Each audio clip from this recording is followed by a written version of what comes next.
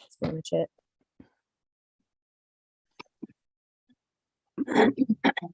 Okay. But anyway. Alexandria, can you hold that box back up again? Yes. That's pretty much it. Thank you. You're welcome, sweetheart. Everybody's always talking about how to stay hydrated the day after New Year's Eve. You noticed that? I wonder why. It's very important. I can remember my father, you know, when you get to be a certain age and your father knows you're going to start going out drinking. Mm-hmm. He used to tell me all the time, a drink and then water. A drink and then water. Space it out. Alex, I just put a YouTube link down there for you too. Started on that. All right. I think we got everybody in. So I'm going to mute everyone for now. And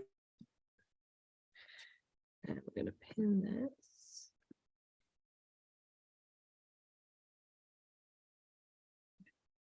Good morning. Welcome to those of you on YouTube as well. Happy 2023. I'm totally going to write the wrong date for the next like 3 months, as I always do. But welcome. I'm super excited that we are crafting together in the new year. Hopefully, not too many headaches and things over there. We were just talking about liquid IV and things. I have a load of friends staying over. So if you see people wandering behind me through the doors and stuff, don't worry about it. I'm not being robbed, but they're meant to be here. So let's dive in. So today the idea is we just kind of craft and have fun. We have 2 bundles you had the option of grabbing when you signed up, so I'm going to be using those, particularly my first card. I want to talk about our remarkable black ink as well. And then we do have a super cute floral release as well. For those of you, so everyone on the website, there is free shipping all day long, so you can check out as many times as you want. There is also 10% off almost the entire store all day long. And then those of you who are VIPs, we emailed out this morning, or I emailed out this morning, your coupon code, which gives you an extra 15% off the store. If you are not if you're not already a VIP, you can still sign up. Alex will drop the link in YouTube and on Zoom. And then every hour we'll have prizes. We'll also have a short break every hour so that I can clear my desk down and grab some stuff for the next hour as well. And then we'll craft from now till about 5 o'clock this afternoon Eastern time. So it's 12:15 right now. So we'll go through till 1. We'll take a quick break. We'll do some winners, and then we'll just keep doing that until 5 o'clock, and we'll have lots and lots of fun and play around. So I'm going to start off here with, this is the Fantastic Florals bundle. This was an option you could add on when you signed up for the crafter party. And I'm going to just open this up. So what came in your envelopes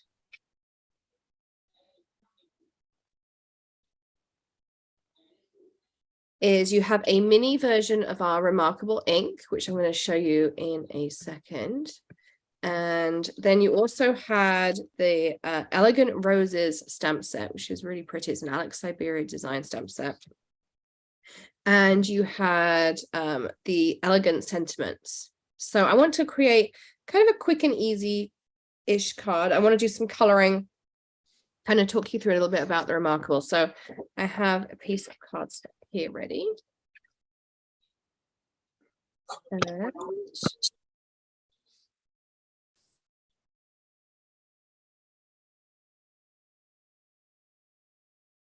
first thing I'm going to do is I'm going to make myself a couple of little masks. So I just have some masking post-its over here. And I'm going to do one for each.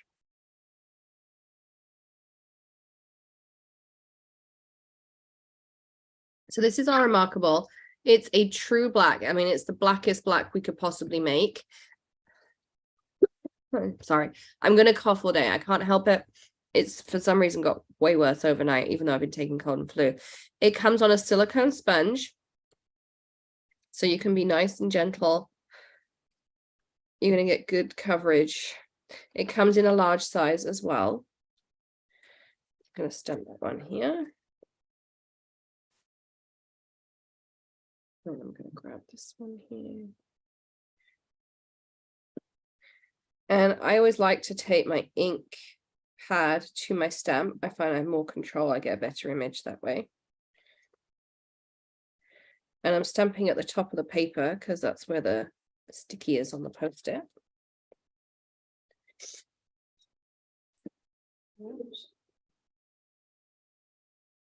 One more acrylic block.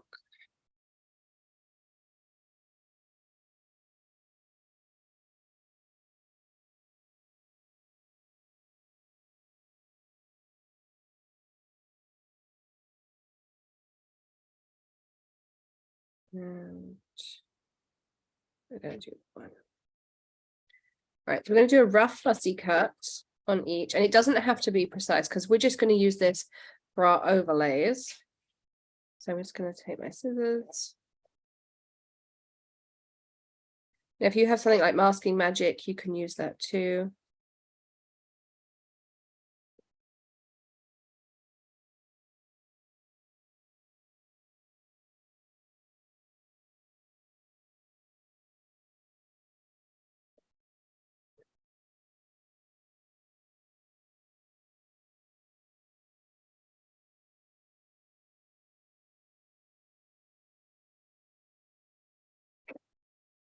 And so what I like to do is keep my scissors still and move my paper as I go.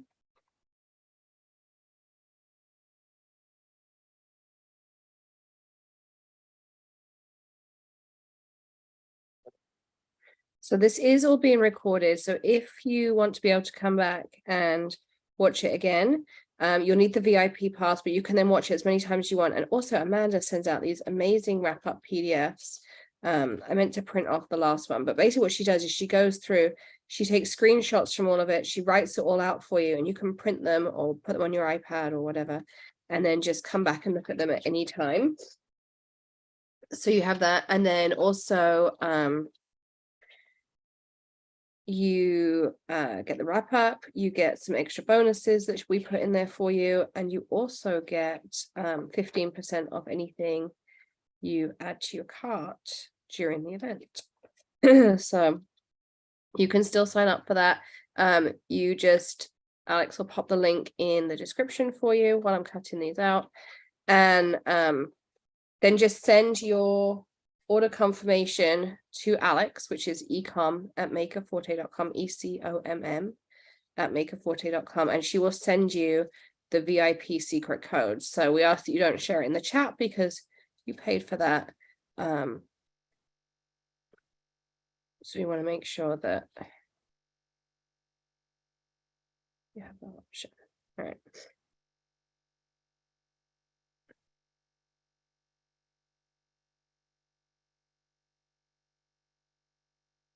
I would love a coffee.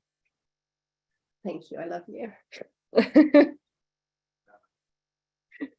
So that's that one. And then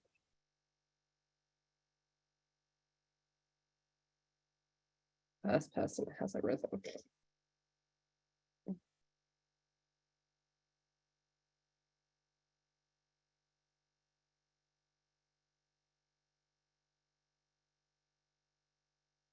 So you can see I don't take long doing the fussy cutting, and it hasn't got to be perfect either. These are just going to be masks to create something.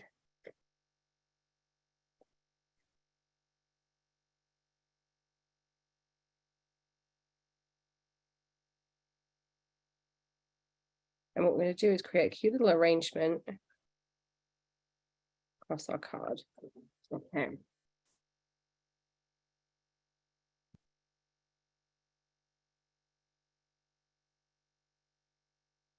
So here's my card. I'm going to start this. I'm going to use the Remarkable. So this is instantly alcohol marker friendly. Okay.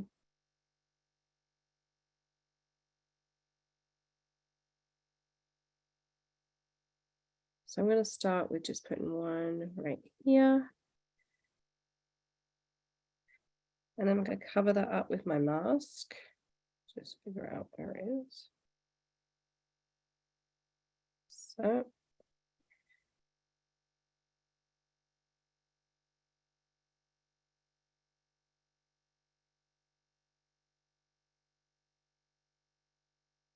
This one here.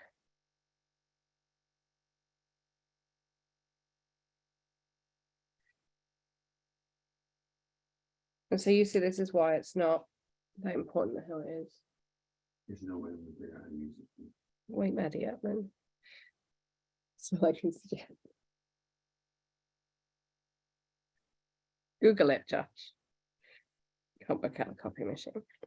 All right, so we're gonna do that, and then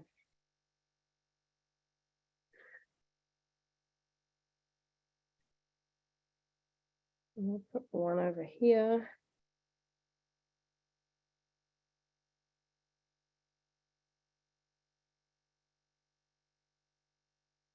One up here.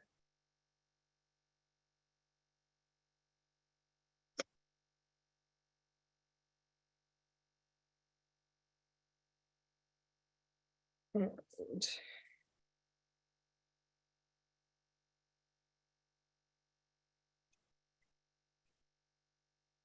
do one more just up here, just a little bit of it.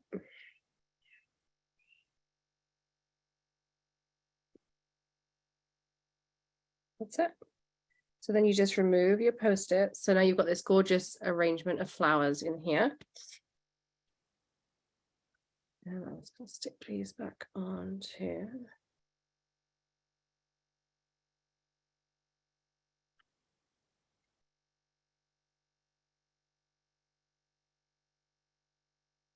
For a second.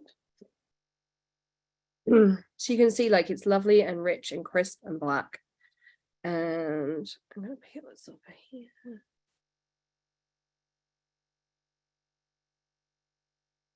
I'm just going to pop this to the side for now. And I want to grab out my Misty.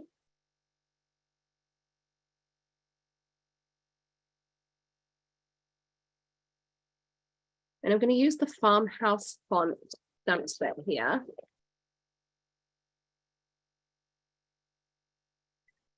And I'm going to do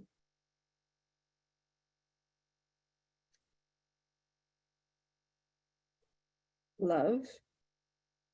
I'll do L.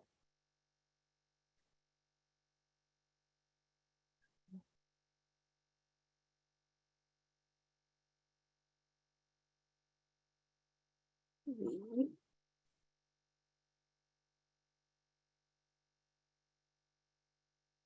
E.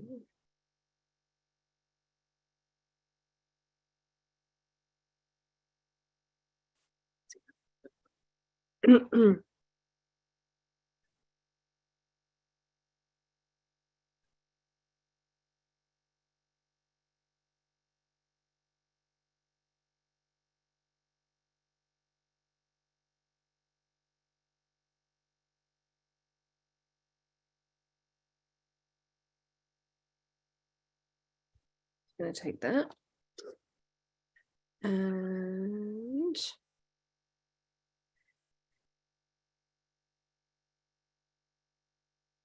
if you are having issues with the Zoom, you can watch it on YouTube. It's just the prizes are drawn here on Zoom unless you are a VIP.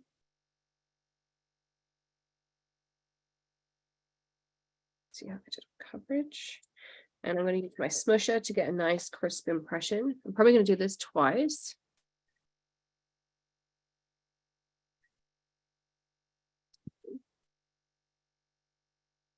Send you Mr. Mitts. Excuse me.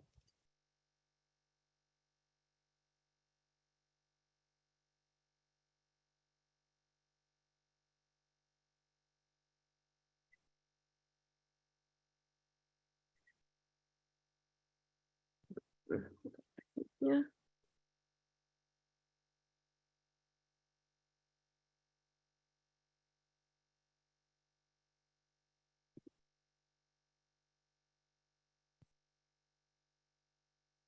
I feel like my Misty is not going down all the way.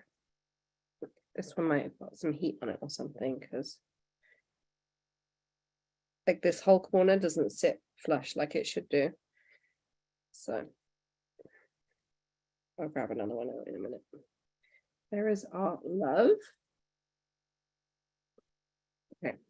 And here's a tip. So if I want to be able to stamp on this again in a minute, maybe I'll need to. I want to keep that exactly where it is. Just take the mouse pad out and you can close the lid and then nothing gets dirty or gets messed up or any of that kind of stuff in there as well. So I'm going to go out some colors. Let's do, let's see.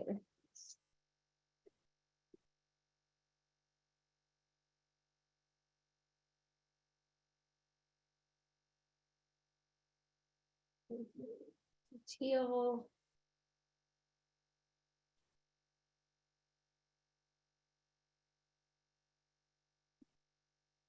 Some pink.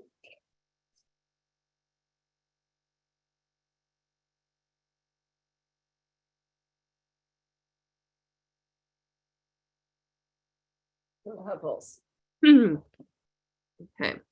So I'm going to start with BG 10, 13, 15. Now you can of course use any colors you'd like. And so you can see I'm starting off with my lightest color. I want a little somewhat like porous underneath. I'm just going to use another piece of color. Yep. This is just the cover from a simple sayings. Perfect. Just some scrap paper underneath.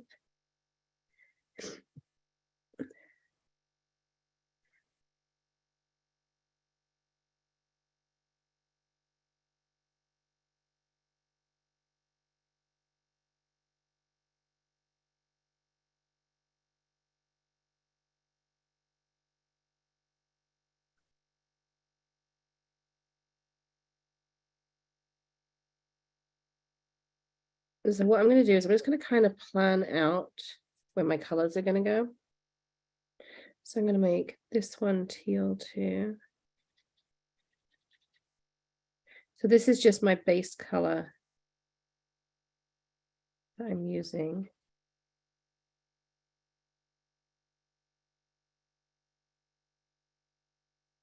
And it'll just help me a little bit with color placement on the arrangement. But you see, so this Remarkable is not budging. It doesn't smudge. You don't have to heat set it. You don't have to do anything like that. It just stays put. I'm going to take my lightest pink, which is RV21.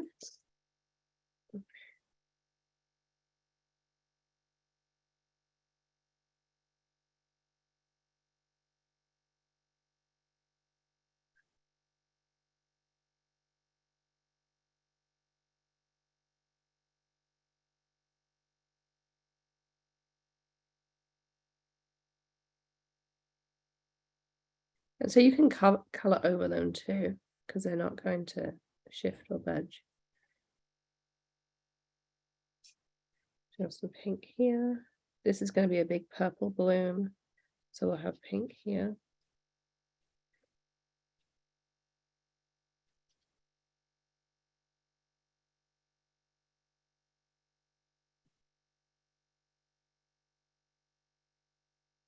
So again, this is just my base I'm coloring in, so I'm putting down a nice foundation.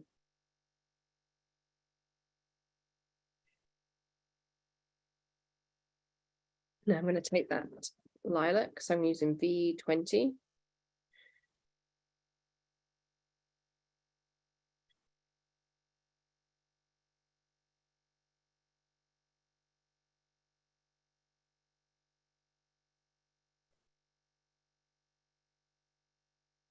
And there is a re-inker for the pad too, and it comes in full size, as well as the mini that was in this kit.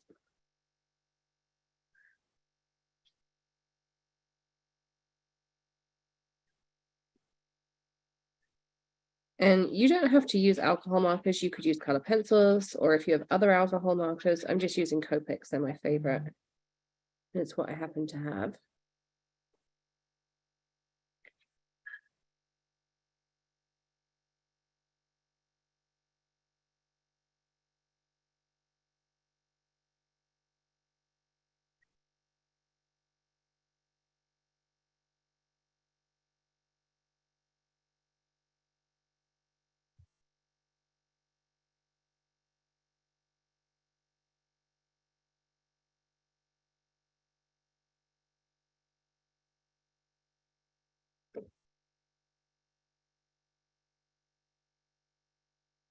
So I've got the big purple in there.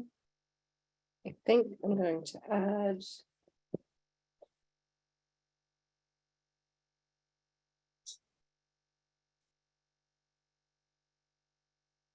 just some blues just to kind of tighten. I don't want too much of the purple in here.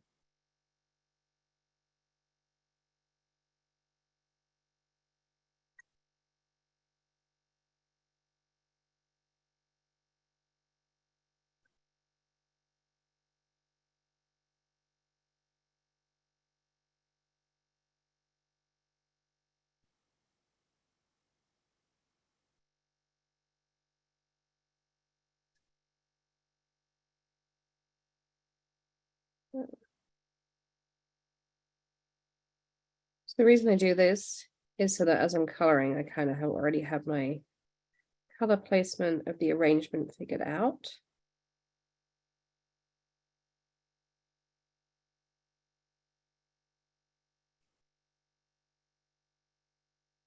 So there you go. So now we can go in and add some of these details in here as well. So I'm going to add not too much shading. I mean, you literally could leave that like that. It's super pretty just as it is. But I'm going to add some extra. So I'm going to start in the center here. And the one thing with alcohol marker coloring, so we're going to do a whole mini crafter party like this this year. I was going to say next year, but no, it's this year. Just on alcohol marker coloring. So I'm just going to start adding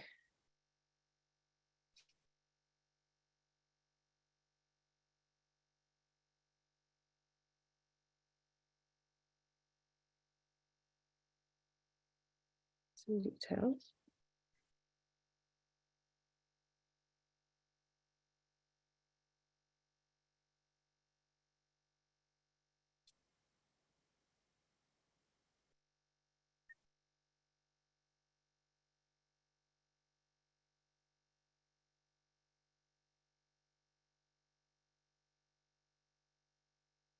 You can see the whole thing, all I'm doing is flicks.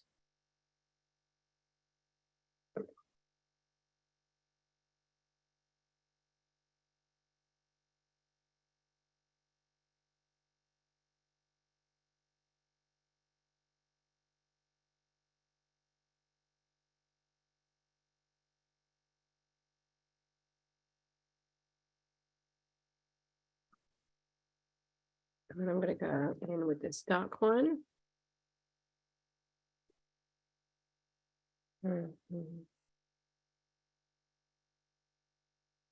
Also, I want to make sure this middle is nice.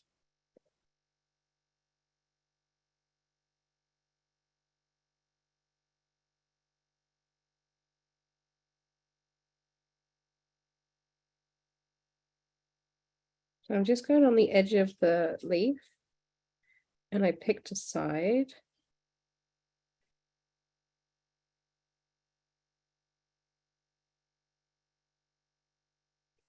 And that's really where I'm adding the majority of color. So for me, I'm going on the left side of the leaf.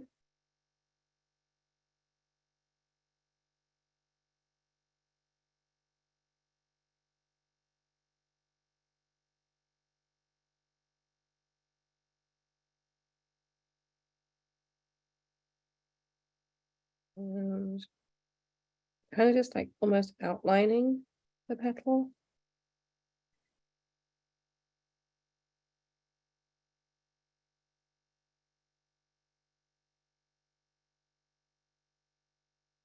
But the key is really the flick. So all I'm doing is I'm holding my pen quite vertically, and I'm flicking. This is all I'm doing. So if you want to practice your alcohol marker coloring, my biggest recommendation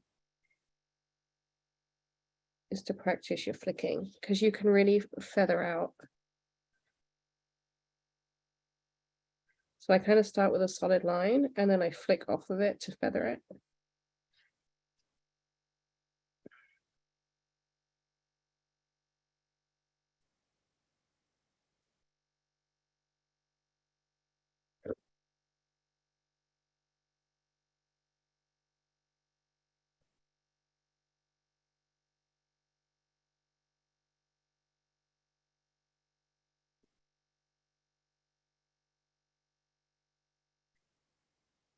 And I'm just going in with my lightest.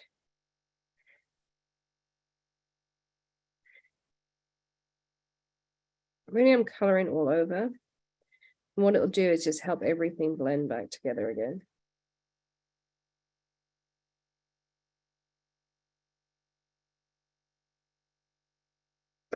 So you can already see the difference. So you can see how that purple suddenly really pops up. I'm going to go in with the teal. And again, I'm going to just kind of do the same kind of thing.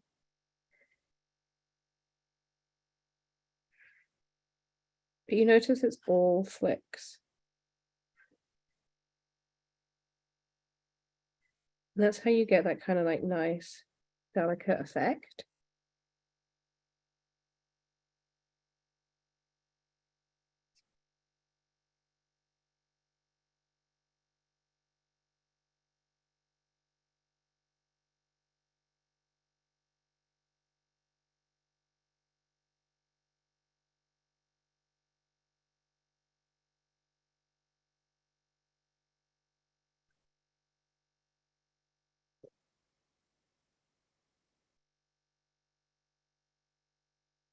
Figure out. We have coffee. I love you. You can bring it in here. No one can see you. I wanted to check my girls in the hospital and I called her and to find out what she was talking about. And my dad, I was in Wisconsin. And my dad like answered from the book that should be, which is the third crown. All right. I'll be out. Holy shit, I'm like, Thanks. Love you too.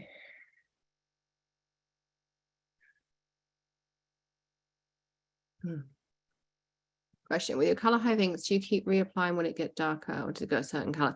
So they're going to get a little bit darker if you go over them. You can also paint with them like watercolors, and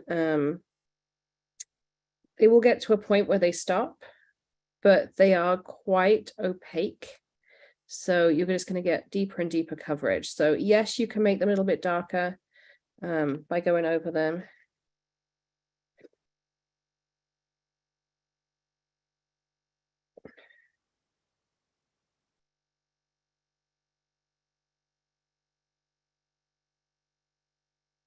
I'm trying to make this kind of look feathery.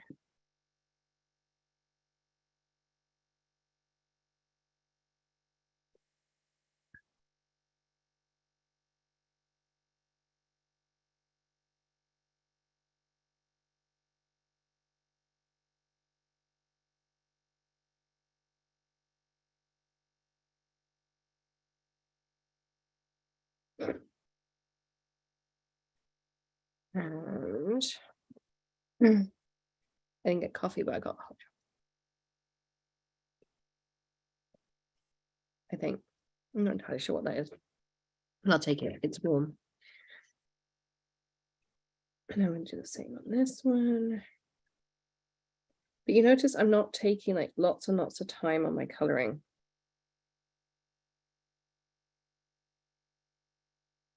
This one I'm just going to kind of go from the center.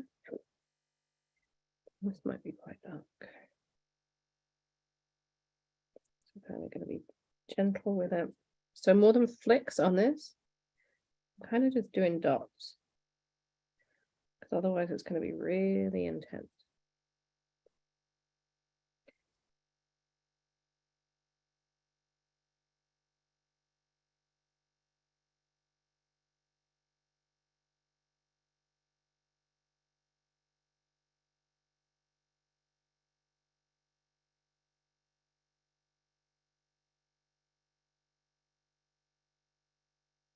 You can kind of see now how that like fades out as it goes up. Again, though, really, really easy. Just super, super easy. Just use dots. Okay, so we're gonna do the same up here. This one. So I'm just flicking from what would be the center of the flower and go up.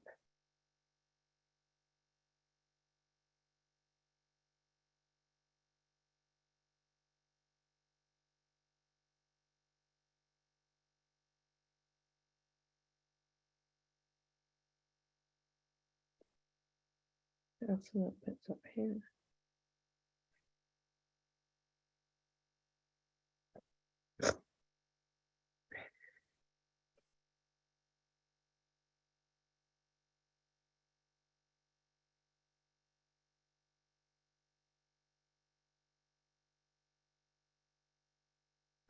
So Geraldine asked, I don't have many of the Copic markers. I have Spectrum Noirs. Will those work or with this technique? Exactly the same. So just choose 3 colors and you're going to go exactly the same way.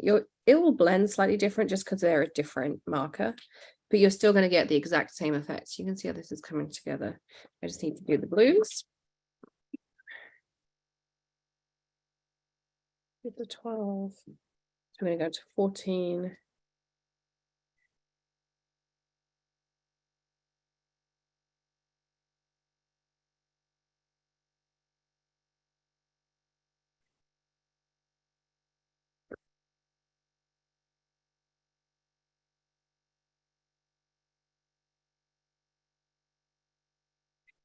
And I'm going to do the edge of this leaf.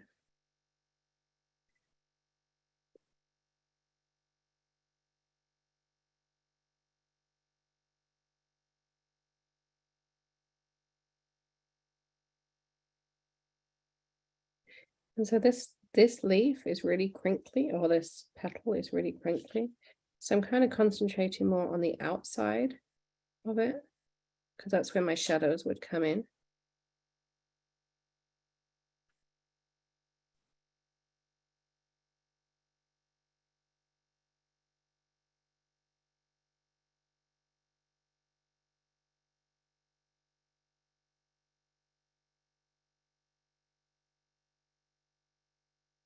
This is my lightest color, and I'm just blending out that little bit like crinkle. Particularly here. So if you end up with a harsh line, go over it with your lightest color, and it will blend out a lot of those harsh edges for you. We're gonna go.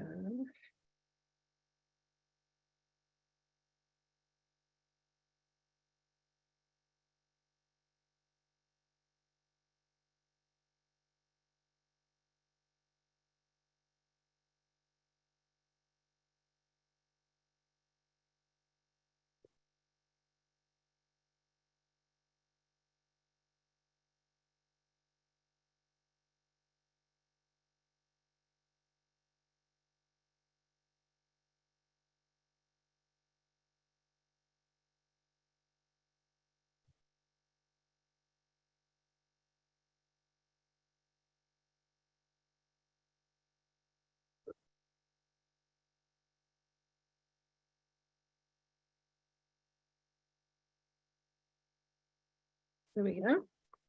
So that's how that kind of comes out. Then what I'm going to do, if I can find it.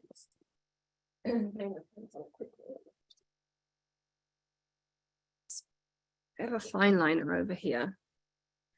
What I'm going to do is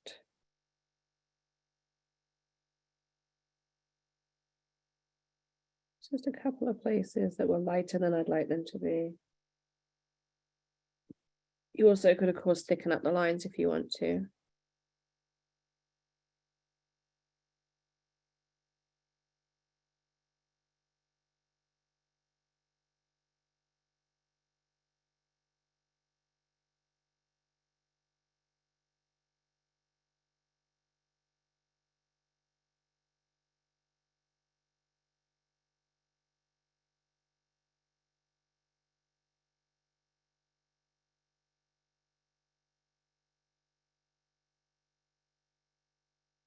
I don't know if I'm brave enough to get my Copic out. Do some thicker, so there we go. So there we are. Is the stamp set that, yeah, this is the larger farmhouse font. If you wanted to do smaller words, you could use the mini farmhouse font too. But I did the large. I just felt it was the right size with this on here. And then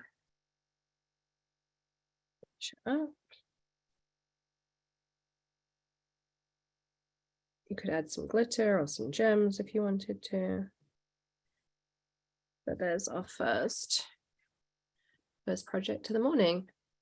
First project of 2023. So pretty. So pretty. Yeah, I absolutely love this. I think it's so pretty. So again, just another way you can use stamps. So you can use, like, you know, any florals you've got, anything like that. I'm going to put this love back in here. And then I'm going to do some winners. And then I need to grab out some new stuff. So I'll let you all have a quick coffee break. And I want to drink a little bit of this coffee too.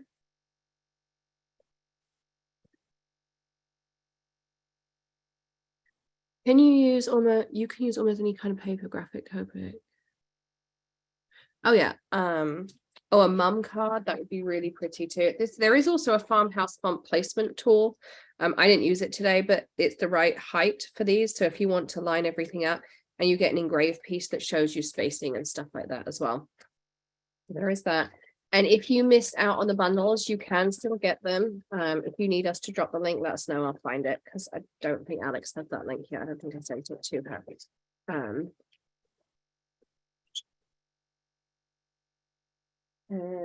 Not quite yet.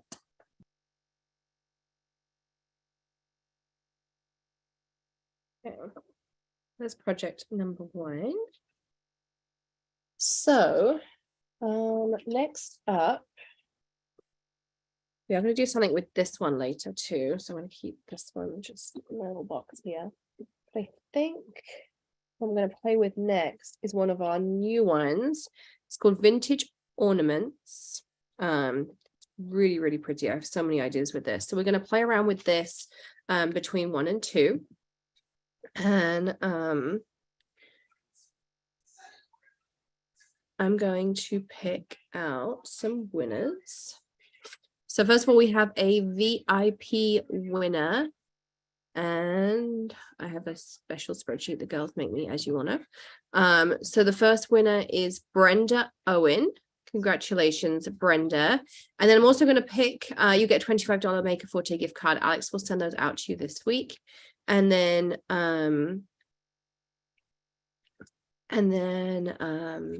we have one from Zoom as well, which is Nasa. Congratulations, Nasa. Alex will be in touch with you to get your gift card. And we do have like mega prizes at the end as well. So you can pick all of those things out too. And then someone said yes to the link. So let me find those for you to the bundles. Give me 1 second. If we sign up for VIP, do we get added to the VIP list for the rest of the drawing today? Yes, you do, Stacey. It's a dynamic list, so it keeps updating every time someone does that.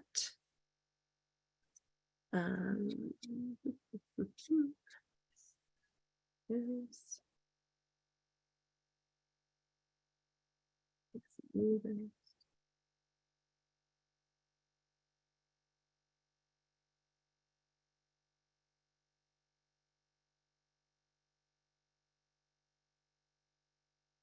Why is it saved?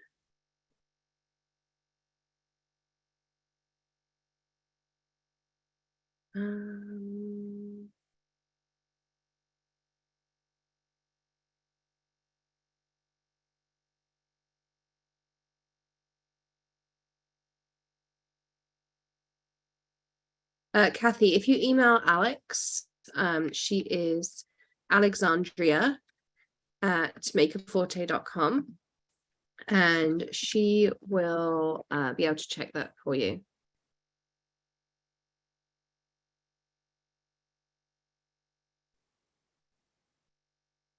Okay, I'm adding the bundle in because the way it was done means I couldn't give you the link. So I'm just going to do this.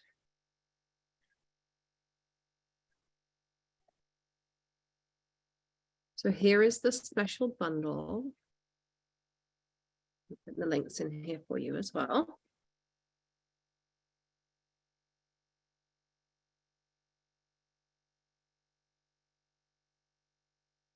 Okay, so put that in for you, and then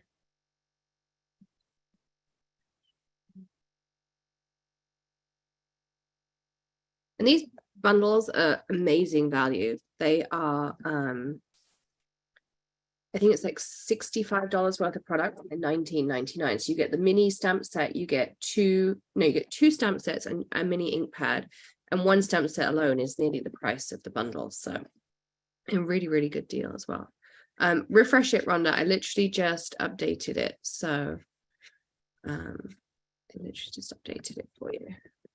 I'm doing it on the fly.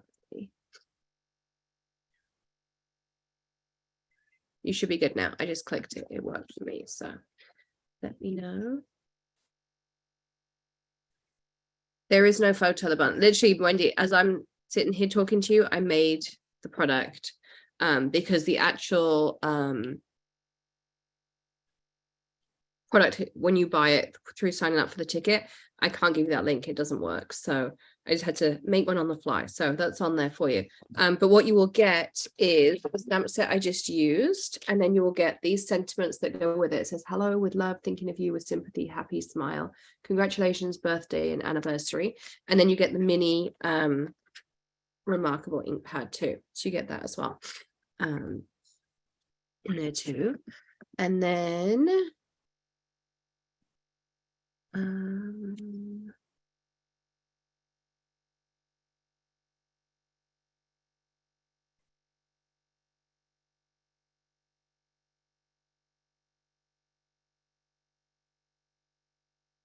I'm working on. All right. Can the VIB code use on that button? It should work for you.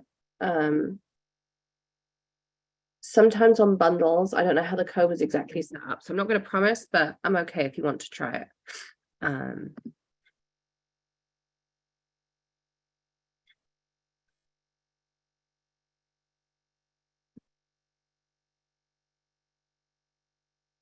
you go. All right, so we're going to take a quick break until 1 p.m. because I want to grab a couple of things so I can do this. And apparently there's an issue with Josh's grandma, so I want to find out. I might have to deal with that too. So we're going to take a quick break for like, what is it, 12? It's 12:54. So let's do 1:05. We'll come back here 10 minutes and we're going to have some fun with these vintage ornaments. They're super, super pretty. We're going to do some heat embossing. We're going to do some kaleidoscope powders. We're going to do some backgrounds, all that kind of stuff, and have fun with that. So I'm going to do it so you can unmute yourselves if you want to chat for a minute. I'm going to just mute me for a second.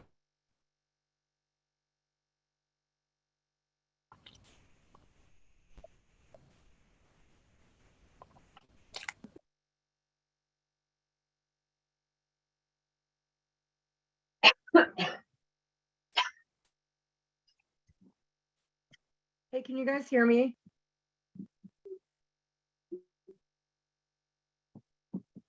Yes. Hey, does anybody, oh, hey, Lisa, does anybody know what happened to the Hedgehog Hollow subscription? It was discontinued. But do you guys know why? Yeah, she couldn't keep up all of the Make a Forte stuff with the Hedgehog Hollow. Oh, man, because that was my favorite. Yeah, it was getting to be a little bit too much. Oh, man. You know, we got stamps, we got stencils, we got, you know, everything we needed all together with that. So Yep, paper. I agree. I'd been a subscriber for years to that. Yeah. Oh, were you? Okay. Oh, Yeah. man. One day I was like, wait a minute, I haven't got that in the mail, you know? So Yeah, she couldn't just, I find it. think, I want to say October was the last one. I think October. Yeah, yeah. Well, oh, The it was Halloween the Day one, of the like Dead. the Day of the Dead one was the last one. Yeah.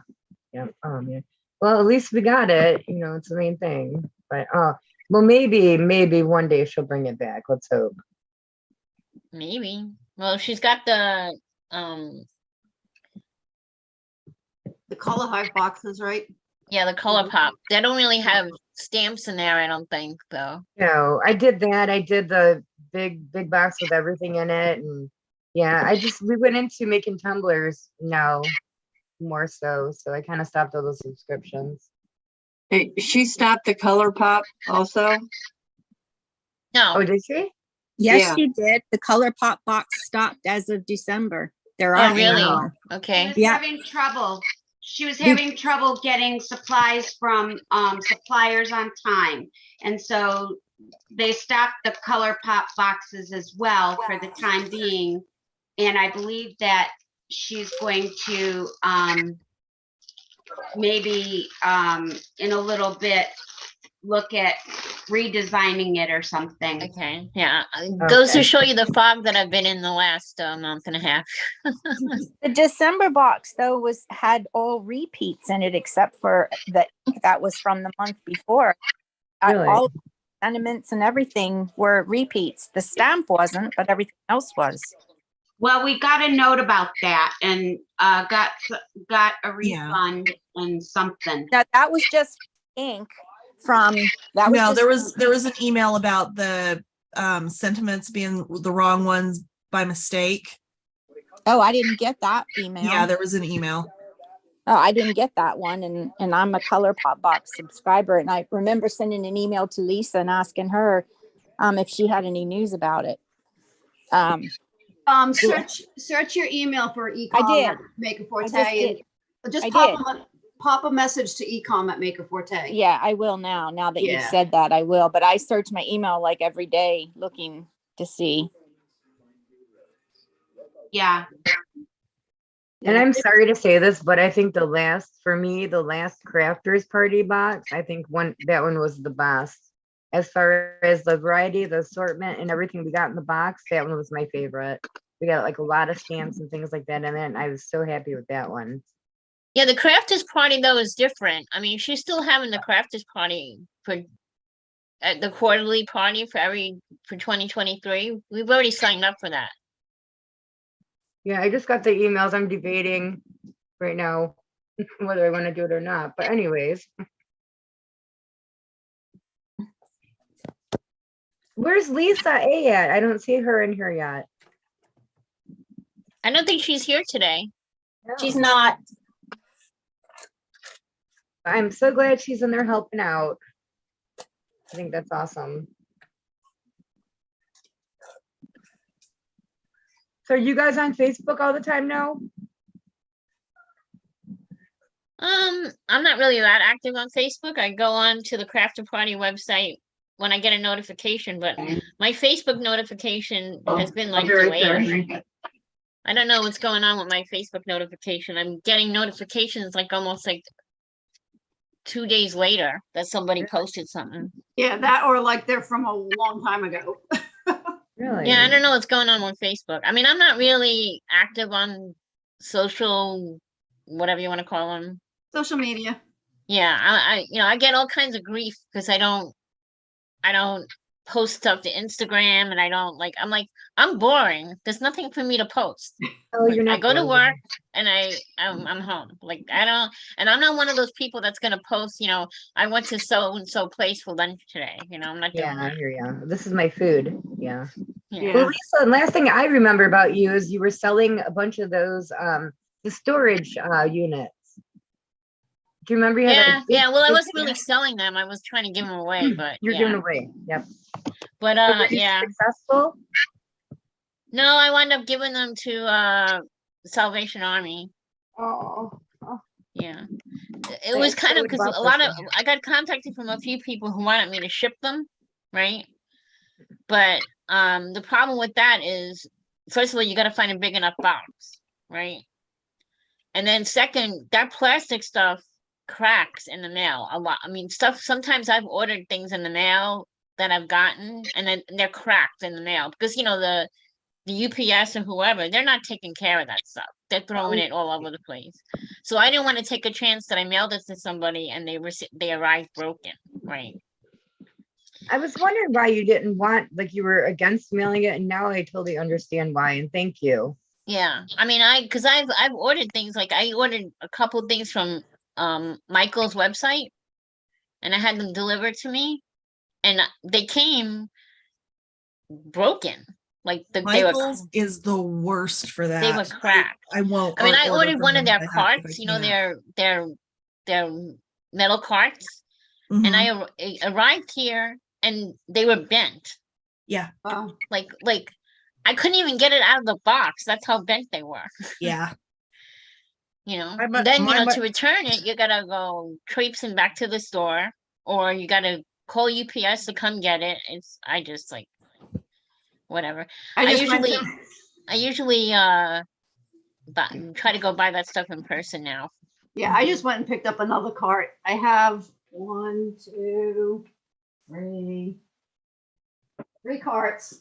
I just went and got another one. As part of it was a Christmas present from my oldest daughter. But I have had to like relocate all my carts into my like dining room area because it's everything where I had them is where we put the Christmas tree. And I'm kind of liking my carts right next to my kitchen table because I can just reach over and, and grab everything. Yeah, and one of the great things about having a guest room that only gets used a few times a year is it's my craft room. Yeah, I don't have that luxury. Yeah, my family had to postpone their visit this year because my brother had to work. So I don't know, they're probably going to be coming maybe like President's Week instead. Yep. So we'll see. So right now it's like my room exploded. I have My things whole- everywhere. Yeah, my whole house is exploded with storage things and cabinets and machines and Whatever works, I mean, makes you happy. yep, absolutely does. You know, like I said, my brother comes here to visit. My brother Ray, he comes here, and every time he comes here, like I have something else. So he's like, "Okay, what did you need this for? Like, what does this do? What does this do that your other machine didn't do?" Right. And I'm like, "Leave me alone. It's my Stop money." asking silly questions. And you would think that, like, you know, that I'm like in debt up to my eyeballs, and he's worried that I'm not paying my bills or something. You know what I'm saying? Like, Hey, my husband stopped worrying about questioning what I needed something for because he got confused trying to figure out why I had to have fabric pins versus alcohol pins versus Cricut pens versus my pencils versus my watercolor pens. yeah. And Well, that's your pens, husband. That's your husband. I get you know, that. and right? pens That's your with brushes. It's my brother. And My brother is asking me this stuff. Like, mind your own business. You don't live in the house with me. I've been on my own for a long time. I've been paying my own bills since I got my first job. Don't worry about me. If I'm buying it, I can afford it. But you know, he's got to be nosy. Then he comes downstairs and he's got something in his hand. What does this do? Hey, you guys, is this recorded that we can well, watch? if he has to ask, he shouldn't be using it. I always tell him, go put that back where you got it from. Because the next time I look for it, it's not going to be there.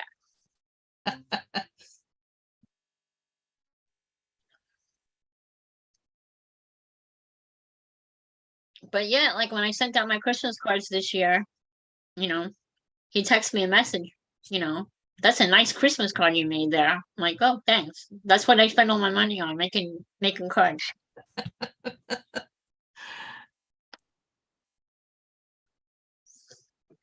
My whole family knows that this is my therapy.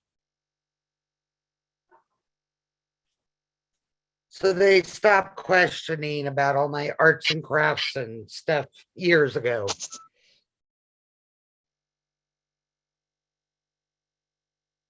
And who said they just started tumblers? Just got done doing some tumblers.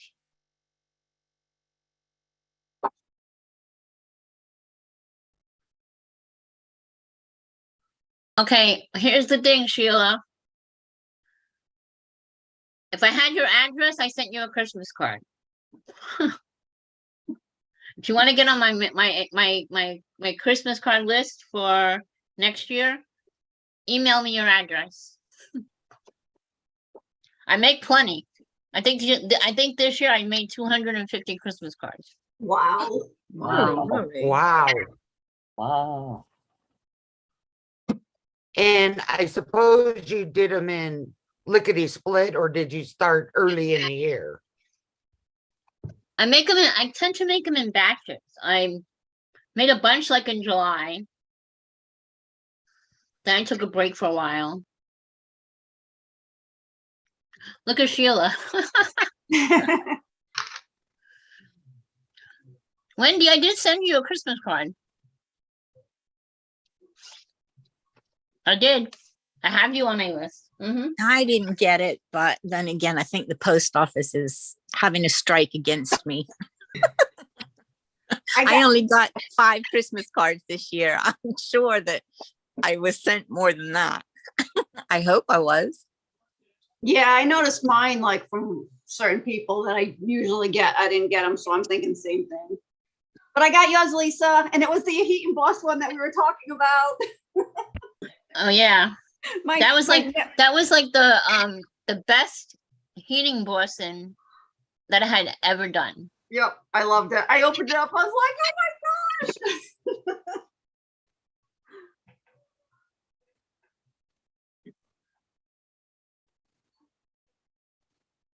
Okay, I'm back.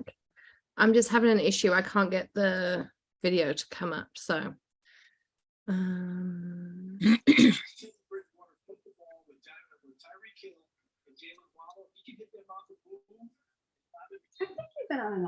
anyone see my hands or my face or anything? It's frozen. Yeah. Frozen. I'm gonna leave and There you come go. back. I can Oh, see yeah, it. you are. There you are. Back. I could see I know, but moving. this is my laptop camera. This isn't my I can't show you my hands. The camera's I messing don't up. know how we're going to craft together if we do that. So I'm going to leave and come back. But Alex is in here, I think. So she's going to be the host. Alex, I'm going to make you the host for a minute. Okay, babe. This is why we live in Florida. Look at this weather. Mhm. It was cold last week. I'm not gonna lie. It was Oh, like in yeah. the 20s up here. Yes, it was. We were down in the 20s during the days. And then in the last, well, since Friday, we've been in the upper 50s. Oh, wow. I don't want to be living in Canada. It's nuts. It's cold. Yeah, I went from having the heat on last week that I had to put the air conditioner on today. Yeah. Wow.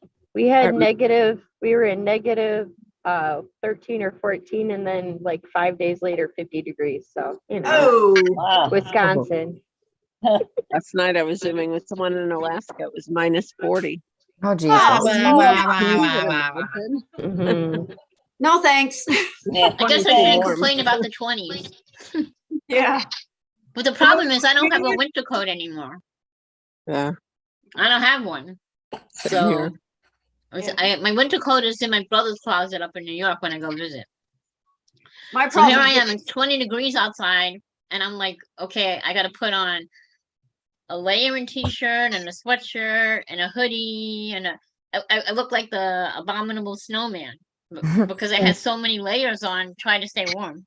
My problem is I have one horse with a winter coat who doesn't need a blanket. So come 50 degrees, he's like dying in the heat. And then I have a young horse who can't quite keep a winter coat yet. He's better this year, but he went from a medium weight coat to a heavy coat. And then it's like, we had rain yesterday and I don't have like a lighter weight rain sheet for him. So he's like now without a blanket. So it's like the poor guys, and you have to watch the horses with the dramatic temperature change. They can get sick. So it's like this temperature change is not good for the animals. I don't think it's good for anybody when it goes from like, minus 11 to 50 degrees. That's like Yeah. absurd. Yeah. Mhm. Okay. I think we got it. Those are things that we just not include in the budget. Sorry about that. Technical issues, but we're good. All right. So we are going to, for the next little while, play with the new vintage ornament stamp set. So we just added some new things to the website. Just know there are no pictures on there yet with Amanda and everything that's been going on. She is doing good. She's back to work. You've all had wrap-ups and stuff from her.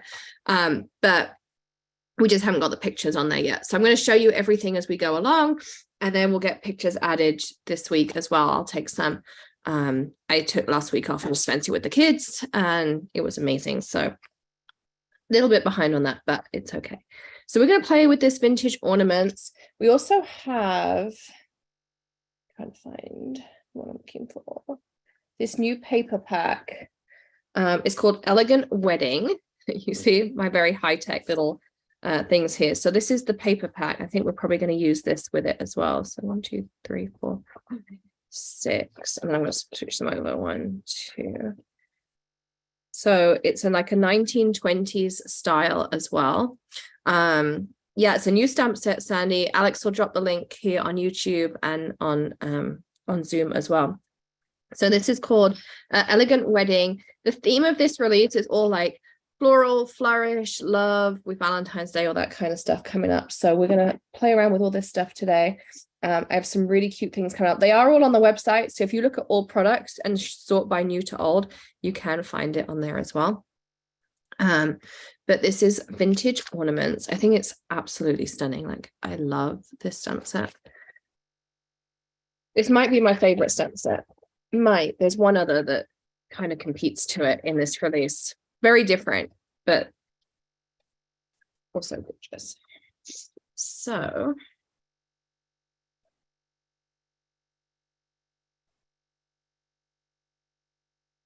need to fix this misty and I'll start with it. Something definitely needs a clean, but being dirty shouldn't affect it.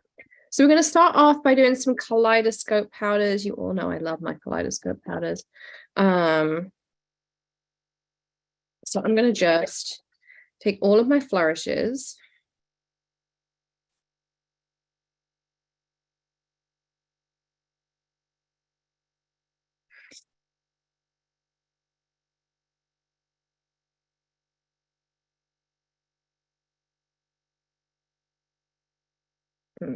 They kind of will interlink together. That's what I'm trying to work on here.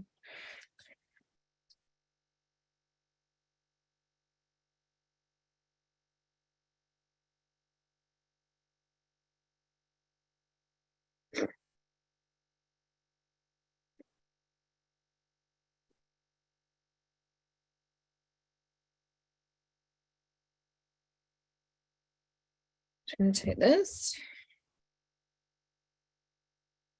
I'm actually going to use, I don't have a sticky grid here, so I'm just going to use like a little bit of double-sided tape. Like this. And I'm going to use my clear ink. So again, silicone pad, doesn't matter. It will get dirty. Don't worry about it. And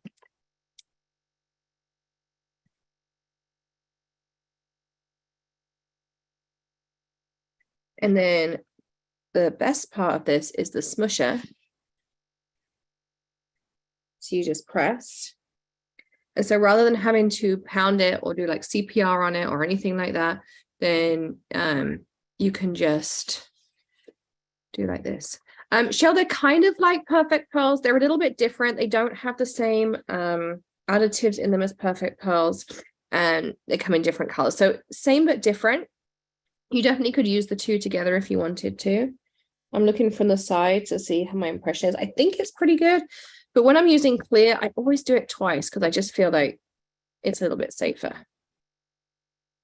And I'm going to leave this arrangement on here because I'm going to show you, like, just by using different mediums, how you can kind of change the look of the card.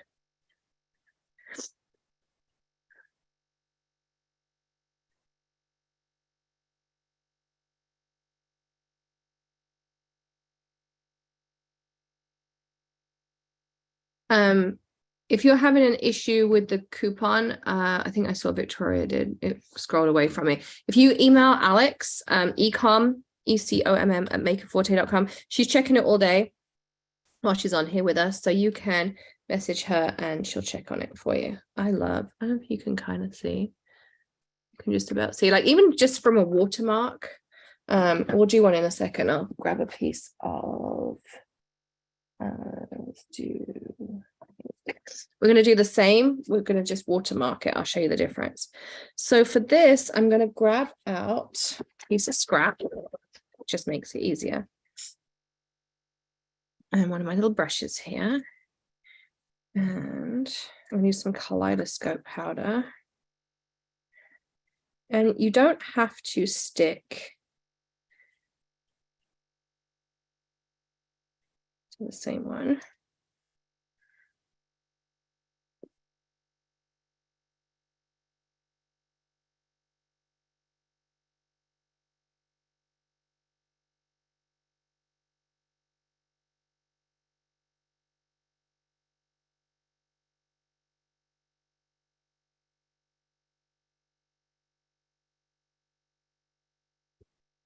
So I'm just, you can see, like, I'm just kind of putting colors all over the place. Definitely like a mix and match. Thanks, Shao.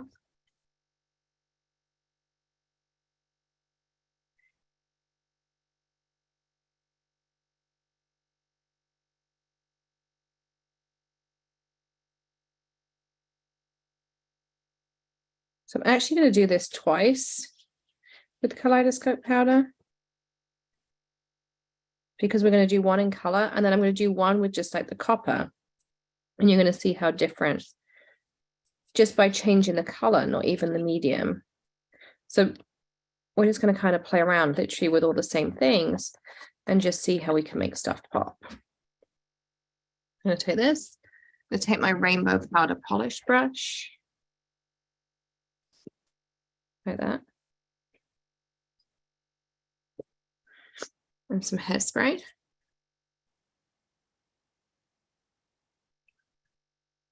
And then you can see just that little splash of purple in the bottom. So what I'll probably do is do this and then put my sentiment here, so you just see that splash like this. Okay.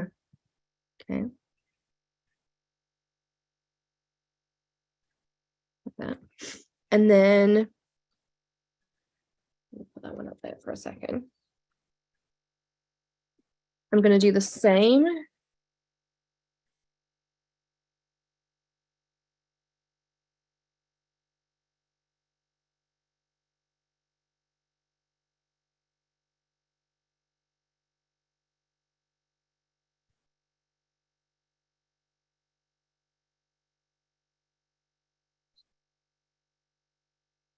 But we're just going to watermark it. So you could use a similar color ink, or you can use the clear. Like if you use the pit stop, excuse me, the pit stop pink.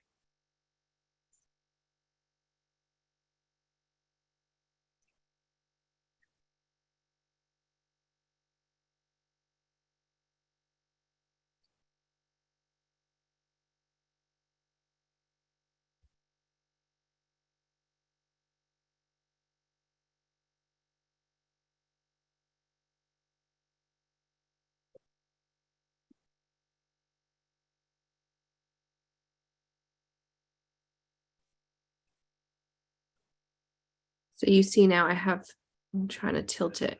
You can see it much more in person, but you've got a really beautiful watermark on there with the clear. And if you wanted it to be a little bit darker, I'm going to take, my God.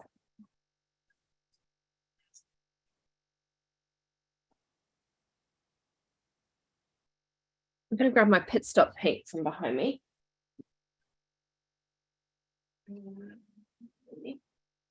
I haven't got that, but I have got flamingo. This will also work.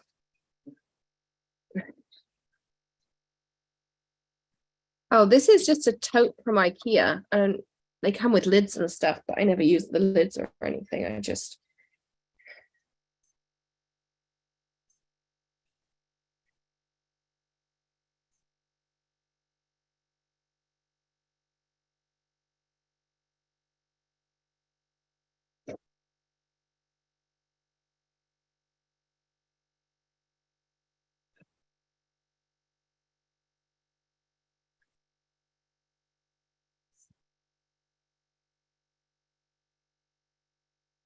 this is I want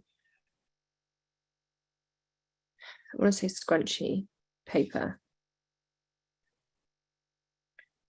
So if you want to do a more vivid, so that was flamingo, and then the scrunchy cardstock, and now you can see it's an even darker, kind of like tone on tone. But like, look, you can make your own background papers. How pretty is that?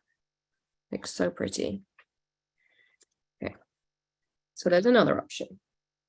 I'm putting all these to the side because we'll go over them at the end. We'll be like, okay. So we use all the same stuff, like the same stamp set. I haven't even moved this. Like, this is how it went on in the first place. I just need to clean this pink off.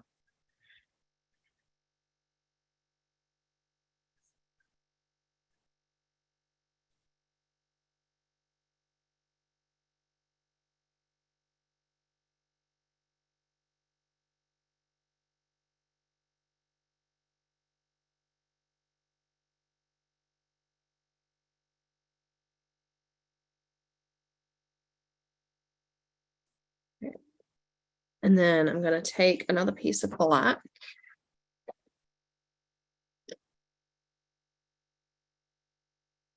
I love this stamp set. I knew it was the first one I had to use from the new release. And apparently there's an issue with the code.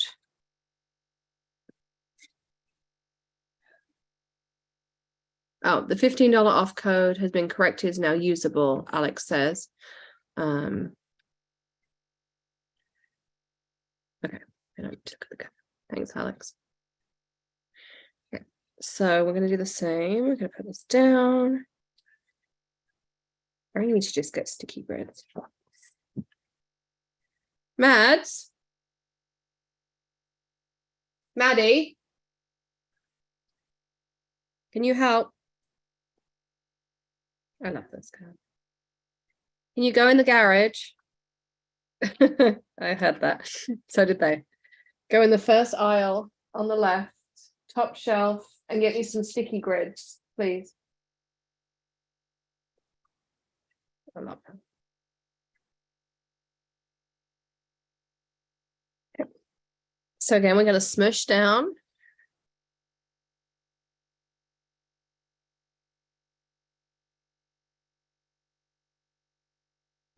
I'm just going to do this a spotlight because I think then that should work for you. And hey Bentley, you're going to hear Bentley bark a lot today. He's not a fan of other people being in the house, so I just pre-warning.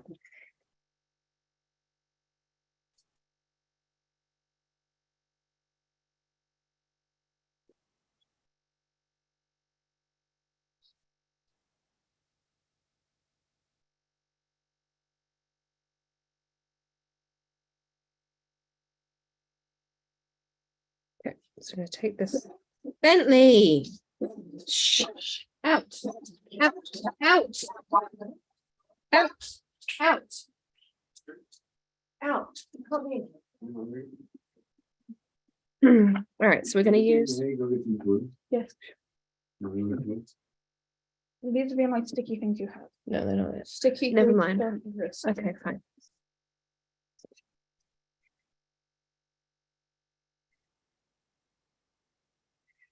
So for this, I'm just using the copper, and so it's going to look like metal.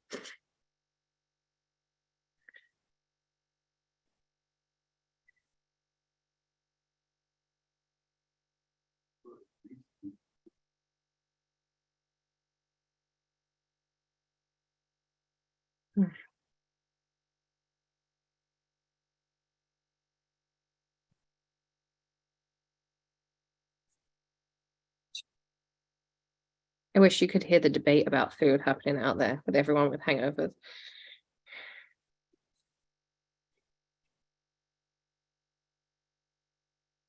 Now I'm going to seal this. And there you go. In my bedroom on the bookcase as you go in, my purse from last night's there.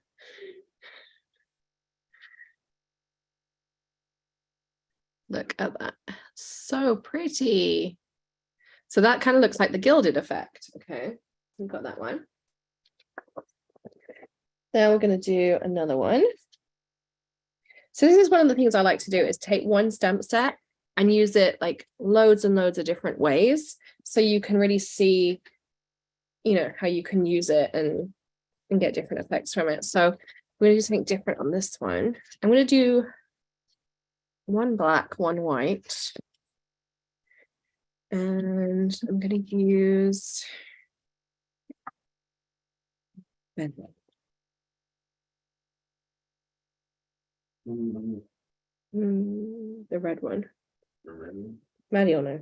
That's bad. There's actually no red one in here. Yeah, there is. If not, use the blue one. The red one's not in here. I don't know. Yeah, that's the blue one.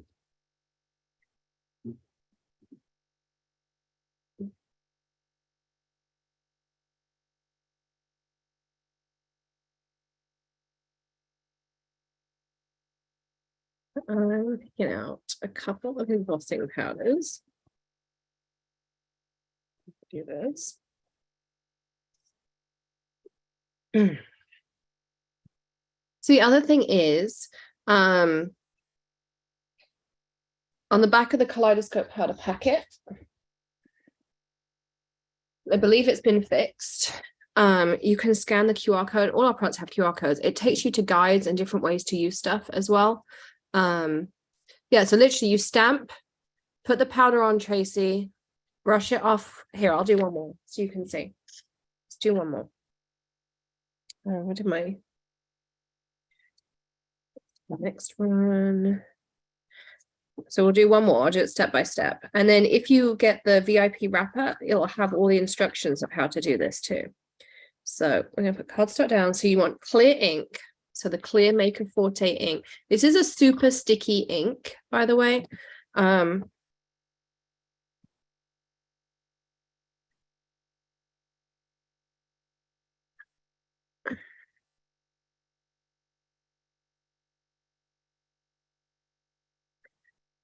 Alex, can you drop the link to the clear ink for me?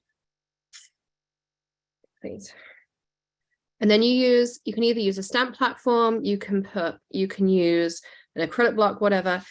I like doing this with the smusher because I can stamp it twice. And the thing with clear ink is if you look to the side, you can kind of see where you might have missed. But I just find this is easier to do it twice. It's like one little bit that starts on here. So then I just use my smusher, go over it, lift up. Okay. Then I totally forgot where I put that. This is our jewel tipped. So you have a detail tip and you have a puffy tip. Okay. And I'm going to take, this is Snow Flurries.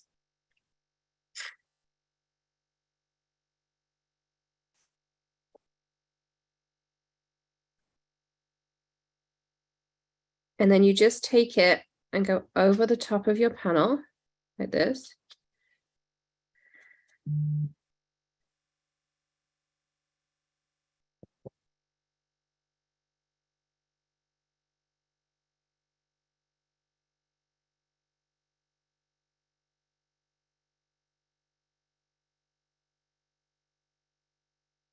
You can see a little bit goes a really long way when I've just dipped it in there really lightly twice. Okay.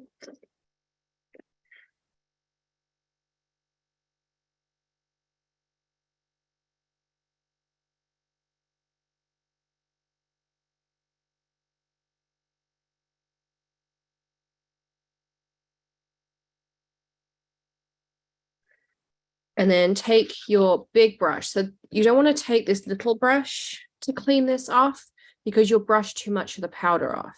This is really good for applying. This is really light and fluffy.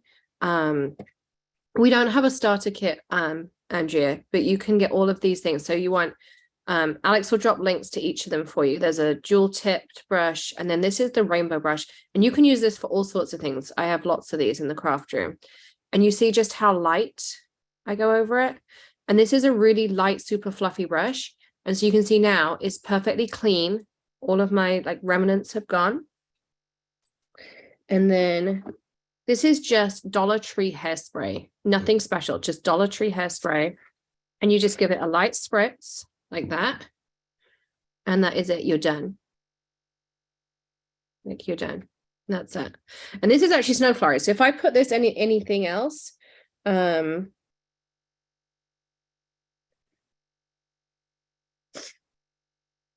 it would come out more white, but on the black, it has an interference in it and it comes out more green. So it just depends on what color cardstock you put it on. It's what they call interference. The color from underneath affects the color of how you view it, which is really fun, I think, as well. So there's that.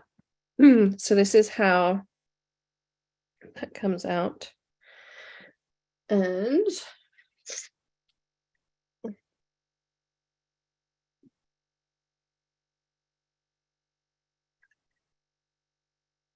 then we're going to do embossing powder, same technique, or same arrangement, I should say, but we're going to do embossing powder. So I don't really tend to use an anti-static tool. Our cardstocks are a really high quality cardstock. They're all milled in America. And I really don't find I get a lot of static on them.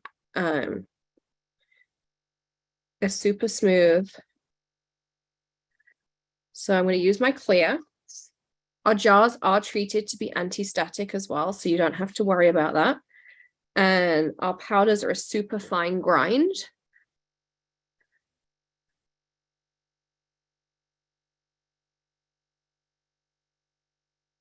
So again, I'm doing the same thing.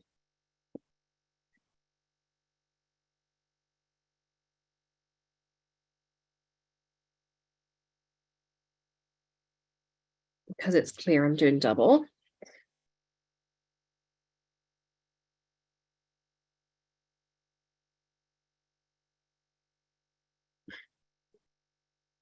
I'm actually going to have a little bit of fun with this one. So this is scrap paper. I'm going to use, I'm going to have to remember the names.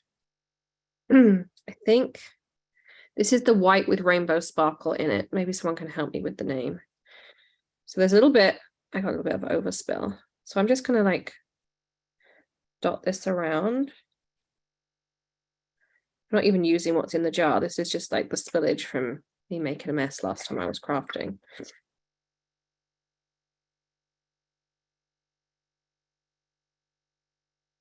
Yes, the spray does not leave droplets on vellum, and yes, it will also work on vellum. I did some really beautiful cards for the advent calendar with vellum. Did everyone enjoy their advent calendars? Because I had a lot of fun, like making the tutorials.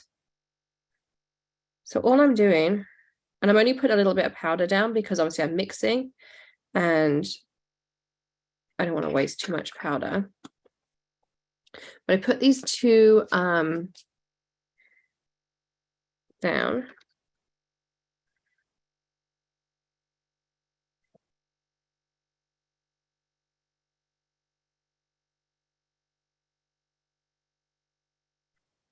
I'm just flicking the back of my cardstock. I'm gonna have to put this on again.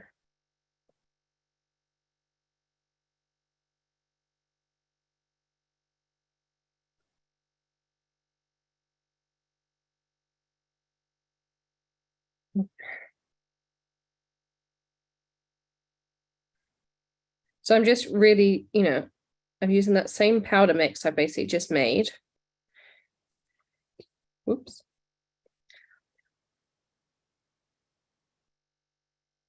So you can see how this is starting to come together. I'm going to get rid of this off my surface.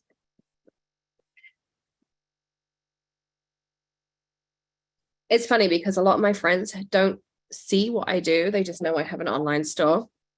So they all keep like poking their heads in.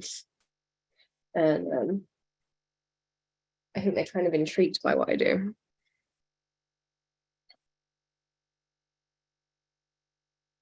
So the other tip I wanted to give you is when you're doing glitter embossing powders is heat it from underneath. First, it starts to melt the powder, and more of the glitter that you've got on the top will stay. So I do like a little bit from underneath, and then I go on top and I finish it off.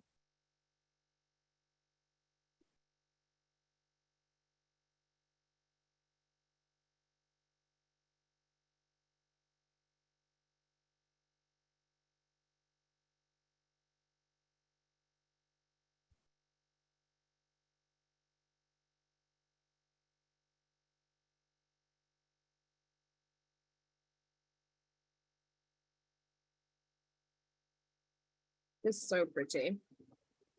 That mix was perfect.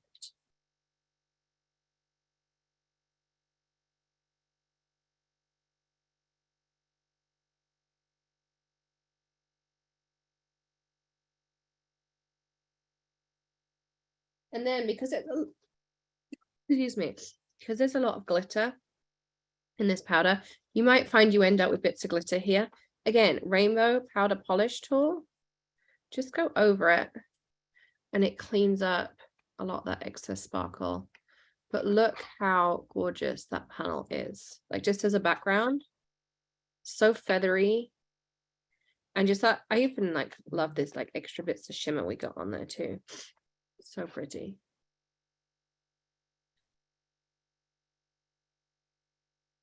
Okay, so that's that one.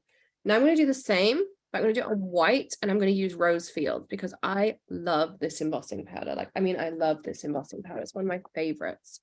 Out of all the colors we have, I just love rose fields. So, what is my favorite product? Oh, Tracy, that is so hard.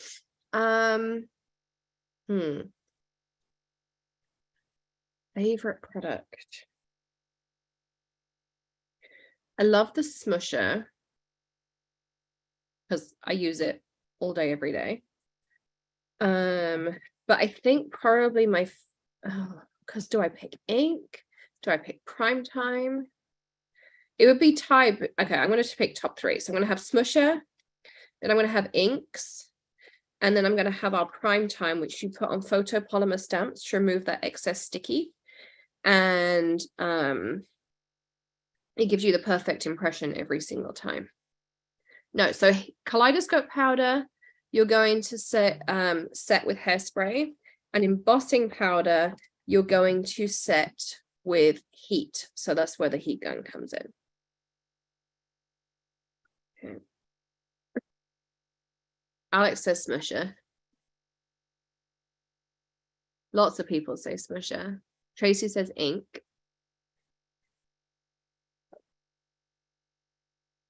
Okay, I'm gonna take this one out. It's now like light pink because we've used all that red. Okay, let's get my scrap out again. Oh, I just love this powder so much. And so this time I just cover it all over because I'm not mixing colors.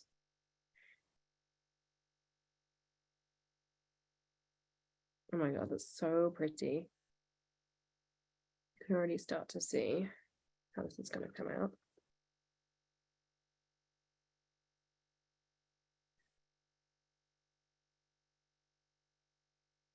And actually that little bit of pink underneath from the pink transferring off the stamp actually kind of looks pretty with this. It worked out well.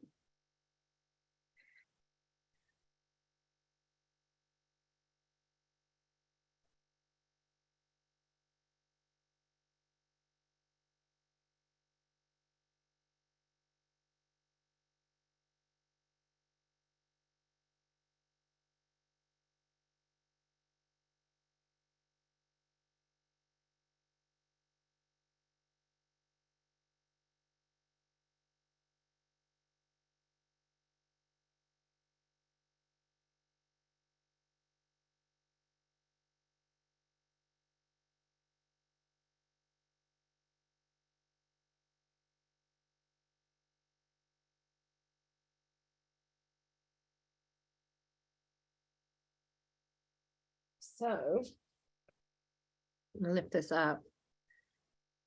the light slightly wash it out, but it's like this beautiful damask pink. And it's got that little bit of shimmer and sparkle to it. So elegant. And then I'm going to do just one last one because I want to do it just with plain ink. Oh, top tip.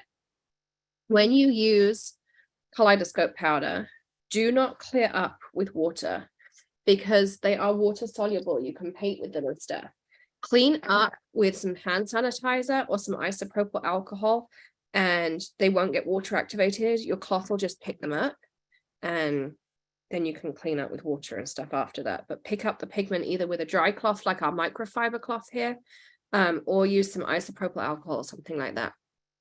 So you can see on there too. So that's that. And then I'm going to do some muscle car. I don't know. Muscle car. Neon light. I don't know. Maybe someone's favorite color.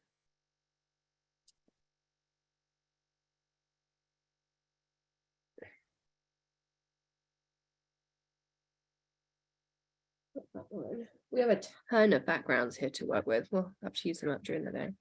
You could, of course, also do it with snow flurries. My snow flurries needs re-inking really bad, but I'm going to try and do it.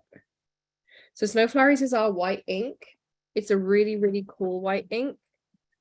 Mine is so dry. I used it so much for Christmas, but we're going to do it anyway. Now this is a pigment ink, so you either need to heat set it or put some clear embossing powder over it. Because it will pretty much stay wet forever.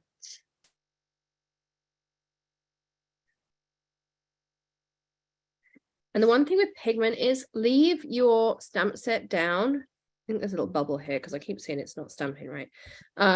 Leave your stamp set down just a minute, let things come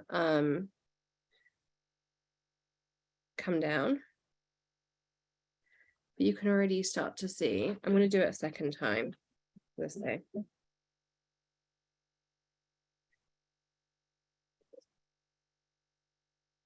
My white really needs re-inking. I can see the patches where it's coming out exactly as it should. You can probably see where it's coming out really white where it should be. And then the patches where it's like, you used all stuff for Christmas. My crafter needs some TLC this week. Re-ink all my ink pads and put my Christmas stamps away and get my spring stuff out. Like, this one on the list. I am large screen. I'm spotlighted. So I believe it's a setting. You have to go to speaker view, I believe, Lois. So I'm just leaving it down for a second. Making sure. There we go. Look at that. Just as a background. So that's just with plain ink. I'm going to do one with just color. I'm going to do it with muscle car just for something different. I mean, we could, you know, choose like a English mustard or something, you know, kind of more muted and elegant.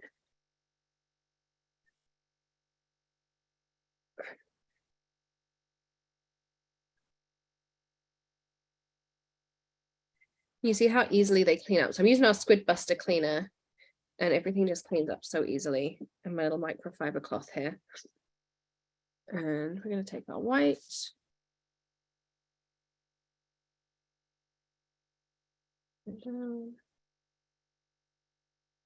Some muscle car. I could probably go for a while, Sandy, but I'm going to stop after this one and then just show you. Just, you know, the idea is just to show you how versatile you can be with a set.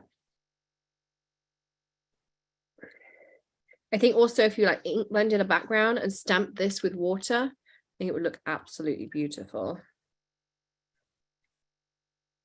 Look at that. It's a background. So many options. I'm going to show you all of them together just so you can kind of get an idea. We're going to put our stamp set away. And I'm cleaning it. It's a miracle.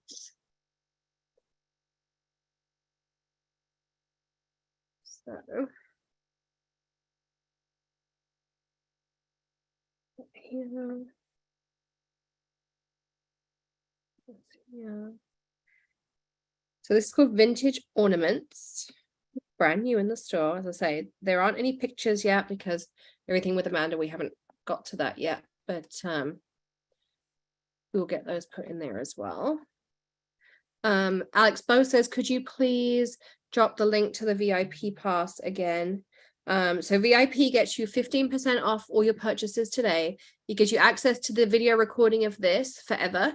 And it also gives you a PDF wrap-up that we will send you next week. And it's basically all the tips and tricks from today in a PDF that you can print or put on your iPad or do whatever you want to do, and screenshots and dimensions if we do anything like that. So all of that is included in there as well.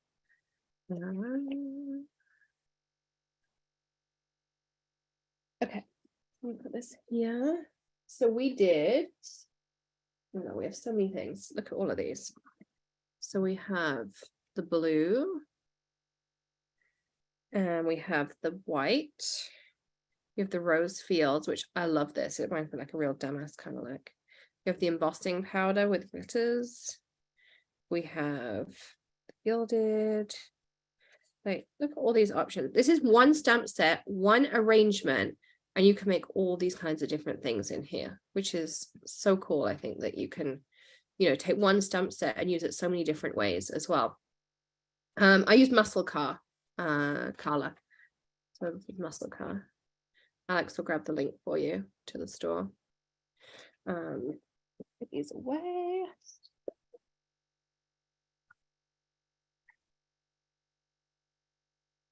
Okay, we're going to keep crafting for a bit. They've gone to get us all food, so I'm going to keep crafting until they come back. Apparently, they've gone to get Sonic, so it means I get chili cheese fries, which I'm so excited about. But we do need to do some winners. So let's see. Alex, I'm going to delete that.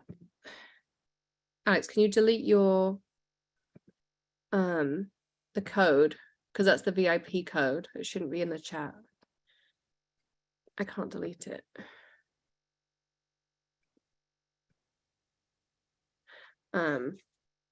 And then we're going to, what we're going to do? Oh, winners. Let's do that. So I'm going to pick my first winner from Zoom. Put the list up. And the winner is Akalia. Hopefully I said that right. Akaila. So congratulations. You'll get a gift card next week.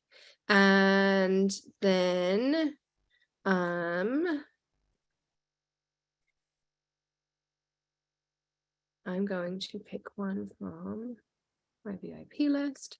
And our VIP winner is Jessica Morgan. Congratulations, Jessica. And you'll also get a $25 Make a Forte gift card. And now we're going to play with one of our other new stamps. Let's see. Let's do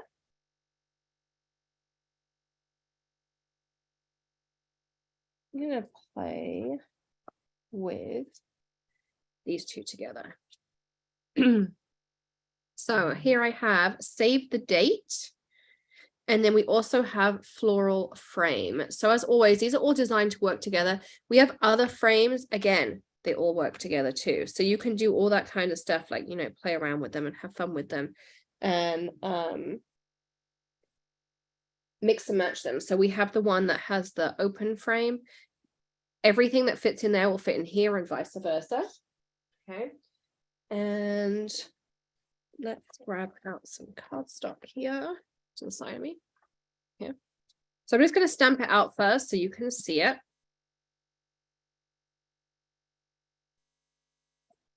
The $29 tonight is just one. So it's just for this event, gives you access to the recording, the PDF wrapper, The coupon code for today, just send your receipt to Alex. She'll send you today's VIP code.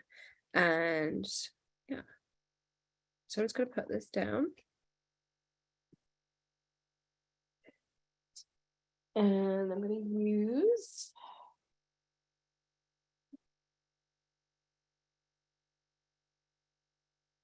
some palm tree. Oh, Cotswold green. I love some Cotswold green.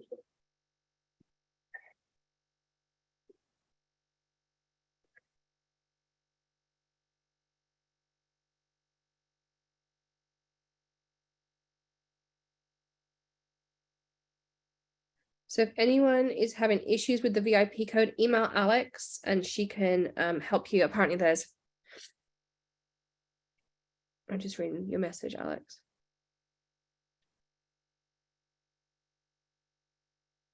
That's not that. Would you?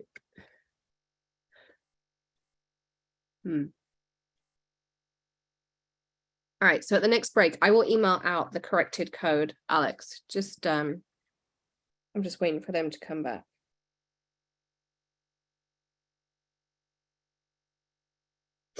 So I'll get that fixed for you too. So I'm going to do this, press. So here is your frame. So here's your base frame. And now you could do really anything with this, right? I mean, you could heat emboss it. If you did it in gold on black, it would look really pretty. You could now just put some floral arrangements over it and use it as a frame. And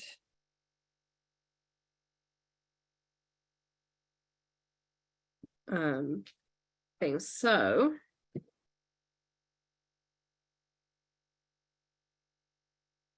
I put a box of tissues in here and I managed to lose them already. There they are.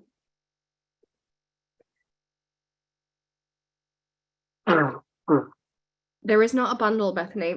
What we did was we took 10% off of everything, and then on top of that, you can also use your VIP code if you want to as well, because there's some really cool stencils. We'll play with stencils, I think, in the next hour. We need to do some stencil techniques. So, for instance, you could put happy anniversary in here, and you can do it straight. You could do it, you know, slanted like this. And you can do it lots and lots of different ways.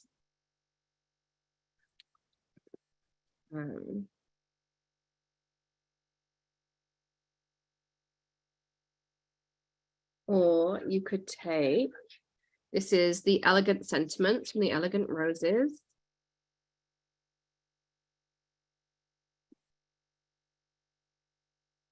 And so you can see that you can put with sympathy, thinking of you, with love. So all of these sentiments that you've got everywhere will fit in these. And they're just, you know, absolutely perfect to just, you know, add in anywhere. So for instance, even if you took a big one like this, that technically overlaps. I mean, you could definitely put it on the oof, on the angle. Or you can do it straight.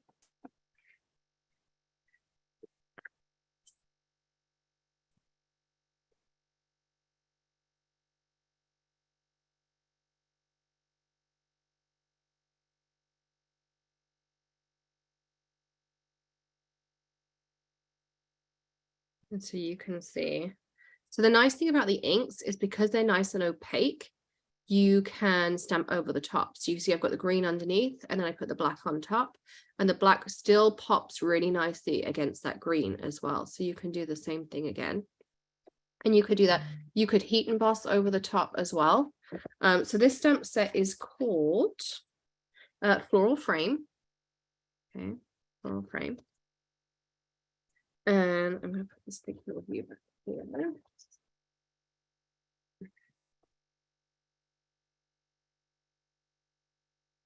So, but you can also incorporate the save the date. So this was one that we were asked to do by lots and lots of people. I don't think there are any other kind of save the date stamp sets out there and things. So again, you could heat emboss with Kaleidoscope powder. These also fit in our A2 spotlight circle, so you could do that.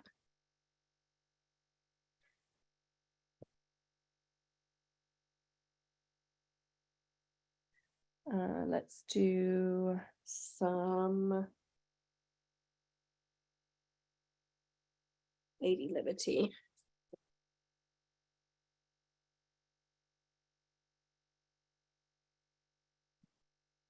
And this could really have been done with in prime time, so I'm going to do it twice.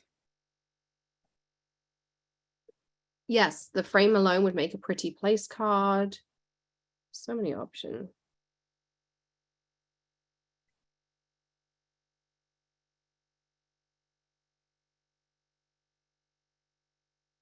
Like how pretty that is.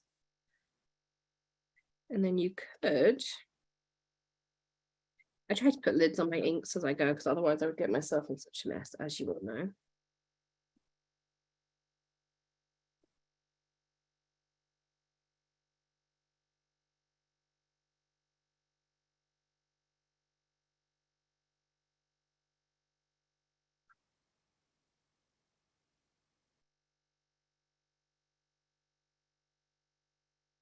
We could take, so one of the new stencils we've got is called Vintage Corners.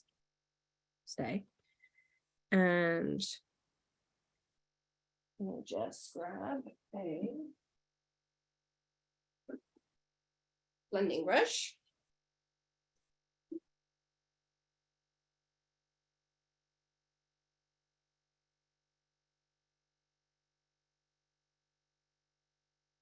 And some bubblegum ink.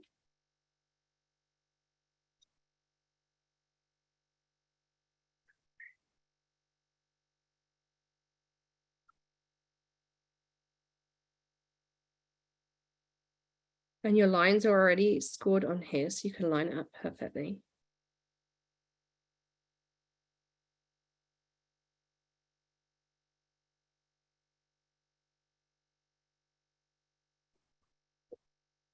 Same down here. Line up my score lines. There's some score lines. They're kind of hard to see on the video, but they're here, so you can line this up perfectly.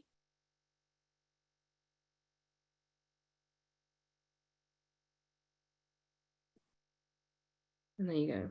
So you can do that. You could even, you can marry these up. We did design it so that they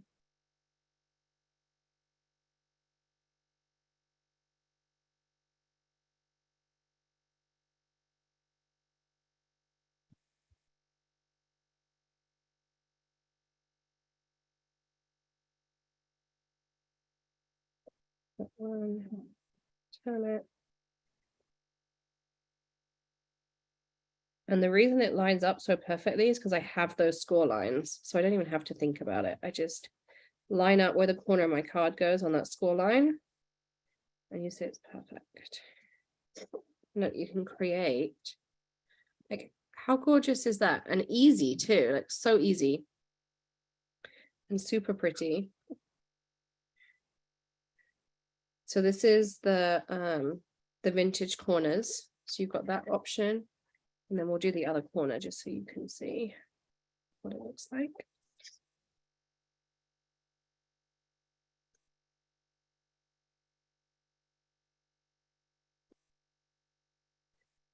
And this is a great finish to any card. So you know, you could put a happy birthday in the middle, happy Mother's Day, you know, whatever it happened to be.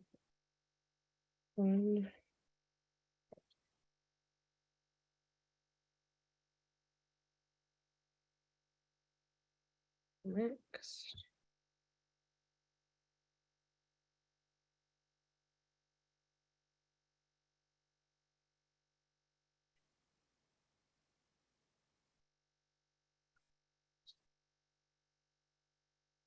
You want to, these will overlap and interlink on the top, and then they'll just touch on the sides.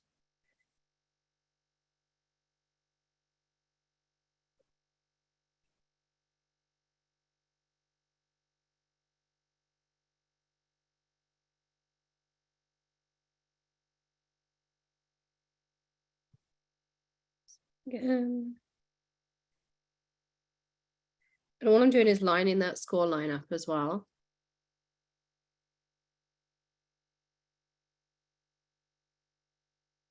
Hey, Alicia.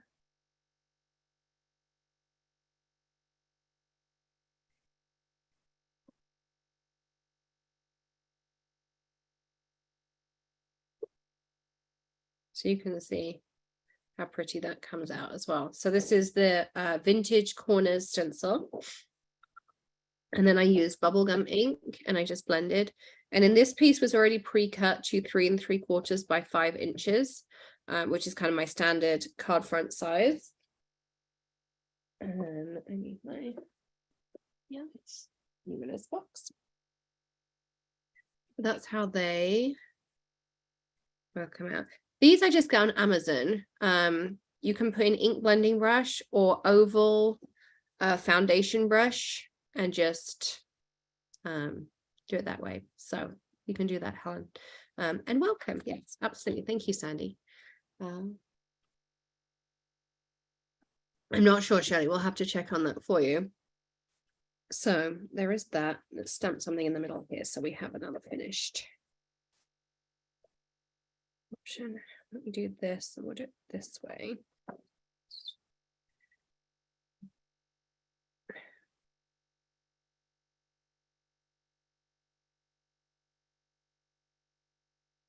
I'm actually going to do it with Kaleidoscope powder just to show you how Kaleidoscope powder looks on white. You don't have to use black. You can actually use any color cardstock. And depending on the color of cardstock, a lot of the interference ones will change colors. So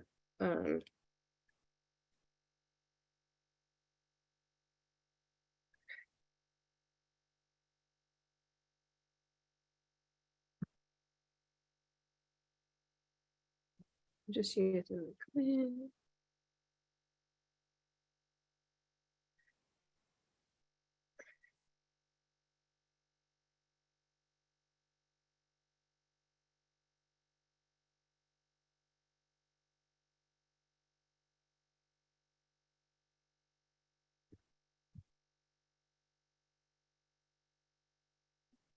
I love when my daughter takes my debit card and then has to ask you what the number is. So I use the clear and then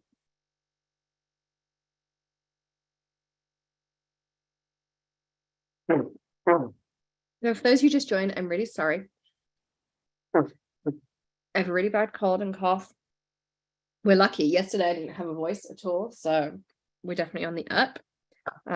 But I just have to keep blowing my nose. So I'll take this.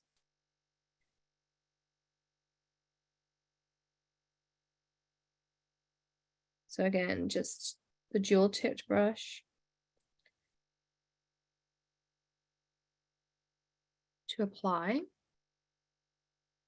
You do not need an anti-static tool unless you're using one of the really bright colors. Like if you're using the neons like roller skate or something, then I would say yes, use an anti-static tool. But otherwise, no. And then here you go. Give it a spritz to seal it. And like, how easy is that? So if you had to make bulk save the date cards, you can just stencil those corners and then use the Kaleidoscope powder. And there's your finished card. So there's our save the date. And then you could also have the, there's the we're getting married. I don't have a collection set up, Alicia, because everyone was off last week. But if you do all products and then you can just sort by new to old. Yes, the flurry stamp set is in the store. Will Alex can drop a link if you can, please, babe. So there's those two as well.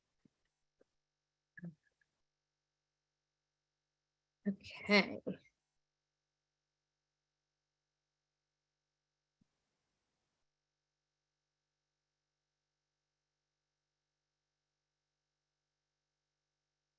That's so fun.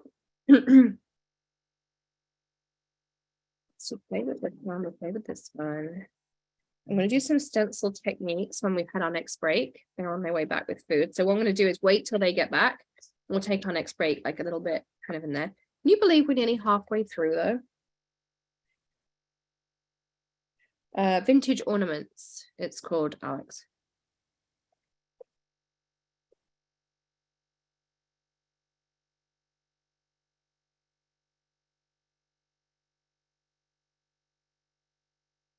All right, so there are two there. How's everyone enjoying today so far? Have you learned lots? I want to know what your favorite thing you've learned so far. Not necessarily card, but maybe the favorite like thing you've taken away so far or learned or something like that. I would love to know.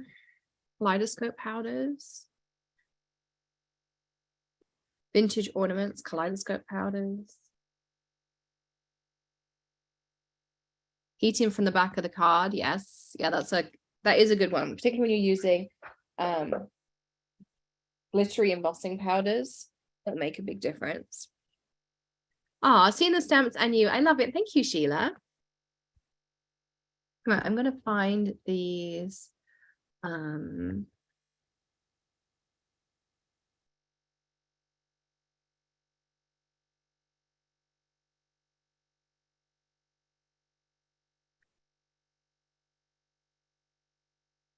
Powders, but using them in different ways.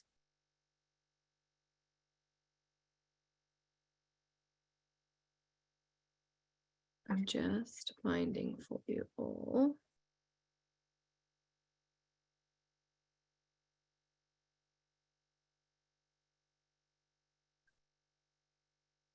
Link to today's stuff.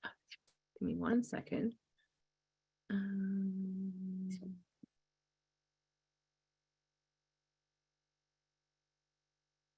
I'm working on it.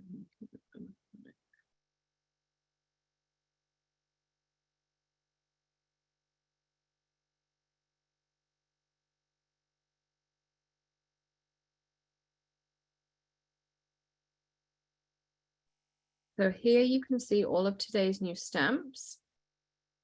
I'm going to put the link in here for you. And you just scroll down past those white rubbers and you'll see them in white rubber stamps. And there's a couple on the next page as well. And then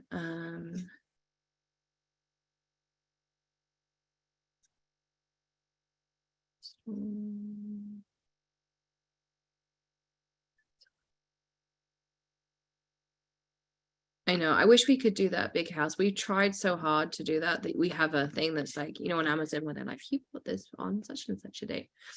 It just somehow. There's all the stencils, and then there is a couple of new paper packs I'm going to show you in a second. Paper.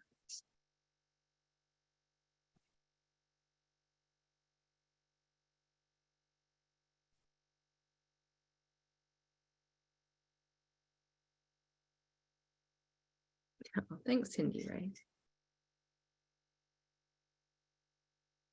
Okay, we'll get pictures added this week for you, but everything is at least listed in here. We got that far. So, do you have a link?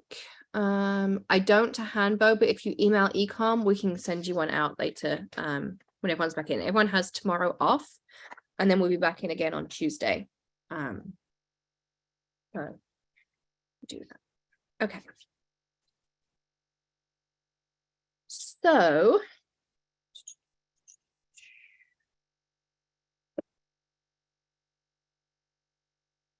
I'm going to show you these couple of paper packs too, and then I got some other stuff.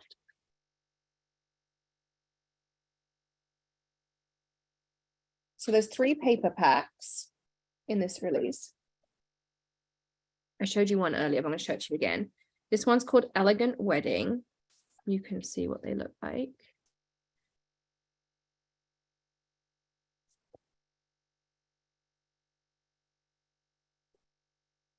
So you can see how cool these are.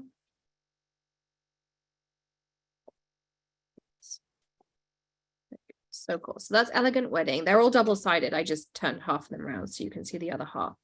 So you can see they're all double-sided. You can also stamp on these. You can ink blend on them, all that kind of stuff. I love this. Yeah, Art Deco on that one. This one is called Let's Celebrate. So these are foilable papers, if you want to do that. Turn over. And then this is your other half. You can also, this one's really cool. Amanda designed this. I think it's really cool what she did. Look. So you basically can do it, and then you can just put like happy birthday and foil it or something like that in it.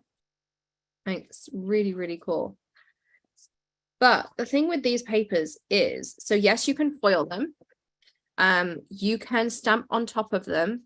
But one thing I really, really like to do is ink blend on them or color them. So for instance, like this, we could take, I'm just going to take a handful of pens here. Let's do Richard of York.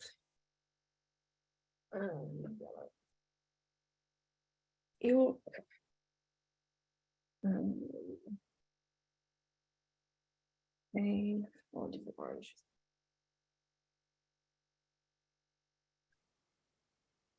Cool. And I still say the same rhyme I was taught at school. I can't help it. So for instance, I like to do this.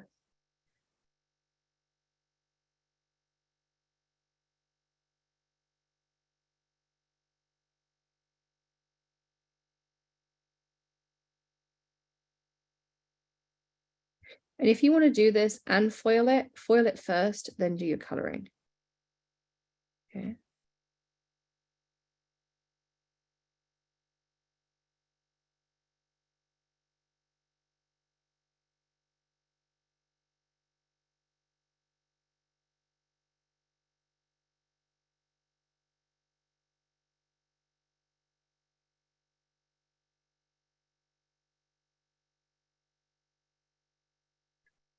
I'm just coloring in my hearts.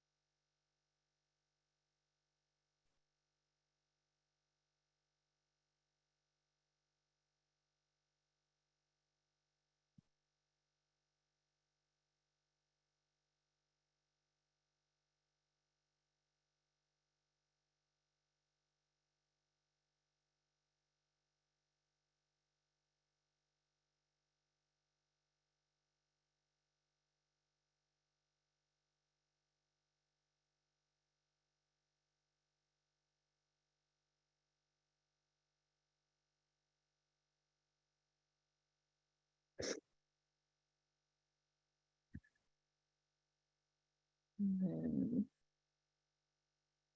last ones.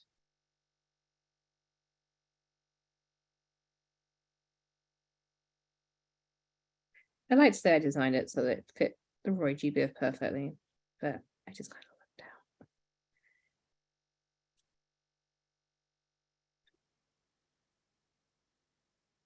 out. Yeah, I need to find it, Alicia. I saw the comment. I don't know where my shell suit is right this second. I have to find it.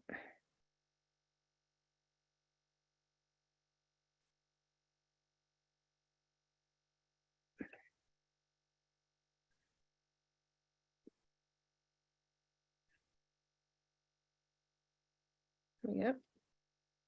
So like just by coloring in those, I feel like it looks like totally different paper. I don't know what your paper was there. Any other version of it. Zip plane. Sure. So all of a sudden we went from that to this really cool like rainbow paper. So again, just another fun one on there.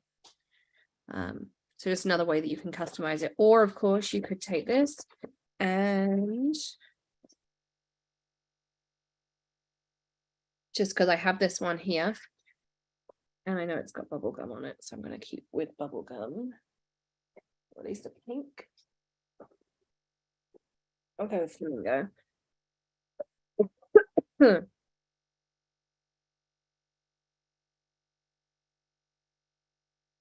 But the toner will resist the ink.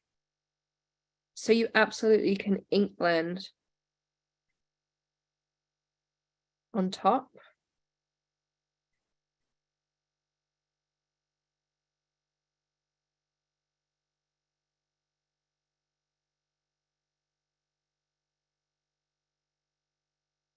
I'm kind of doing a fade out. So then you can see, you can change the color of that as well. What color base is the ink? This one I'm using is flamingo. Certainly the one I'm using right here as well. So there's that. So just another idea that you can change this way. Okay. So that's the Let's Celebrate paper. I think Alex dropped a link. And then let's see.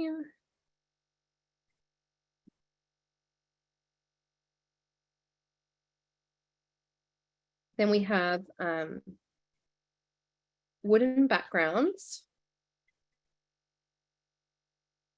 So you've got 1, 2, 3, 4, 5, 6. And then 1, 2, 3, 4, 5, 6. So you've got 6 different wooden background pieces here as well. Can I use pastel chalks instead of inks? I think you probably could. I mean, it's a smooth paper, it's a porous paper. So if you can use it on regular cardstock, you can use it on here as well.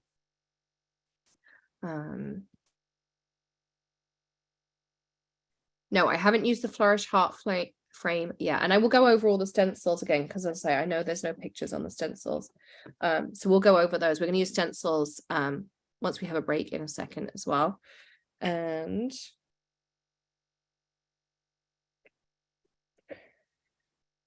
let's see. And there is one more. Sorry, everyone. Tracy says, do we need a specific brush for embossing powder, separate one for Kaleidoscope? No, I use the same brush. The only time I have separate brushes, I have one for foiling and I have one for Kaleidoscope powder. Okay, one for foiling, one for Kaleidoscope powder. And then, so that's wooden background. And then we also have one more, which is watercolor backgrounds. And this one's really cool. So Amanda designs a lot of these, like we kind of pick a theme and then she goes and designs these papers. So I really love what she did, because one side of your paper, 1, 2, 3, 4, 1, 2, 3, 4, 5, 6, are these really cool lines. So you could, like, you know, stamp over the top of them, you could blend them, you could just leave them like this, you could use them as just like a really nice background and everything like that. And then the other side, wait till you see these, look at this. I mean, these are just stunning. Look at that. So that's watercolor backgrounds paper. Okay, so my chili cheese fries just arrived, which is awesome. So what I'm going to do is I'm going to go grab some food, and then we'll be back here at 2:30. Say let's do 2:30 to 2:35. Let me just I'm just going to go grab my food because I haven't eaten, but they did all go and get it, so that's good. So we're going to do that, and we'll have more winners. We're going to play with stencils. We'll do lots of stenciling techniques. I'm going to show you lots and lots of different stuff, and then I'll be back in just a few minutes. So go grab yourself something to eat, grab a cup of tea, and I will see you very, very shortly.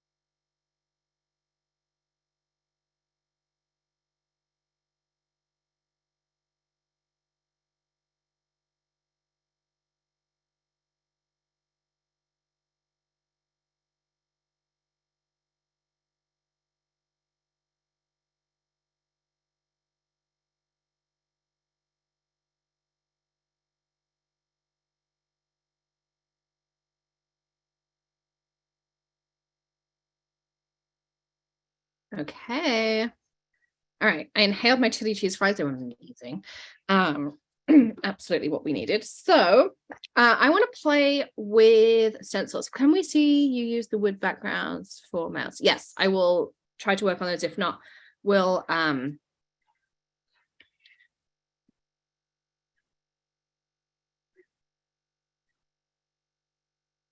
do that too. Okay. Well, everyone talking about their food. Oh yeah. All right. So I want to play with stencils. So I'm going to give you some different like ideas and just things. So we have lots of new stencils. So I already showed you, where did I put it? We had the vintage corners. There it is. Okay, so I already showed you. Using it colored.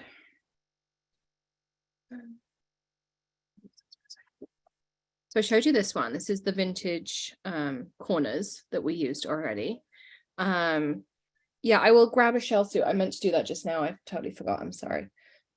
It's like a pinky purple color. Maddie, can you grab me a shell suit ink pad?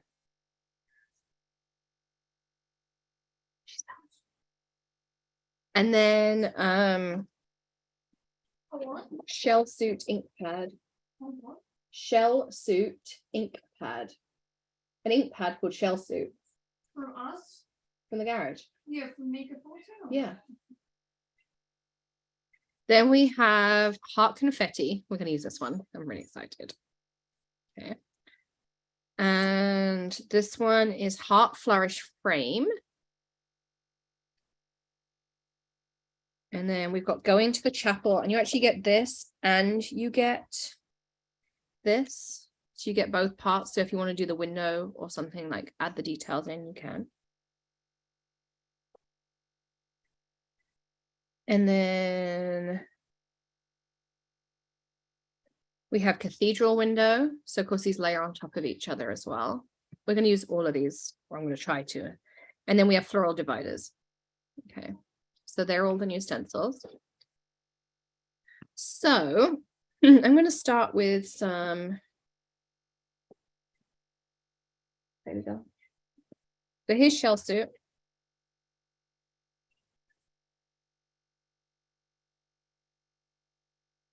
I'm going to just put it on here for you.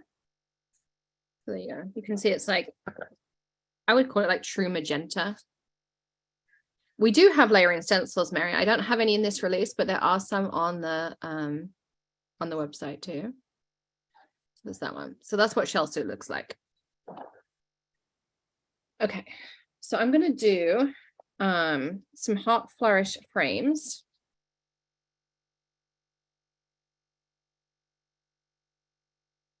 Actually, as we just got shell suit out, let's use shell suit as our ink. We need some scrap. I have all these pieces of scrap around my craft room.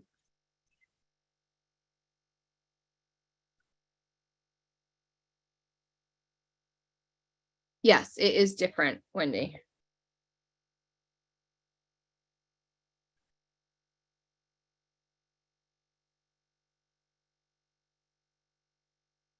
I remember free shipping is turned on, so you can check out as many times as you like.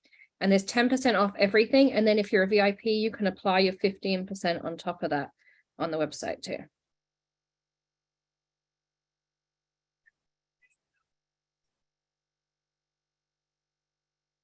So here's our little background.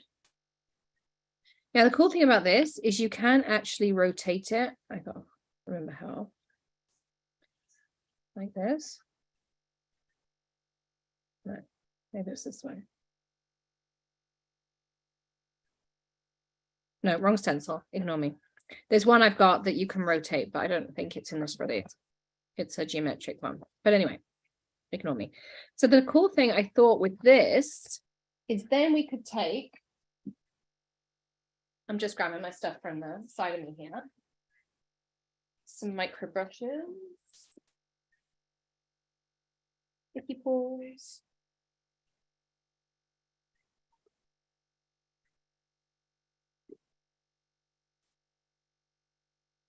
And we're going to use some gems.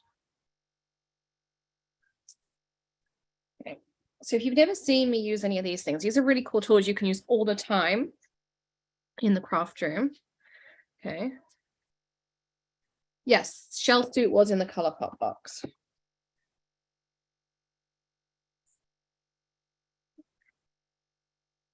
So this is a sticky pour. You can put them on your fingertips when you're ink blending, or you can just put them down on your surface like this. And then I'm going to put some no-show glue down.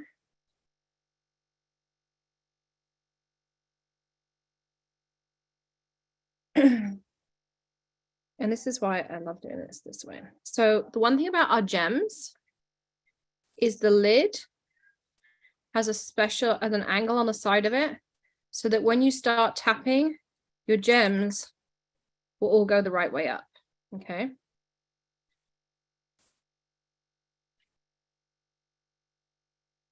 So you don't have to buy any of those bead trays or anything. You just use the lid of your gems.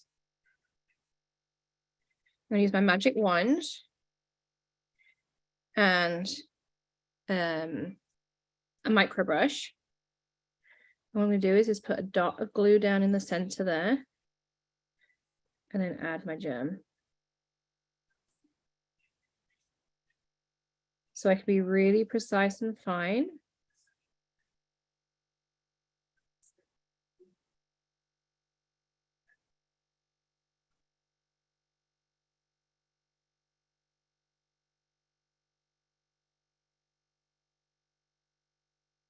And so we're going to turn all these into these really pretty little flowers by adding a center.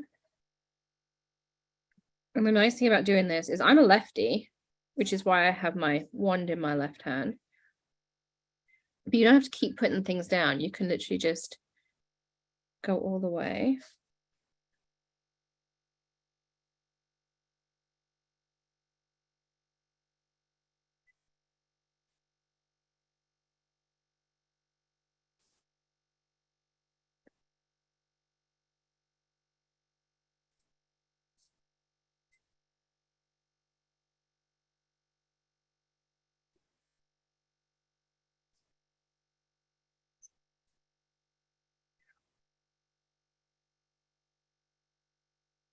So you see, you just tap it and they all go the right way up.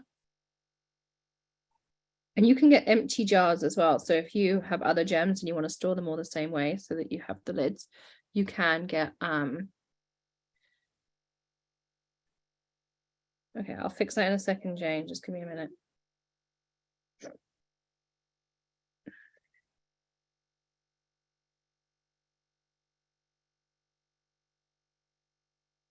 Alex, do you know how to restock? Are you able to do the stencils, the heart flourish flame, and restock it?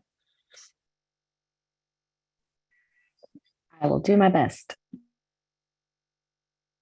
If you go to products and inventory, and then you can just search for it and you can put like 50 in.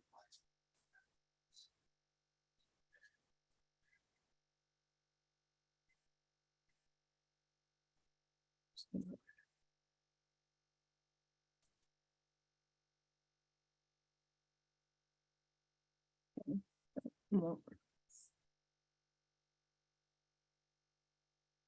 So this is the magic wand. It has a wax tip, which you can get replacements for.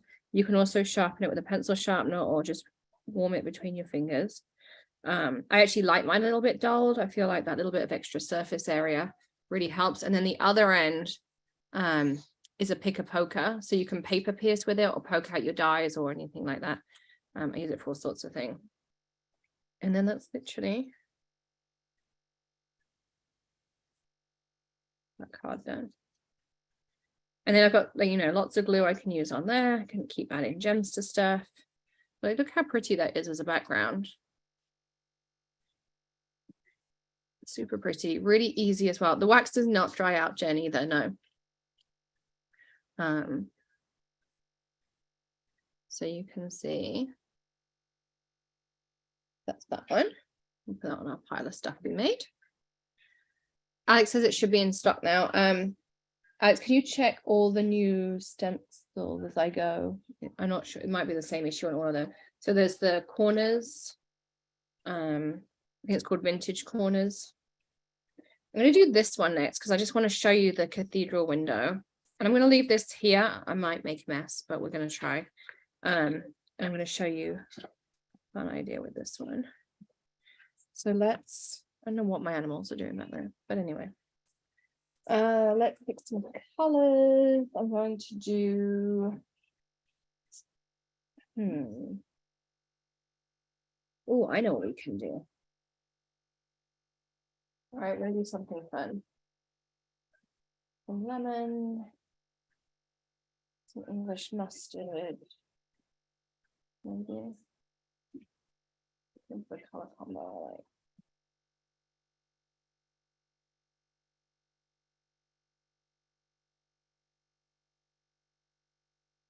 I want to do this.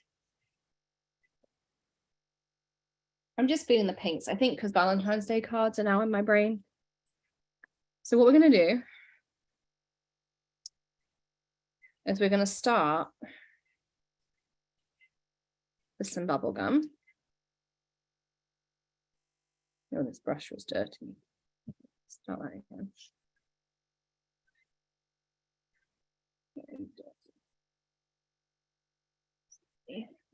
This one's clean. Nope. Well, maybe.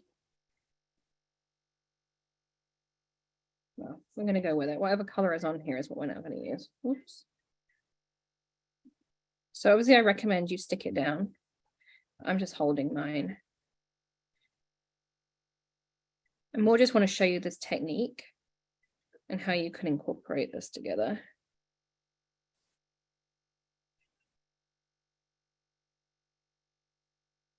Okay. Now I'm going to grab another stencil. I happen to know that there's one right here. It's one of my favorites too. I used the Lady Liberty on something. This is Lady Liberty. I'm gonna save the date. That's Lady Liberty in there as well.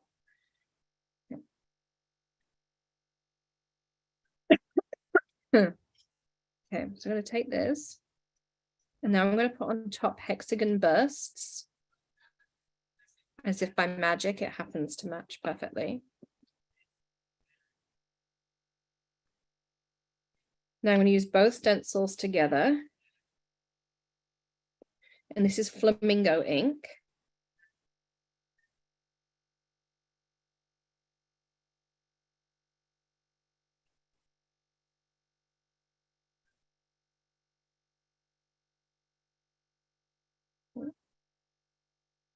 Lift that up.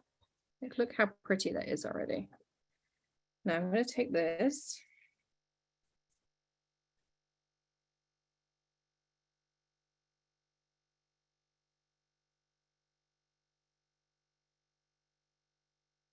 And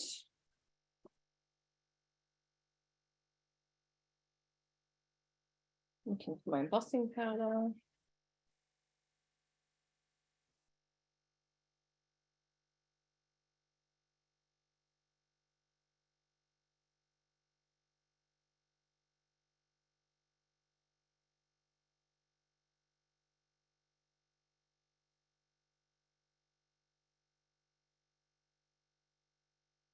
My boxes here.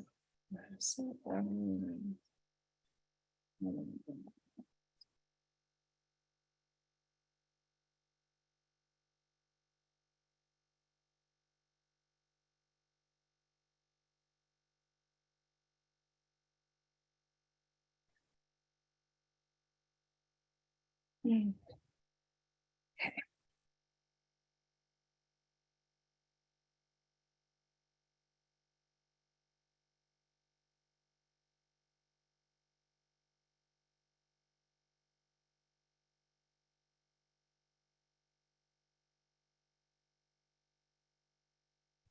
I'm taking my clear and I'm going over the top of the second part of my stencil.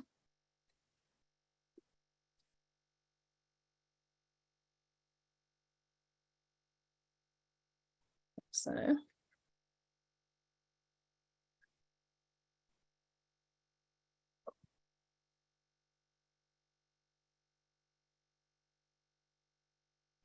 need just a piece of scrap cardstock. I'm going to take my clear. Actually, I'm not. I'm going to do diamond glaze because I'm going to mix this one up because I'm going to do something else with clear in a minute. So I'm going to take some diamond glaze.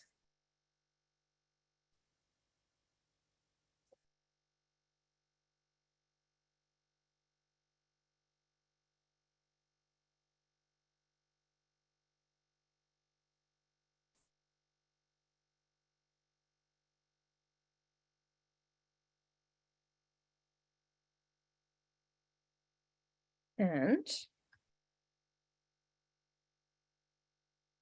I'm going to heat this one up.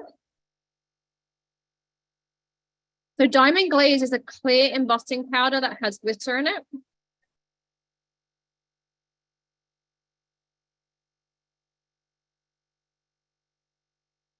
So hence I heated it from the back first.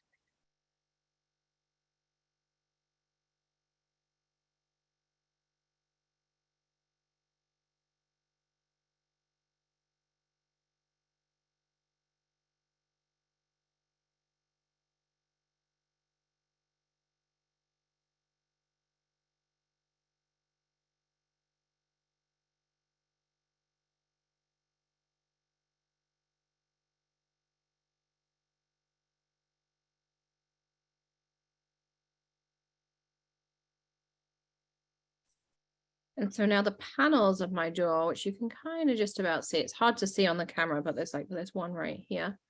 They now have that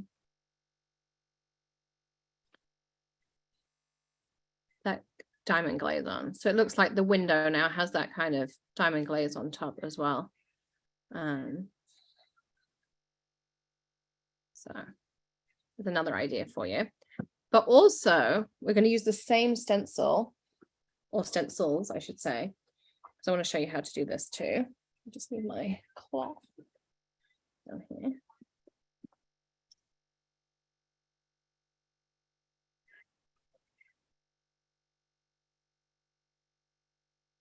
And we'll use, pick some different colors.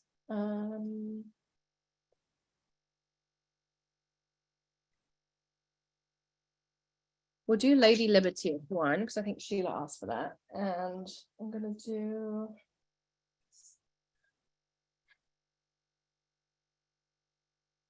do neon light on the bottom. So I'm actually going to get rid of this because I can just see what's going to happen to me.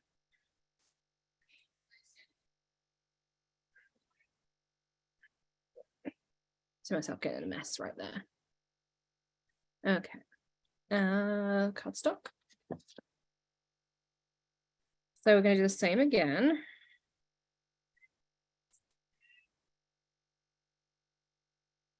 Yep, another brush. That's good. So I'm going to start off with neon lights this time.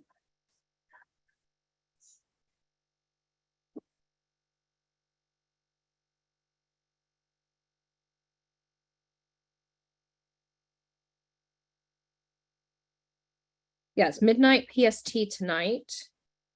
Your codes expire. And just know we're not in the office tomorrow. So if you email us with any issues, we will help you fix them. Alex and I will check the emails as much as we can, but it might be Tuesday before you get a response if you email us after the end of the event. But just to let you know, we will get back to you. And if there are any issues, we'll also, obviously honor everything. So if you don't hear from us, you know why. My neon lights needs a re-ink. You can see the patches on it and you can see it's not blending out the way I'd like, but oops. So that's that one. And then I'm going to do the same again. I'm going to layer this hexagon bursts on the top. And I'm going to put Lady Liberty on here.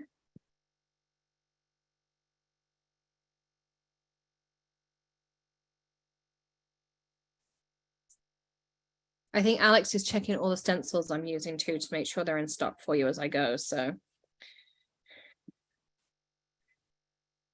Here I'm adding Lady Liberty.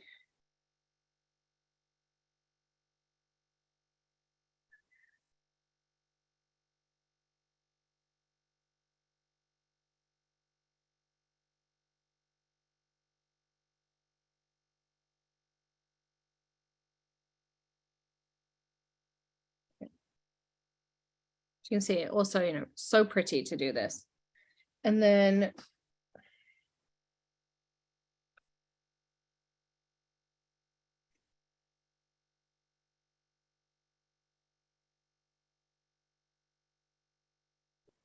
I'm just going to give it a second. I want this needs to be dry. I'm just going to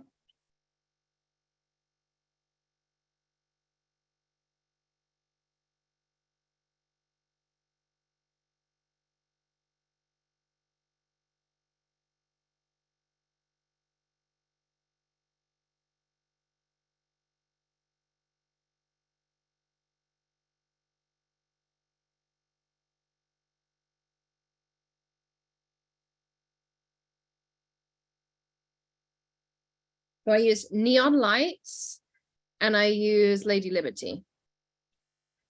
And I just dried it because these are juicy inks and I don't want the embossing powder to stick in certain like just on the ink blending on this. So I just want to make sure it was dry. You could leave it a few minutes or you can heat dry it. So again, I'm taking my clear, and that's the nice thing about having that silicone foam is you can really like smush it through the stencil. And now right here, we're going to use my clear embossing powder.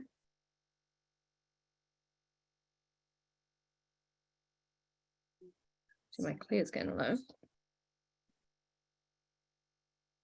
You can see on there how I've got my panels. Okay.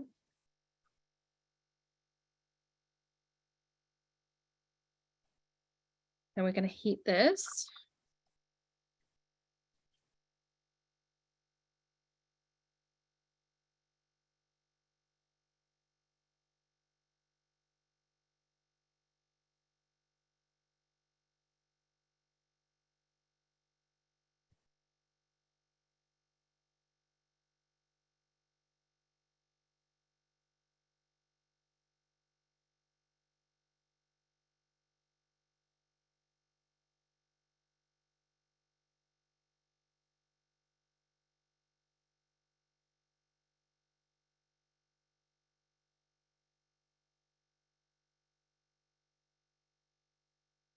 So what you'll notice I did was I heated the panel and then I went back and heated it again. Now the reason I do that is because when you do clear, it can often turn into orange peel and be a little bit patchy the first time. And you could go back, I could put my stencil over and I could do it a second time. But if you reheat it, it does even out a lot of that orange peel. Okay, so you can see I've now got that on there. Now I'm taking my original large bit of stencil. And this is where it'd be really good if you already had, if you have the spray, the pixie spray, it would be really great, but I don't have it on there right now. So nobody panic, but I am taking my Remarkable and I am going all over this piece. And I might end up smearing this just because I don't have it stuck down, but I want to show you the technique more than anything. So now I'm going to take a piece of kitchen towel and I'm going to spray it with Squid Buster, just a little bit, like a light mist, nothing major. I love that, Alicia, lol, breathe. And then we're going to go in and we're just going to clean. And the reason I use stump cleaner is because it's going to clean out better.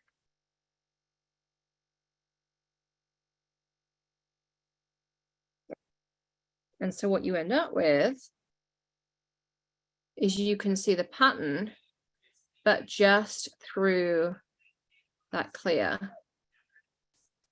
totally different. So you can do it so it's just like arches, and then you can do it and you can add the black on.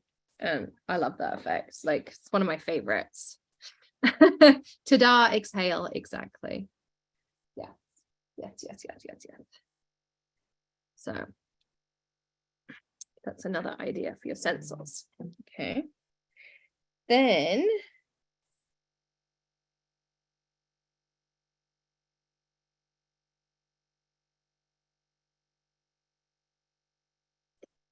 we're going to work on heart confetti. Now, hopefully that one is in stock too.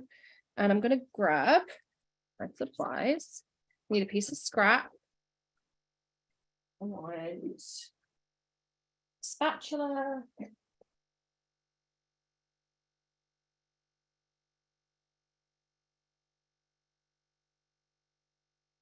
We use some Maker's Magic.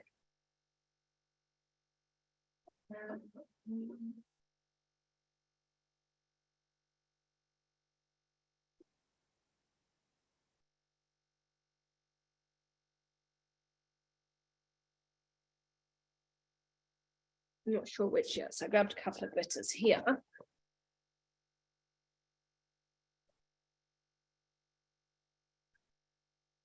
So I'm going to take my cardstock, I'm turning it so it's landscape. And then you can really use whatever Maker's Magic you want. If you use white pearl, you're going to get a different effect than if you use crystal clear. I'm kind of tempted to use the white pearl because I haven't used the white pearl in a while. Oh, I can't get that lid off. I can squeeze it. Let's try a different one here.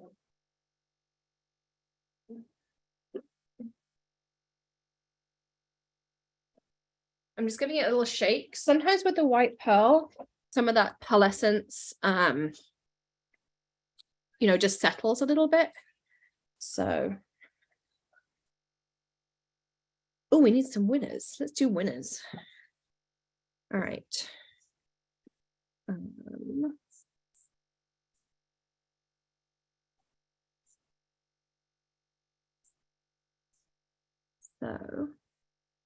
I'm going to do my Zoom winner first. And my Zoom winner, my Zoom winner, bringing my words up, is Rita, oh goodness, Villanova. I hope I said that right, Rita. So congratulations, you get a $25 gift card. And I need a VIP winner too. Let's get the refresh list right here. And that is Sheila Richardson. So congratulations, Sheila, as well. Mustn't forget those winners. We'll do a couple of free orders as well. I'll pick some out at the next break. So if you order anything, we just do a random like randomizer and you get the order number and we refund you your order as well. So we'll do those at the next break. And hopefully Alex will remind me. She'll remember. If I tell enough people, then someone will remember. Thanks, Alex. All right. So I'm going to take my white pearl and I just take the lid off basically. And I just put some along the top of my stencil.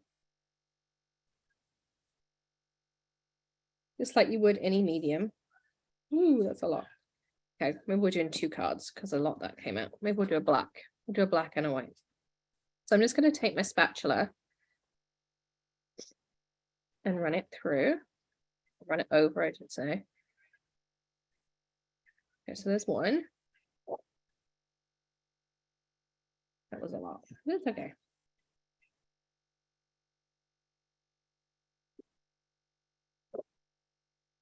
Just going to clean the back of that off. There was a couple of smushes.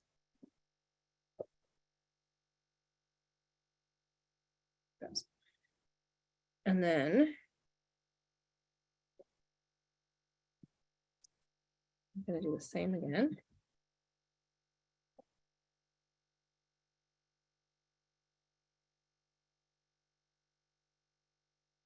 Why it smushed again, but it's okay. I did. But it's okay. So you can see you can get these really cool effects. There's still some on here.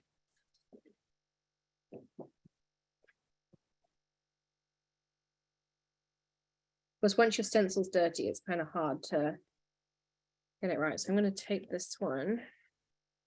I'm going to put this down here. We're going to have to go with this right now. I'm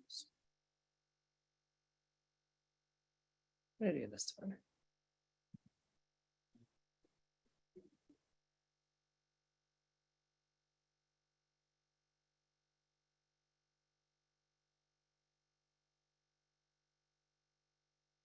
Yes, I'm using a piece of cardstock as my spatula.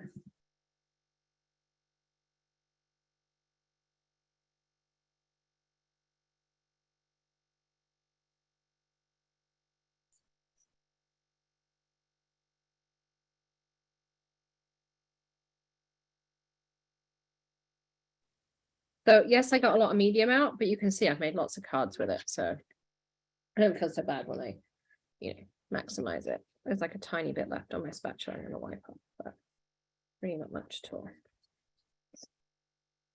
So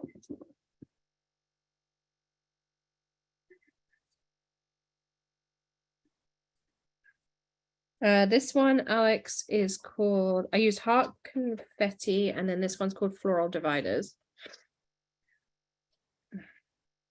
I'm really not very good at spatulaing. Usually I would use pixie spray. It's a light tack adhesive. You put it on your stencils and stuff like that. And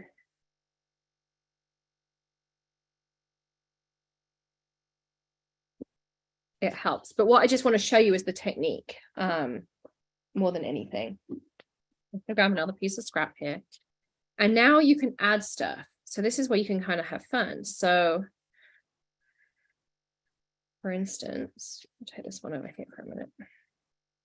I'm going to add some, this is cherry crush glitter.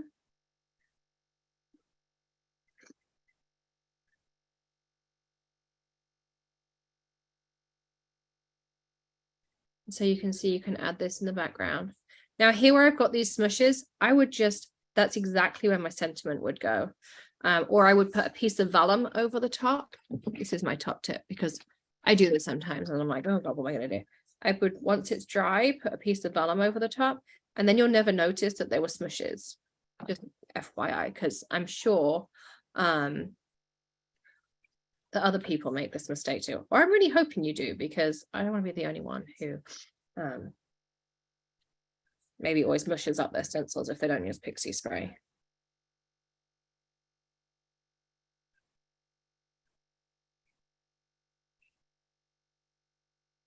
And then this one, I'm going to put this on. This is Borealis. I'm going to tip it that way.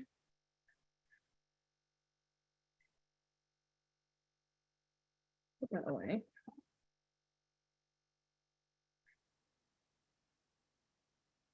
Thanks, Christina. So hopefully now you know you can still use your mushed pieces. Just put a piece of vellum over them and no one will ever notice that you mushed it. And then on the bottom here, I'm putting scrunchy. And I didn't even mix the colors. Kept them both separate.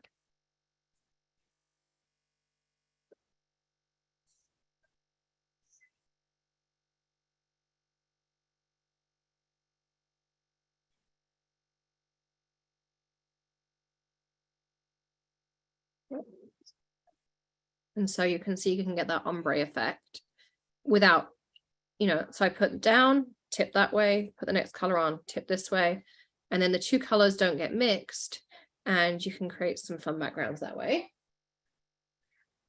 And then on this one,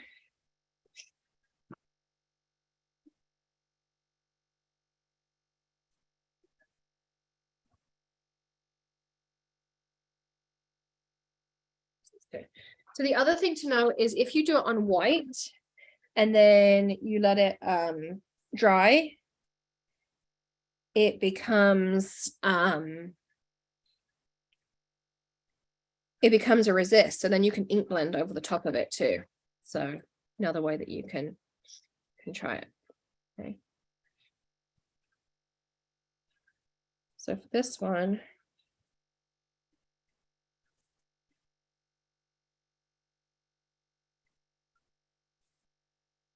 I'm going to mix. So my leftovers you can either put in a jar, or you can, trash them. The other tip I'm going to give you, I'll show you in a second. Just get this one up. My glitters are everywhere.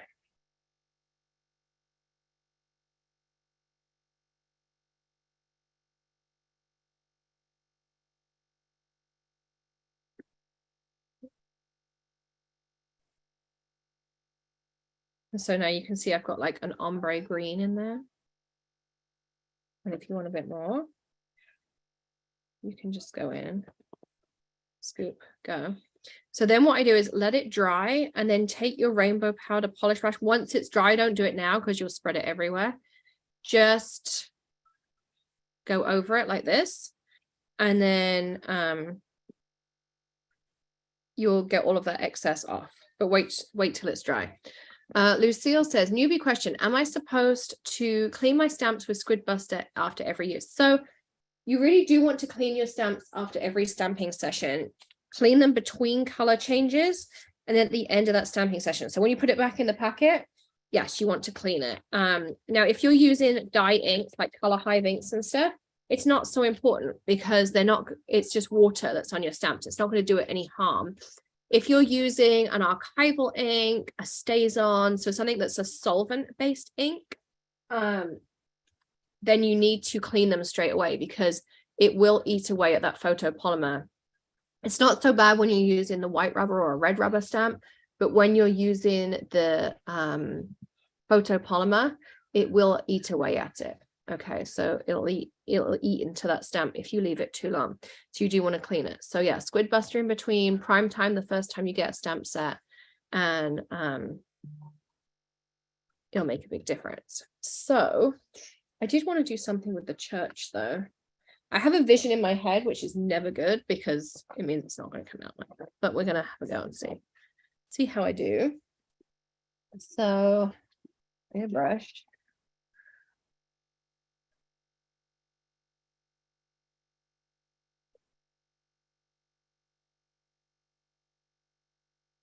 I'm going to line our church up at the bottom. Yes. I'm going to go with fog. And I want to fade my fog down. So I want to start harsh at the top. And I wanted it to fade out as it came down.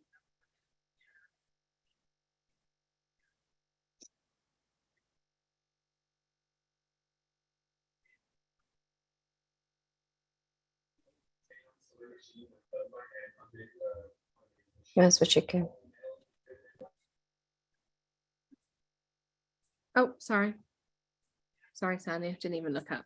So yeah, so I just literally did fog, like lots of fog at the top, and then just faded it down like so.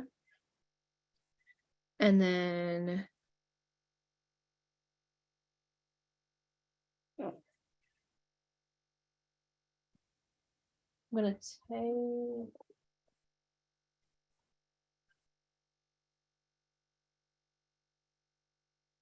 some red luster.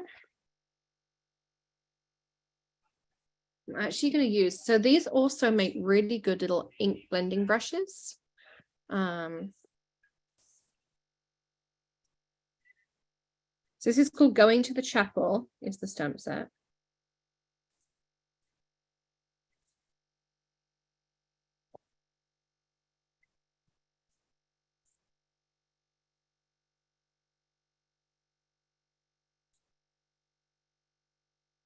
And then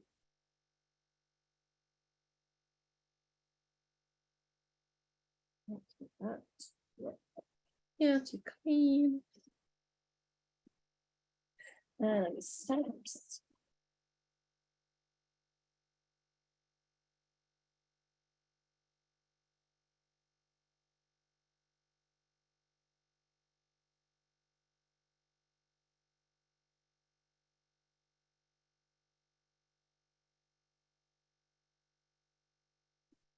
So I'm gonna use Vintage Wedding here. Now they work really well, Sandy, for like detailed blending or like the small areas like that. I really, really like using them.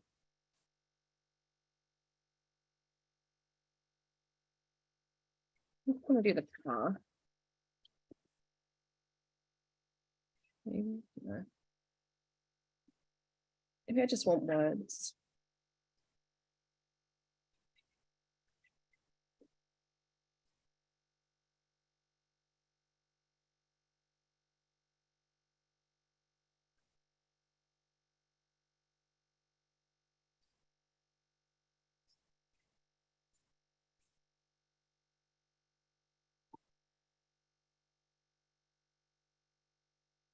I'm gonna do this. Misty. I'm gonna use some vellum. I love vellum. This is our translucent vellum.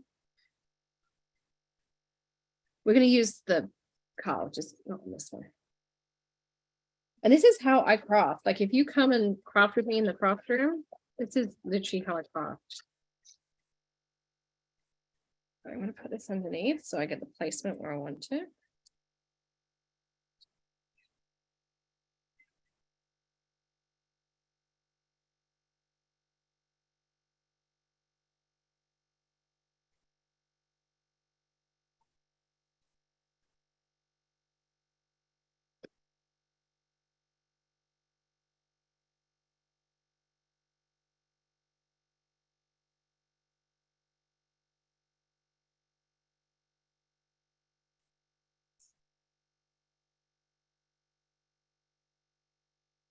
I'm going to mix and match a little bit, which I love doing.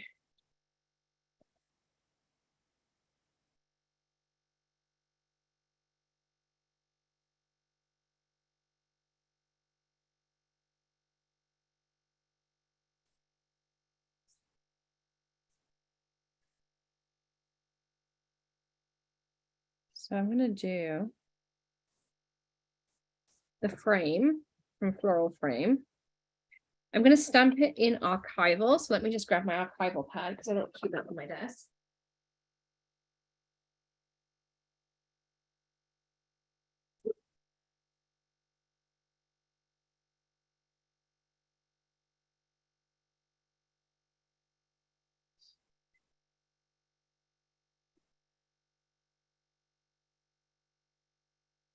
I'm actually going to use a colored archival. I haven't used these in a long time.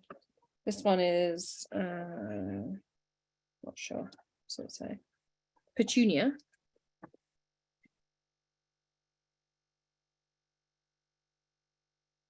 And I'm using archival because it's going to dry fast.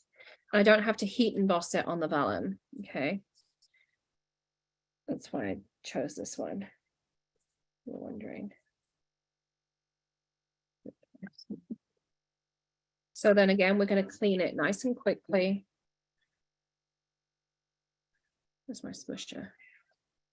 My desk is overrun. It's definitely time for us to pause in a minute.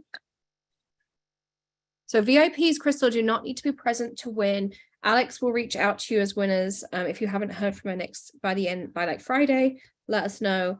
Because sometimes we struggle to find people's emails and things. It just depends if you put, the name matches up. And then your link to the class and your PDF wrap up will be sent out. I'm going to say by the middle of next week, just because with the holidays and things, one has some time off. Now I'm going to use that Mr. and Mrs.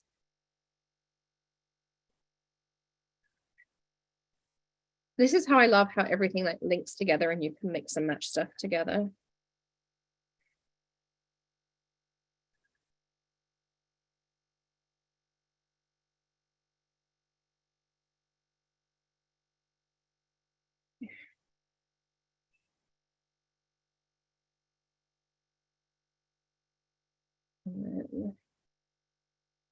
I'm doing this Mr. and Mrs.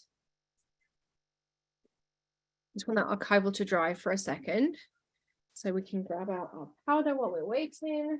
I'm going to use some solar flare. I'm just going to give this a quick blast with the heat gun. It's called Petunia, Bo. Petunia.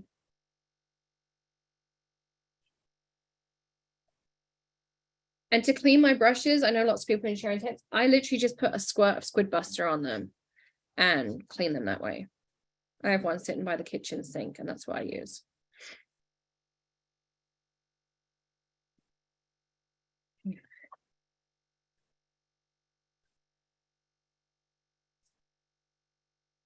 And then clear.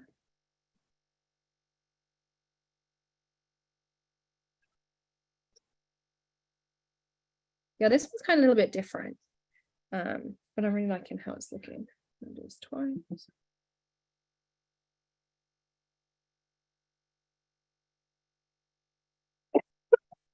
I'm going to get Attack of the Cloth. I don't know, Bo, is the answer, I'm afraid. It's just one I had in my stash there, so I just grabbed it. I intended to use black, but then I couldn't find the black, so I grabbed the tunic.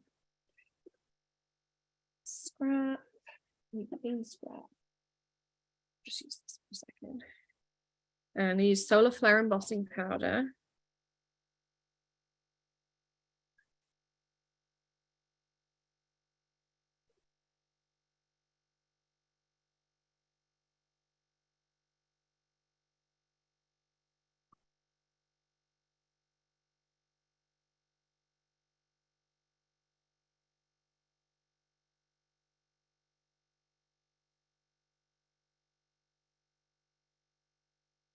And then the other thing I use, these here as well. Hey, welcome, Pam. Is I use it to clean up my heat embossing. Because like that petunia was still a little bit wet. So I'm just going to brush that off. And because it's got that really fine side on it like this,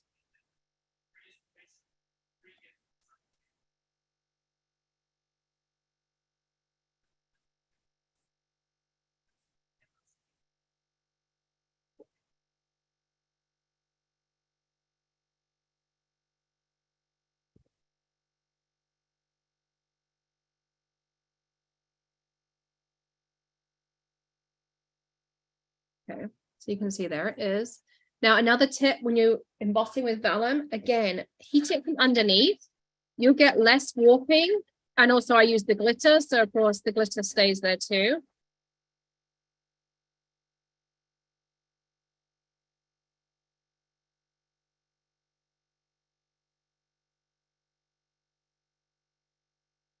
You're also less likely to burn it because vellum will burn really fast. You're much less likely to burn it if you heat it from underneath on the vellum. And then what I would do is layer those two together, grab a piece of black.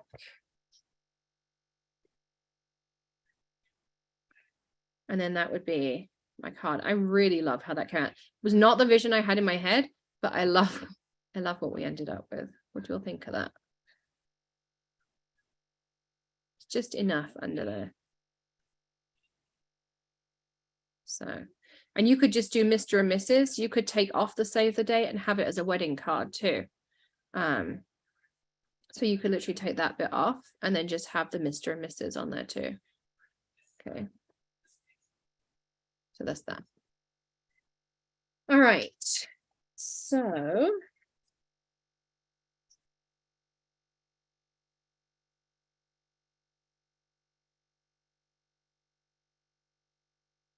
you know what we could do?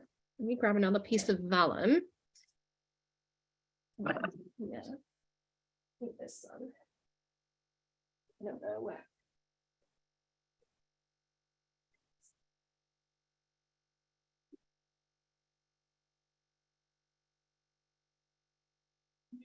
No, I was hoping I had some.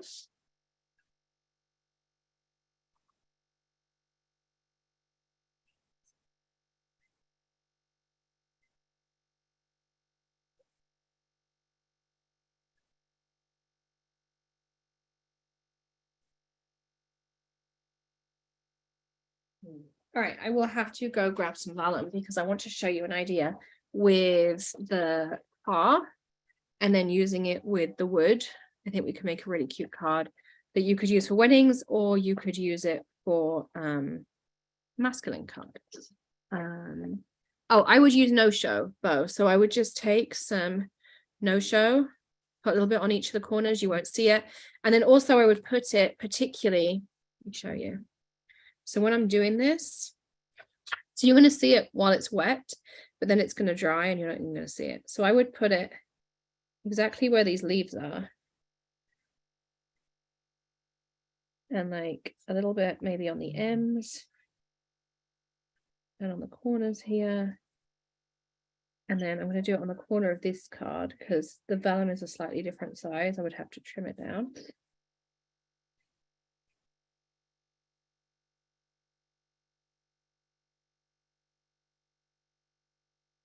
And then just put this down.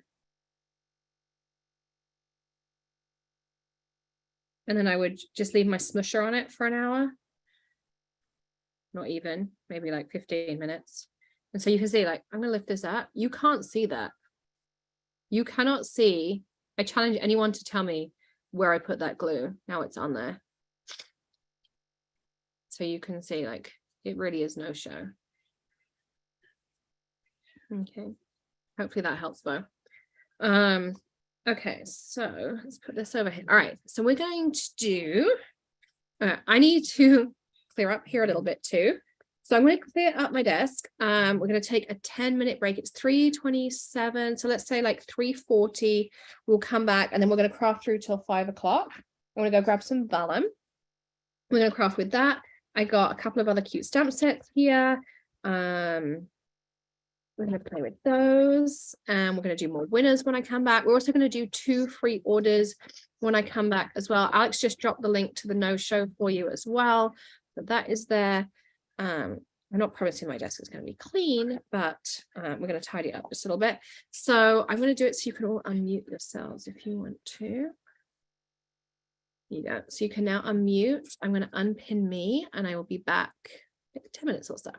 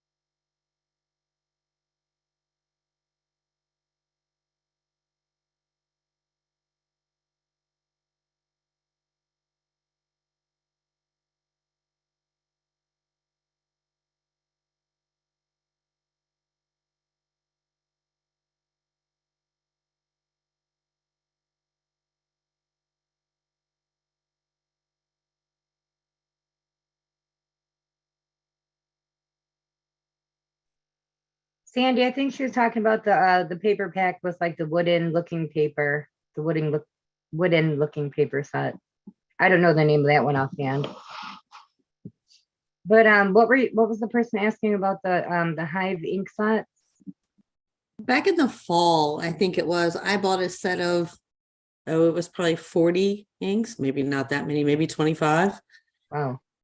And I just didn't, it was when she had a craft making event.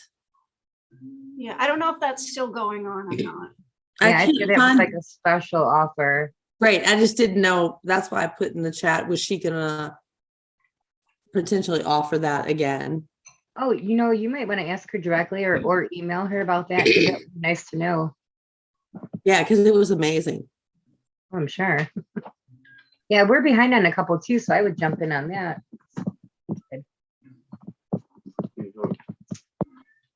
The deal that we're looking for, yeah. Yeah, the wooden paper backgrounds. Yes, thank you.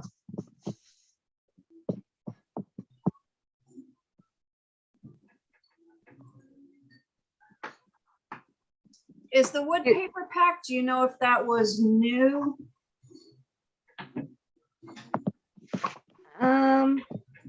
Yeah, I think, She showed a new one today. I linked it in the chat. Yep. Oh, okay. And she doesn't do ink bundles very often, just once in a while. And normally it's the current inks or the full pack or half pack. So you will keep getting duplicates if you keep buying the ink bundle when she does it, unless she changes that. But it's just a special once in a while she offers at certain events. I just wanted it for my daughter. She also crafts. But thank you. I didn't know that. The person asking about the no-show being in a matte finish. If it's a no-show, then I don't see why the finish would matter. I'm just kind of wondering, what finish does it come in now?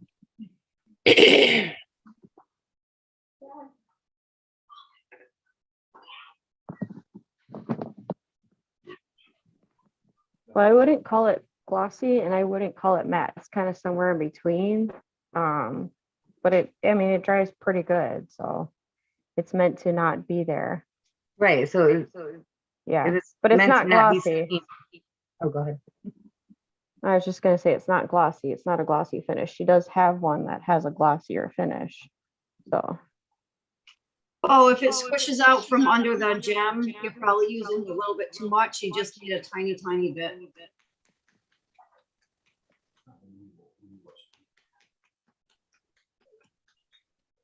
Okay, who else has questions?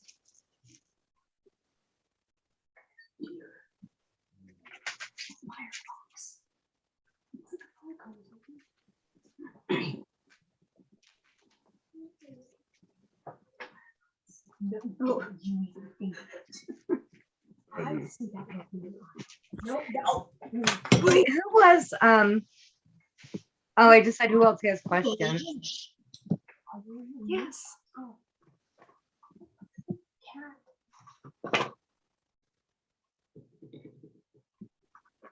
Say hi to everybody. Oh, who is this? That's Shadow. Oh, hi, Shadow. That's my troublemaker. We tried for years to teach her not to come on the table, but it just doesn't work. We have a three-legged one that's a troublemaker. Yeah, really. My daughter's at the other end of the table doing a paint by number, and the cat's looking at it really bad. Shadow wants to color by number too. Yes. She wants to do it in 4 months. Yeah. Ours heard you talking about yours, and he's on the bed now. I've got 2. I have her and I have a Bengal, and they can't be out at the same time because the Bengal literally will track her down and try to kill her. Oh no. So right now it's her turn to be out. So yeah, it's gotta be kind of hard to like monitor both of them at the same time like that. Actually, we've had him for we had her first. We got her at 5 weeks old. We found her on the road. So we've had her, she's 7 now, I think. 8. And we got him about 6 or 7 years ago, and he was a rescue. She ran that way. And I had another Bengal at the time, and everybody knew their spot. And the one I have now would go up to my other Bengal. She would hiss at him, put him in his place, and everybody was happy. About a month later, I lost my other Bengal, and he went into kill mode. Like, he literally is like a bloodhound and smells everywhere she walks and will hunt her down. We actually had to kick him off of her one time. Oh my God. So yeah, and he will not quit, and even after all this time, if he catches sight of her, you can see a switch go in his brain. Oh, so wow.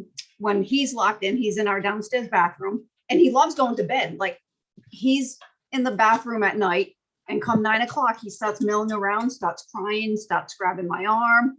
And I'm like, all right, go off to bed. And off he runs to the bathroom, and she's out all night. And then she's with me for like an hour or so in the morning. And then she starts milling around, and she asks to go to bed. She goes up into my bedroom, and she's there till lunchtime. And then she comes out for a couple hours, and then she asks to go back to bed, and she goes back to bed, and then he comes out until nighttime. So it's like they know their routine, and they're happy. I'm glad. Oh, Yeah.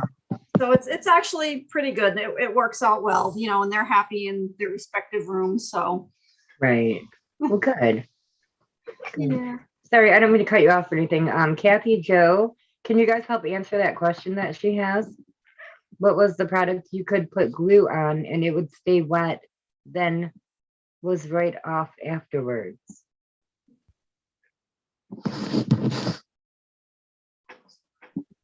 Glue on, it would stay. Oh, she's talking about the little thing that came in the ColourPop box the last month that we had it. It's basically it's I don't think it's in the store right now, but it's basically like a rectangular gel sponge that you can put the glue on and it won't dry right away. Oh, okay. Not sure. I mean, you'd have to ask Alex. Possibly, because I don't think it's in the shop right now. Okay, does anybody know the name of that? No. I just know it's a glue sponge or whatever. If you search sponge, you might come up with it. Let me take Yeah, you might find something on like Amazon, but it's basically, I mean, mine is pink. The one that she showed was clear, but yeah, it's just a rectangular gel pad or something that, or silicone pad even, that just keeps the glue wet longer. Give me a minute to get upstairs. Please. Okay, and in the meantime, let's answer Lucille. She didn't completely understand about cleaning her stamps. She wants to know if she uses a squid buster. You can use Squid Buster. That's definitely safe. I rinse mine underwater as soon as I'm done. If you have like a coat, like the pinks tend to stain a little bit, so Squid Buster will clean that right off.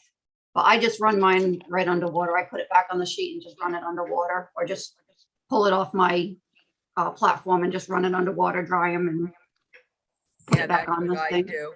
Running water and towel. Yep. Okay. Yeah, and if you do it right away, they clean off really easy. Okay, This is the little gel thing that came in the ColourPop box. Okay, cool. So it's maybe like 4 inches wide, 2 inches, and it's not even like 1/8 of an inch thick. Like it's super thin. But here. Okay, who is doing all the who's doing the links for Alex tonight or today? The other Alex. Okay, the other Alex. Okay. Mhm. Alex, do you know about that? So it looks like this. Okay, cool. Or Alex, if you could put in a note or something to ask Alex about it too. I always just think the best thing to do if you want to know something in particular, just email, because somebody will answer you back. So this is what we're looking for, a link or description of what these little gel things are called that keep the glue tacky and wet longer. Okay, awesome. So okay, let me see there. I can't see everyone other questions. So okay, were there any questions still that aren't answered? We might as well take this time to try to do that. A couple people were asking about the dual tip rose brush, and they were surprised that they could use it for ink blending. You can use it for anything. You can use it to clean up your embossing powder. You can use it to put marshmallow paste on. I used it on all my Christmas cards that I did marshmallow paste on. You can use it with the Kaleidoscope powders. It's just a brush that has 2 different sized ends. One's softer, one's a little bit stiffer. So I have probably 20 in my stash, you know, and I have some with my ink and some with my embossing powder. So just go for it. Get a handful of them and you can use them on anything. Don't limit yourself just because it's shown with Kaleidoscope powders. Exactly. Like I was saying before, like my husband David and I, we do tumblers, and I use the brushes for everything. Like they will clean up glitter. They will clean up so many things that off of your surface that's hard to get off. Like she's saying, use the brushes for anything and everything, and just try them out because they're more amazing than what we think. And someone else mentioned baby wipes. Baby wipes is a go-to also. Those things, yeah, those things are miraculous too. But those brushes, if you don't have the brushes, it's a really good investment. A lot of people are asking about cleaning all your brushes as well. I always just use really hot water on my stencils and my brushes unless they need more. You can use a little bit of Dawn soap or anything. Then I just do a lot of extra hot water after so there's no residue. But most the soaps nowadays, the basic ones like Dawn and stuff, they won't leave too much of a residue. You can use soap and water, whatever specific cleaner you want. Yeah, I think Dawn for me works. I use that for everything too. And most of those brushes, like the bigger round ones that she uses to blend, you know, that she gets them on Amazon, they're just makeup brushes. So however you clean a makeup brush, if you wear makeup too, or any makeup cleaner, like it just, whatever takes out the color and stuff. And you could just, a lot of the times, I don't clean them after each use. I try to use some for specific color families, and I just rub them on a paper towel or extra piece of paper and just I'm keep glad using you them until they mentioned need to that. be cleaned. I made little labels, and I have certain ones for my blues, certain ones like I actually have it taped around there, so I know which brushes, my blues, my reds, my this, my that. If you can all find a Maddie to clean your brushes, then you could use her too. She's some. Where is she? It's Where's Maddie Alex's and daughter. Sylvia? So if you can find an extra Maddie around, that'd be nice too. Yeah, I'm not sharing her, Alicia. All right. Go ahead and put it back on mute. Oh. All right. Tilly is with Marsha, who's like adopted grandma. She's our nanny. She kind of helps, but yeah, she's over there. They had a New Year's thing together, and then what are they doing tonight? Oh, they're going for a German dinner. One of Marsha's friends is German, so yeah, so she's going for that. So she's good. I spoke to her earlier. I sent her a picture of my dress from last night, and yeah, she's all good. So I'm just cutting this piece of vellum down.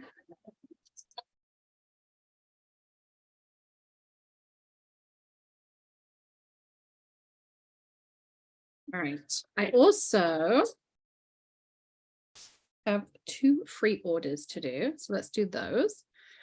All right. I did just a random number generator just before I sat down, so I just put the numbers in from like anything that started today. So the first one is Shelley Anderson 24487, and the second one is to Sue Pretty for 24451. So Alex will be in touch with you next week whether you want gift cards or a refund, and you can let her know as well. So there's that. So congrats.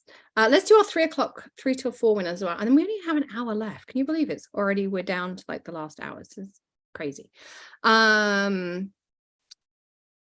So we need to do winners. So my VIP winner is Catherine Wingfield Yates. Hopefully I said that right. Congratulations, Catherine. And our Zoom winner for a $25 gift card. And the next time we'll have 2 gift cards, and then we'll do the grand prize as well, is Mary Whitcomb. So congratulations, Mary. Alex will say we'll be in touch with you next week to get those gift cards out to you. All right. All right, I'm gonna get through this. I just went and did throat lozenges and like all the stuff and more cold and flu and did nose spray and everything. So hopefully we'll get through the next hour and a little bit. Okay, so everywhere around the house, you know, like Maddie's laying on the couch and Josh is in my room on the phone with everyone, and they're all talking, and it's crazy, but it's fun. We have a really fun house. I'm really lucky. I have the best friends. So I want to do this car because we talked about masculine, but this is a really lovely set. It's called Vintage Wedding. You've got the champagne glasses, there's the wreath, there's the dress, the cake, and of course you could use these for birthdays too. You've got the rings, which you could also use for engagement, the bouquet, which you could use for Mother's Day, Father's Day. So this is not just a wedding set, although it, you know, it's wedding themed elements. We call it Vintage Wedding. You can use these elements for absolutely anything. So excuse me, I'm going to have an attack of the cough. I've felt it coming for a little while. So I'm actually going to stamp with flat white first.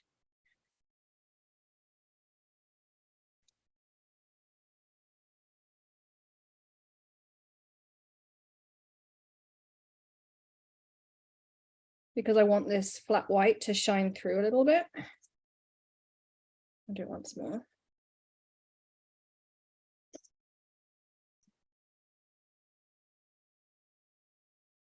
So Carrie, you want to make sure if you're going to do multiple stencils that the first one you put down is quite an open design.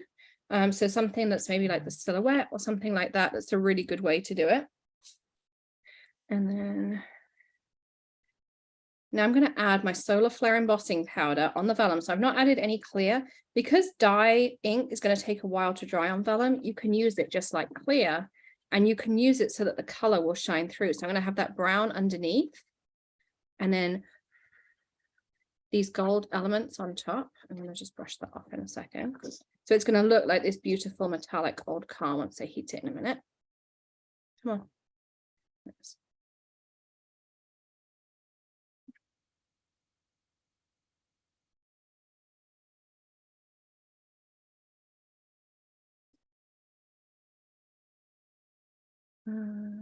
No. So like for a large area, I can just take one of these little powder polish brushes, the dual tips. And then when I want to really kind of get in there, this is where this brush is really nice, is it'll let me get like right into those detail parts and get nice and close.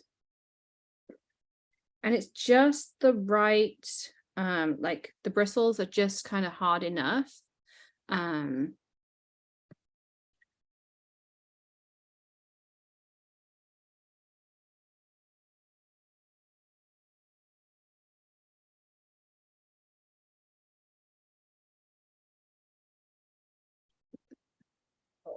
Okay, and then again, one, because it's glitter, and two, because it's vellum, we're going to heat from underneath.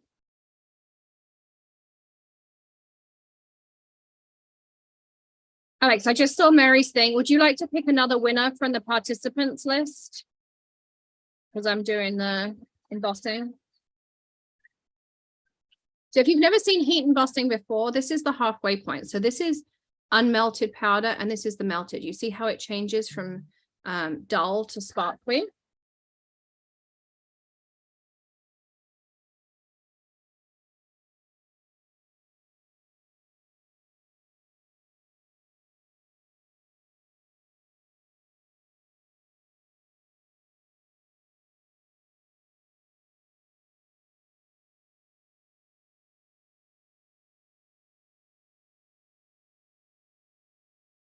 And if you have a glitter embossing powder and you don't want it to be quite as glittery, if you heat it a second time, like I just did, so I went back under it again, some of the glitter will actually sink into the embossing powder that melted. So if you do it once, you're like, oh, that's really sparkly. Heat it again, and some of that glitter will sink, and then you end up with this effect that's a little bit in between as well. This vellum is, I don't know if it says on the packet or what I did with the packet. I had it in my hand a second ago. I think it's 67 pounds. I don't know why that number sticks in my head. But I think it's 67 pound vellum. So it's translucent, but not too translucent. And then so this one comes with glitter in, but you definitely want I would say no more than 1 part glitter to 4 parts or 3 parts embossing powder. So if you have 4 quarters, 25% glitter, 75% embossing powder. If you go above that, you can kind of refine it. You might get away with 60%, but just be careful because it will stop sticking. You've got to have enough embossing powder in there for it to stick and for it to act like the glue. But what I was thinking was, I believe most of the powders have been swatched on the website. If not, I have to check with Amanda. So what I was thinking was we could just mount this on here. Maybe we want the darker one. I think I like the darker one.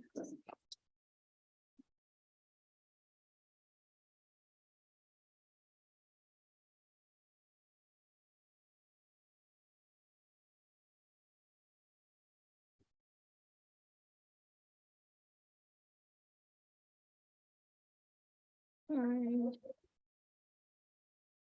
3 3/4. Thanks, Lulu. No. Yeah. So you can see, I would mount it like this. And then, yes, so there was no warping on the vellum. So we use a premium vellum, so it doesn't warp. And also if you heat it from underneath, you'll have an even better effect. And then I would do this, and then I would add a little simple saying like "to the best guy" or something like that. And literally love how that looks. You could even just put the adhesive on the top so it's a leaf. Like really elegant. You could do the same with the dress. You know, all those kinds of things. It's super quick and easy.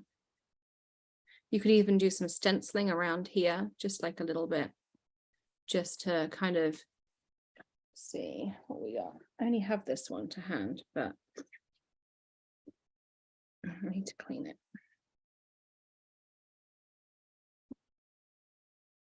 So again, to clean, I clean everything in my craft room with Squid Buster, because it has no residue. It doesn't have any grease in it.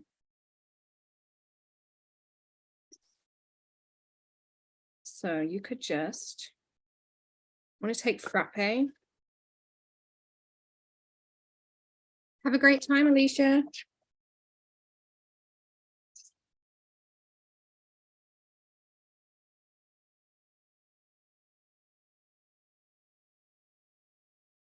I'm going to take just a little bit of this. Scratch. And I'm just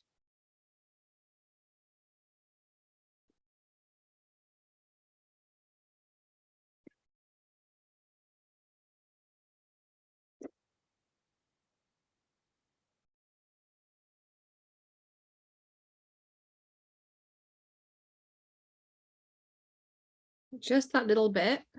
You see, it's really gentle, really, really gentle. Yeah, Squid Buster is our own invention. It's our own cleaner. We created it, and you just think you can just about see just that little light bit of stenciling, really like just fills in that white space, and really light with some frappe too. And I just avoided the car, so I kind of just did a spotlight of my own. And you can see there, like exactly, just adds that a little bit more interest. A little bit plain before, add a little bit of stenciling like that. And now it looks amazing. No, I only used a tiny little bit of ink. I might just heat blast it, but you really don't need anything when you use just a tiny amount. With the stamping and stuff, yes, then I would heat set it or use some clear embossing powder. But with that really light bit of stenciling, it's going to dry pretty fast. I would just give it a second and you'll be good to go. So there's another card. Look how many cards we've made today. Like, look, I have this pile over here, and this isn't even all of them because I've got the glitter ones drying over there. Like, we made all of this. Although my favorite is still that love card from this morning. I don't know what everyone else thinks, but that was my favorite. I think it's in the lounge. I'll show him, my friends. And one of them was like, "Did you draw that?" I was like, no. This one. This was my favorite. My absolute favorite is this one. Okay. So happy birthday to your mum, Jay.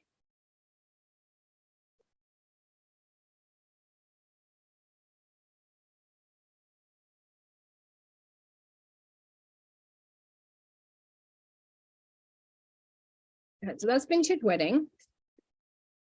We also have Happy and oh, wrong. There we go. Where did that camera go? Hang on. There we go. No. There we go. This is Happy Anniversary. So this is another one as well.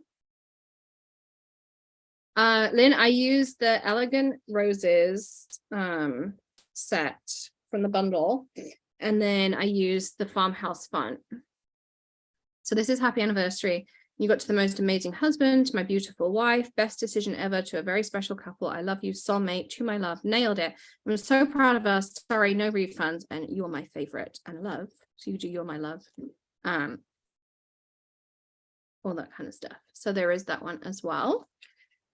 And then this one is gorgeous. Look at this. Love. Love is Love is patient, love is kind, love does not envy, it does not boast, is not proud, love does not dishonor others, is not self-seeking, is not easily angered, keeps no record of wrongs, does not delight in evil, perseveres and never fails. And the nice thing about this stamp here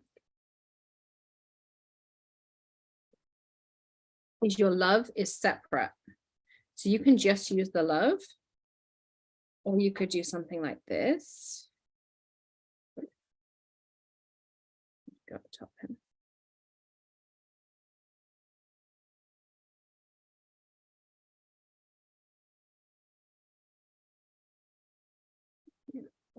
One on. We did it longer so you can use it on a slim line card too, and you can repeat it down if you want to. I want some fog. And I really want independence, but I haven't. Yes.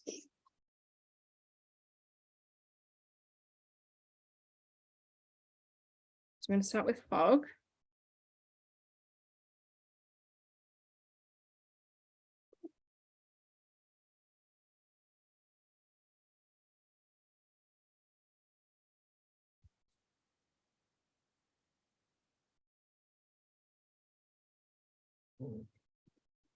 Slime line, yes, a slime line. That has to be Alex that put that. Yeah. How did I know?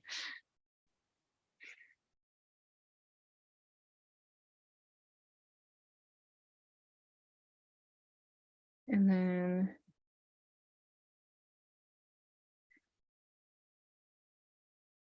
of course you could use any of those one lines on their own too.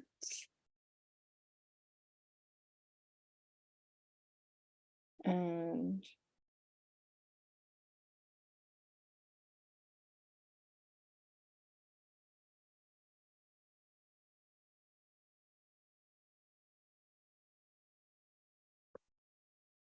and you can put the love. So you could do the love a couple of different ways. So we could do love like this, which I think is what I'm going to do.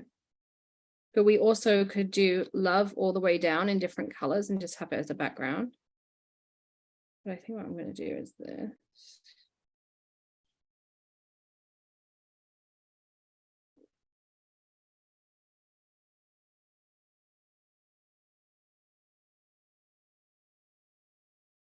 I'm going to do an independence.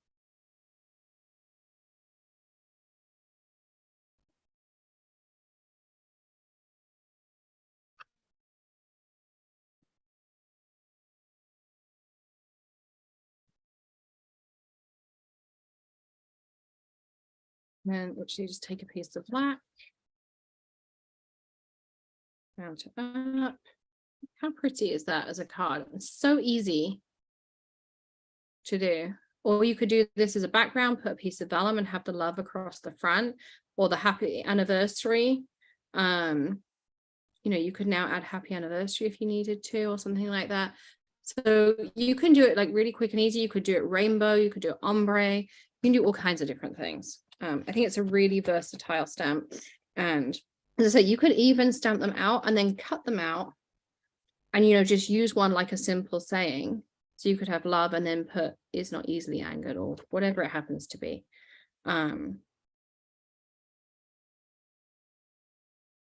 So you could do them like that as well.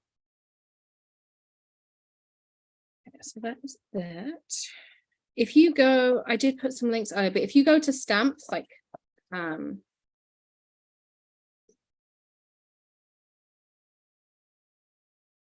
then you can sort by newest and you'll be able to find them as well.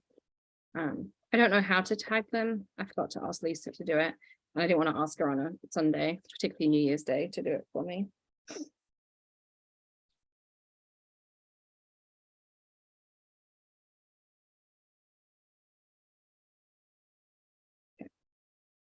Now, this is the next one I use. It's called Wedding Flowers. So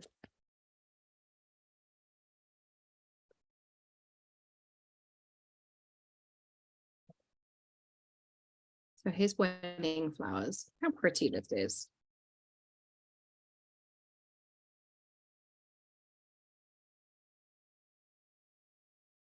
And then we've still got critters in love to use. I really want to try and use these too. Like this is my second favorite set in the release. Little critters are so cute. We have an hour, so we'll see how we go on. Okay. I'm working on it. We're okay. So we're gonna do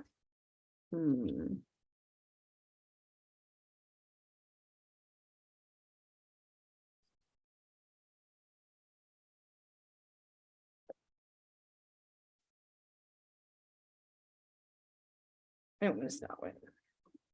So I want to show you the water stamping. We talked about this earlier, and I think these florals will look really, really pretty with it. So let's grab a piece of scrap to blend on. Have the blending brushes.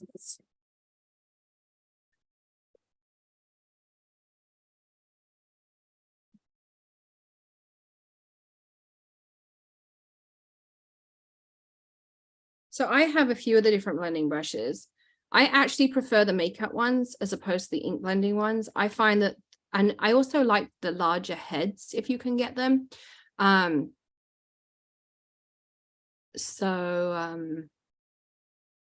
I like the larger heads because I find that that gives me a softer, easier blend than anything else. But that's just my personal approach on that one. Maybe some.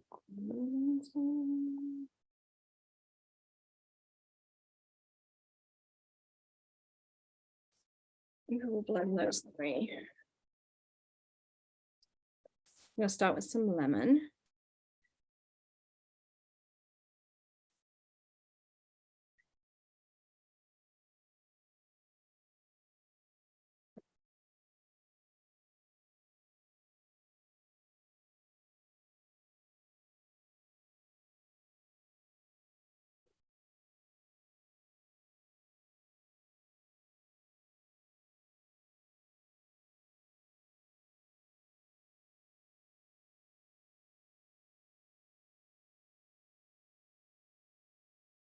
I want to add some Cotswold at this end. See the difference? So this has that really smooth blend because I use the makeup ones. These are the ones that they call ink blending brushes. I much prefer the bristles on like these ones. I'll show you. Look, now that I'm going over it with this, you'll see the difference. Now I've got to blend out that mess I kind of made.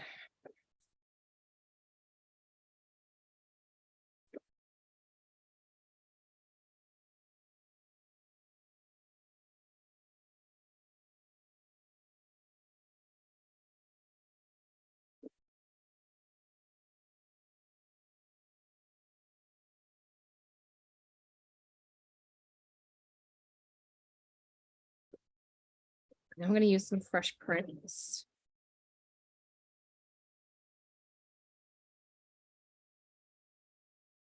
That's what I know. It's okay. Luckily, we're going to stamp on it, so all of this stuff is not really going to matter. And so what you'll notice I did is I did my light, and then I did my dark, and then I take my mid shade on here, and I'm actually going over the top of my dark again, because you'll get this like seamless blend that way. If I now went this way, I find my blend isn't as seamless. So if you're doing the ombre, do the dark and then go with your mid over the top, or do your mid and then go with your dark over the top. Doesn't really matter which way you do it. You will get a much, much nicer blend.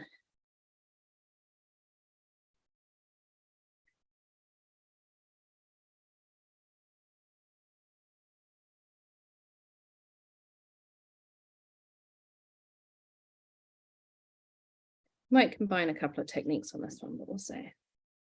We'll see how it starts to come together.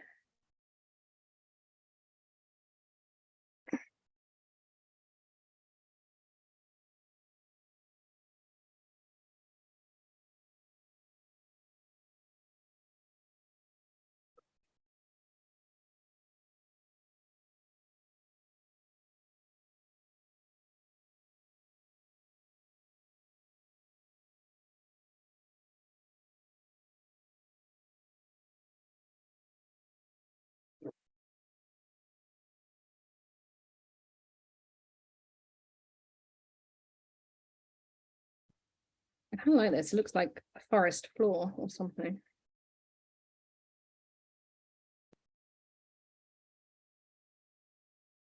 Yeah, I feel like it could go that way, or it could go that way. I don't know. And then Tracy says, I wish you could invent something to keep dice from disappearing press. Get the Spellbinders magnet diamond thing if they still have it. They've been the best things. You just put it on your desktop and then your dice stick to it as you're using it. Fresh Prince is not considered a neon bow. No, it's not. So I'm going to take this. I want a piece of kitchen towel close at hand. Actually, I want to do two. I don't need them, I know. And I'm going to do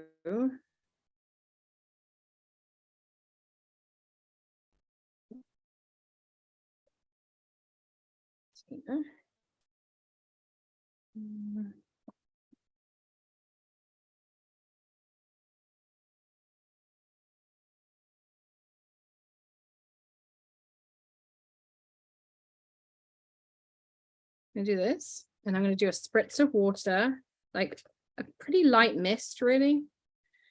And then I'm going to stamp with it. And the one thing we're going to do is we're going to leave it down for a second. Do not lift it straight up. I want it to stay down. Okay. Because I want that reaction to start coming out.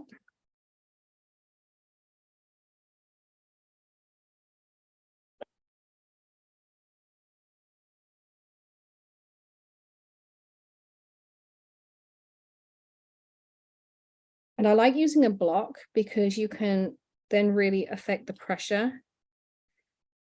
So you can start to see this reactions occurring. You see down here, it's starting to come out. Okay.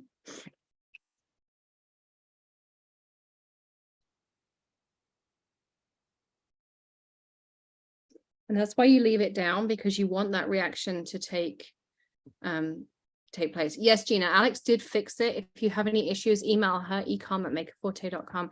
Make sure you're using 2023, not just 23 on that 15% code.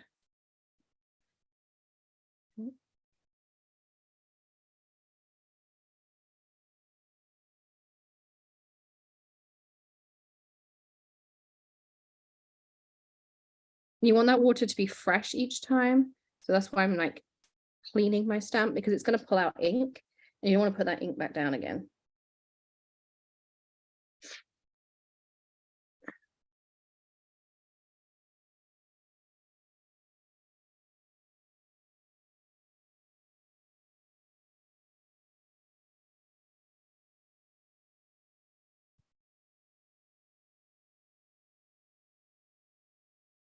So I'm literally just stamping with water.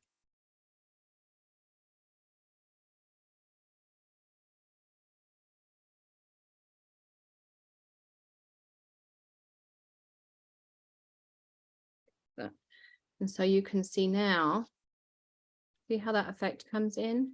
So you get this like really cool, it's almost like the blasted silk effect.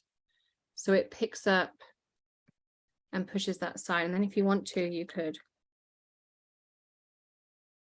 just add a few water splats here and there.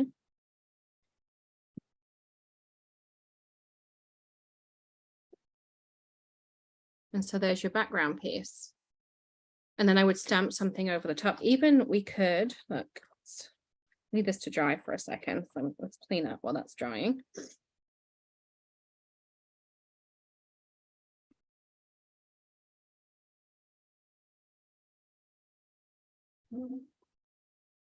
Take this bit of spray.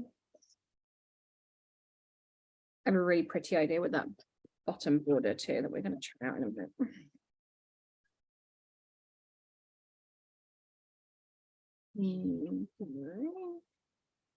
Remarkable.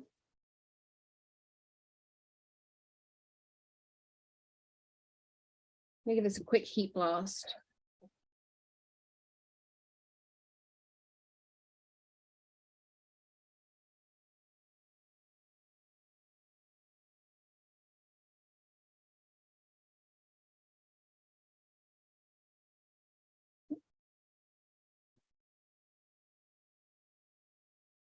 The flower set is called Wedding Flowers.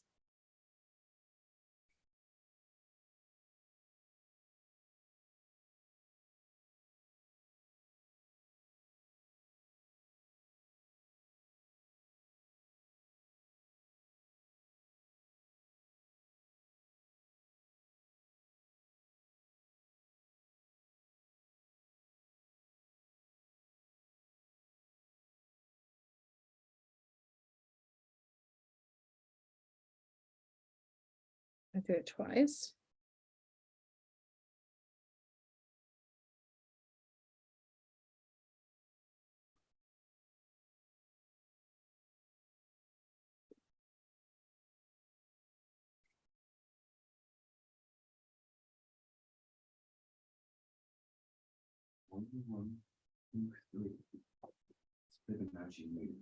Yeah.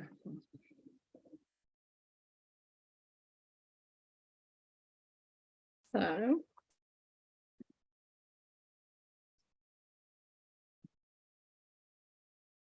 I'm going to grab that happy anniversary.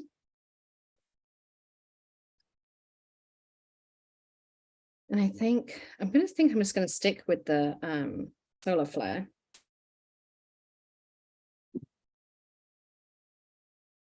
Yeah, just black then.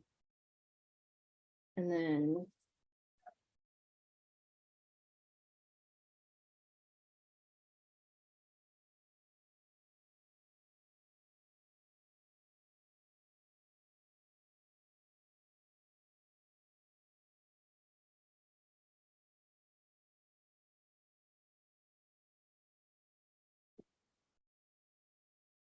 maybe use the happy anniversary.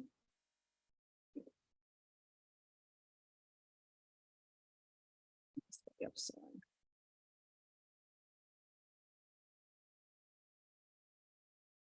I want a happy anniversary. I might actually want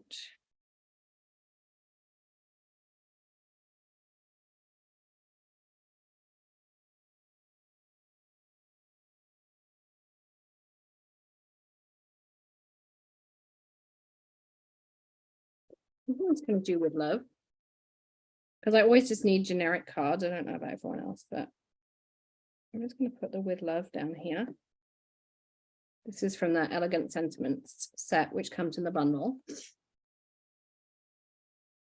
Need clear.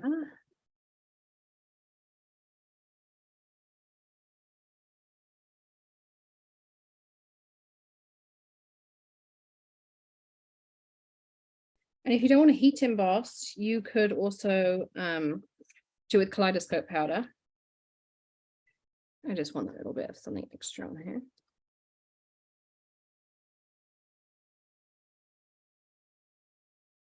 And let's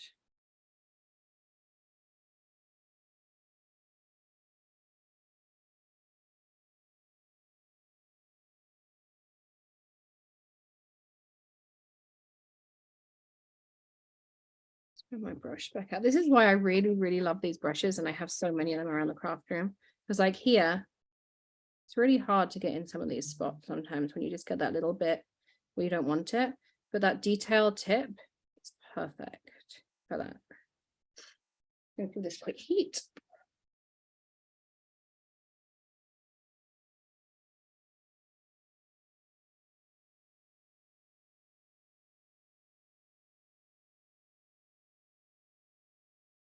I'll powder back.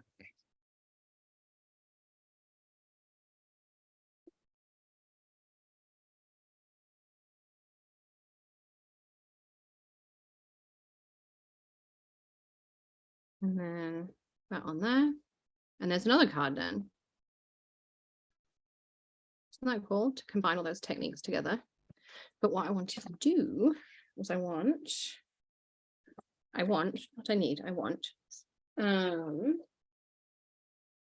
piece of my Vellum.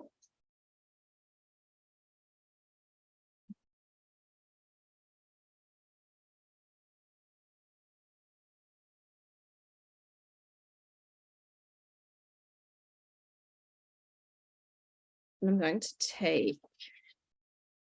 from the same stamp set.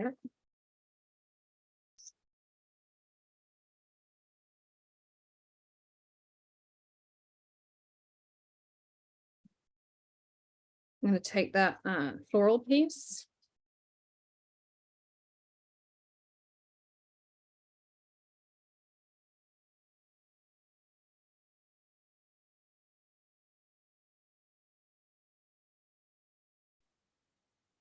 And I want snow flurries embossing paper, which I think is this one.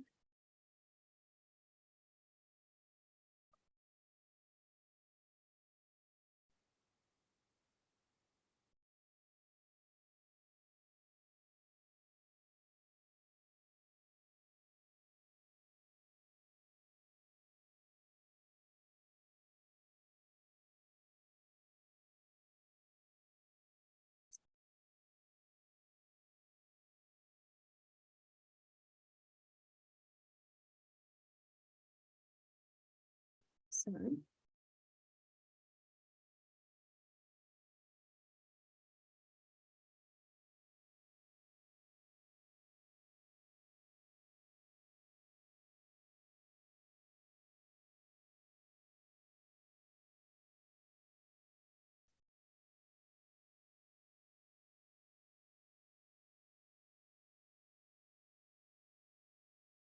again, I'm heating it from underneath.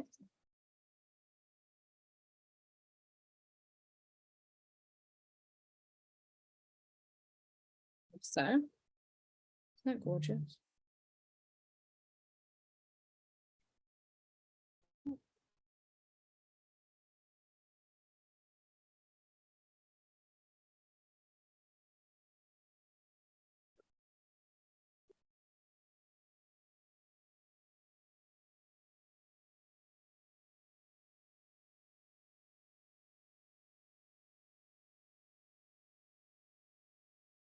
Depowdering my desktop just a smidge. Definitely getting changed before we go out to dinner. My black jeans are covered in glitter. And then I'm going to take Copic to, I don't know how many. And I'm going to color on the back. And I'm going to start off light, all the same color.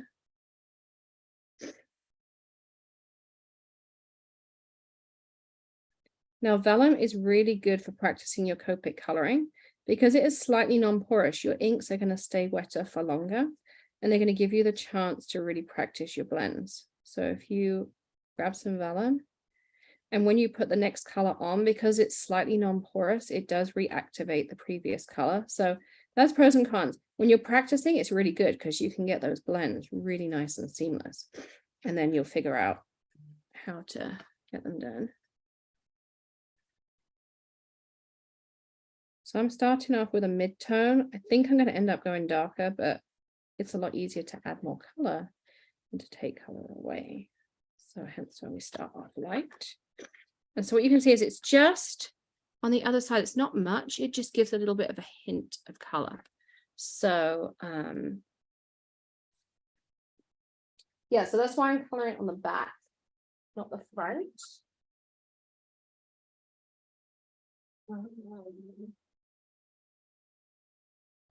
I think I'm going to go to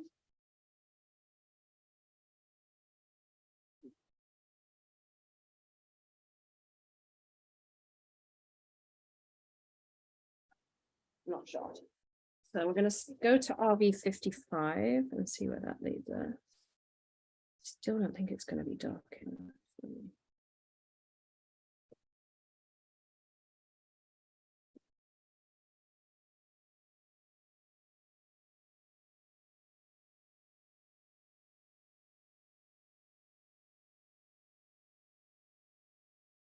Going bright.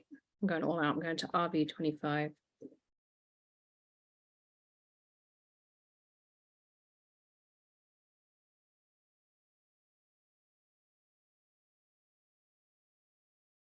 Go big or go home. And I'm literally just chasing the outline and filling in as I go.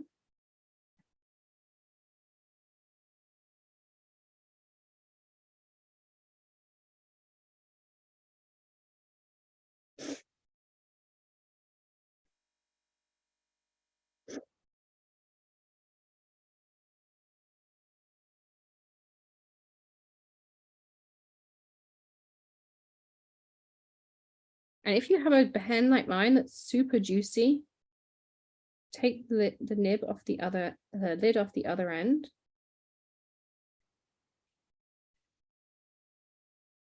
And all of a sudden, the equilibrium of the pressure will suck up those drips and you won't get those splodges. Like this one is clearly like recently re-inked because it's super juicy.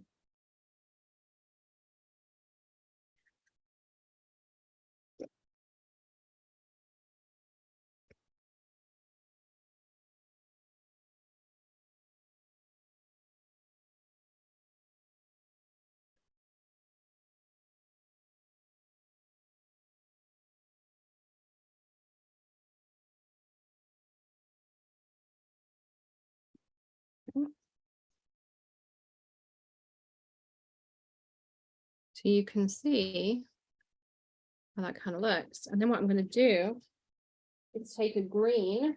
I got YG17 here. I'm going to fill in around it. Now I want to be careful because of course pink and green are going to make mud. But as long as I'm careful, you can see careful doesn't mean I have to take too long.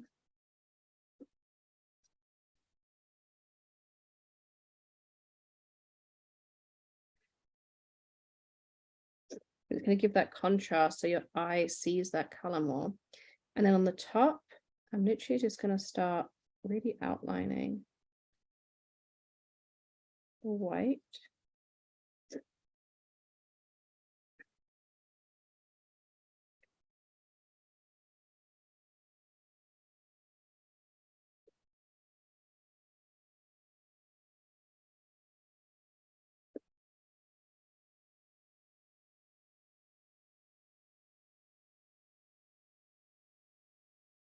So.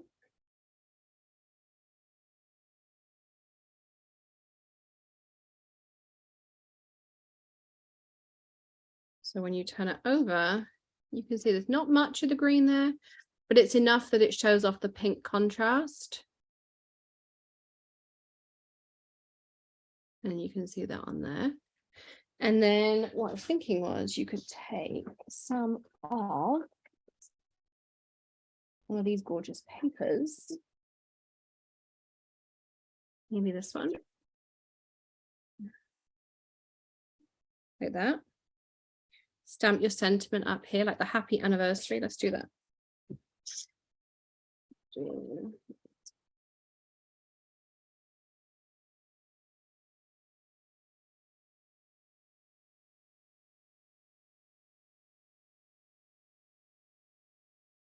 I'm actually going to bias it to the right.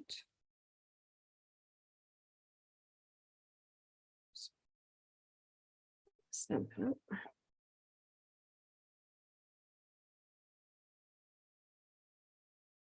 I'm going to go gold on the sentiment just so it like offsets against the white.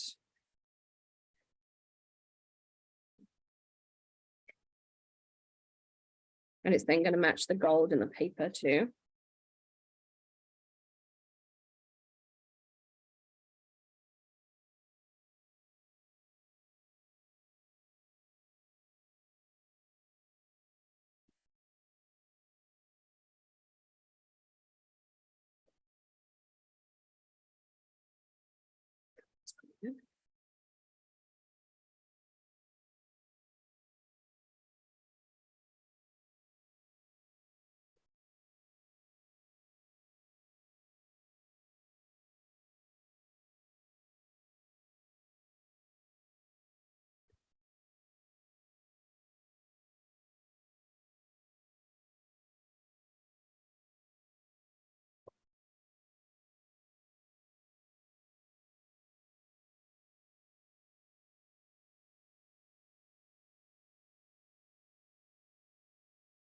And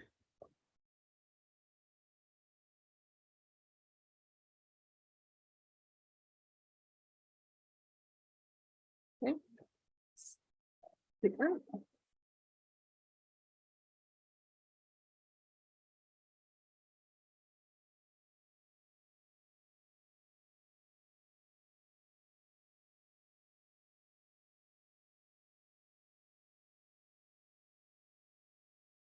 It's gorgeous. And then mount it on there.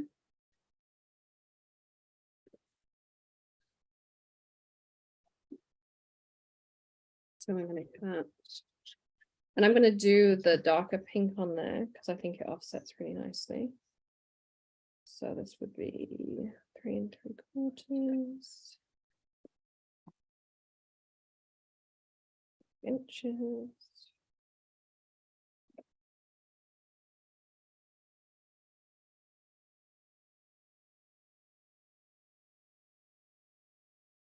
And a piece of black.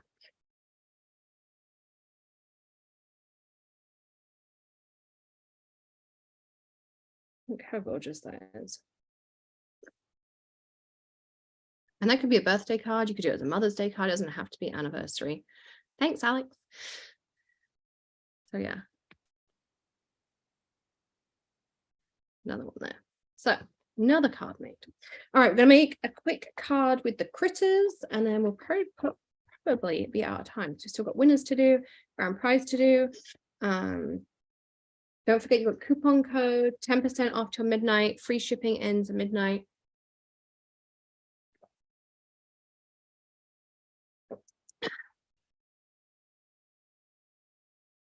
So these are critters in love. So you've got kitty cats, you've got bears, you've got a cat and a rabbit. You've got, I think these could be little piggies up here as well. Yeah. And then you have these that go with them. And again, you can use this with anything. So we've got love. I mean, that banner you could use anywhere. Happy anniversary. Somebody loves you. I love you. Pig time. You're perfect. Love you very much. I love you. Love. Happy Valentine's Day. Will you be mine? And cuddle time. So yeah, and like super, super cute. Friends are like, oh, they would look so cute together, Wendy. Yeah, for sure.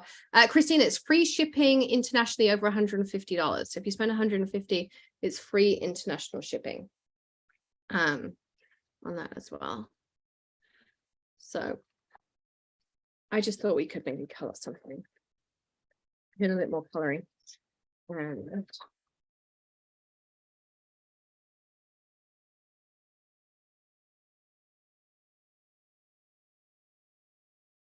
things over here.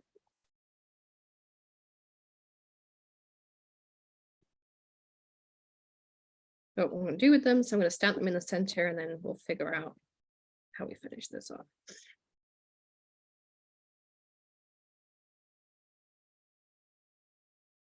I didn't put anywhere near enough ink on there.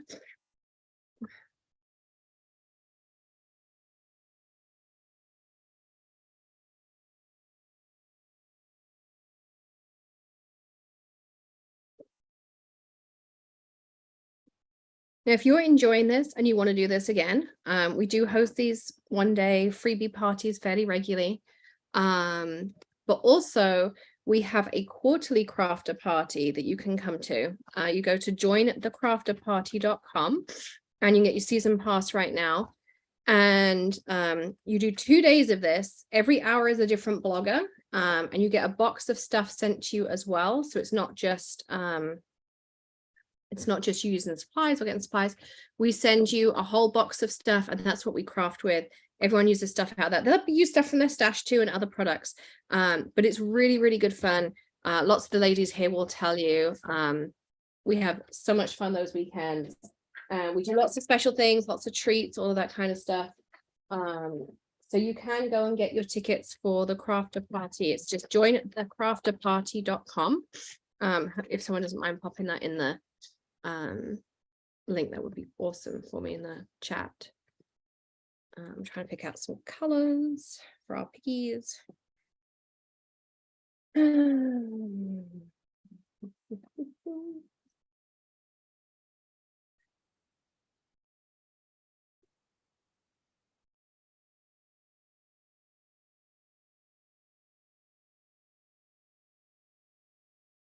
Start with these. I don't really know what I've got. So this is the other thing I do. I'm not really sure what colors I've got. Take a piece of paper and I will just, in the same, move my Misty out of the way. It's really not helping me.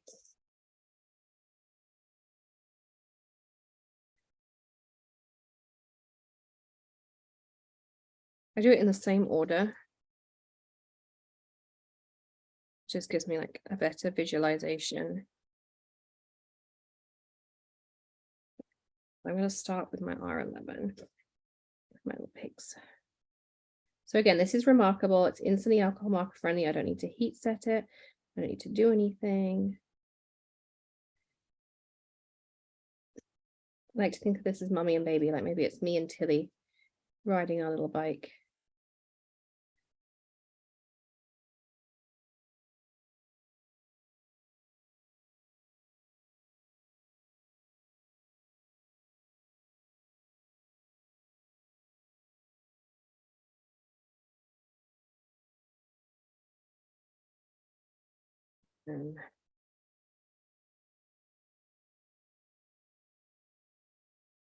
Notice I'm flicking again.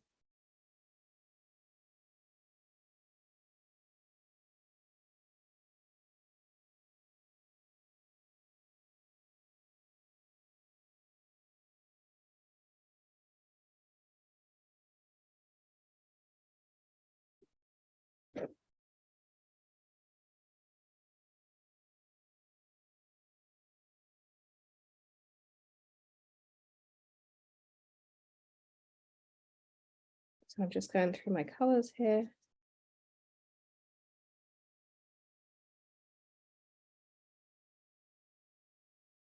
I'll give him a little bit of a tummy in here.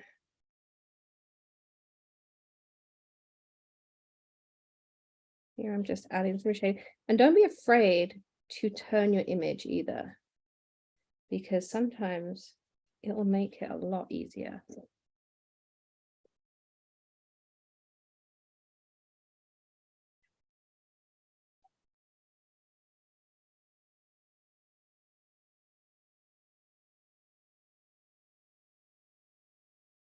Also going to give them little pink noses. A bit pinker than I wanted, but it's fine. And then some rosy cheeks. Now, normally I do my blush by flicking, but on these, I kind of feel like they need those little round rosy cheeks. I'm just going to dull this down by going with a lighter color. So if your color comes out too dark, if you take a lighter color, it will pull some of that color out for you. So now you see their nose is like, now they don't quite so bad.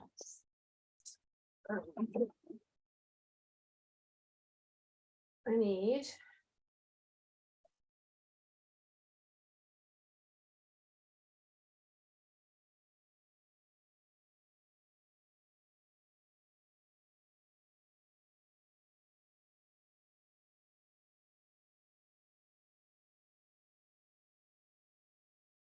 some C's to do the bike.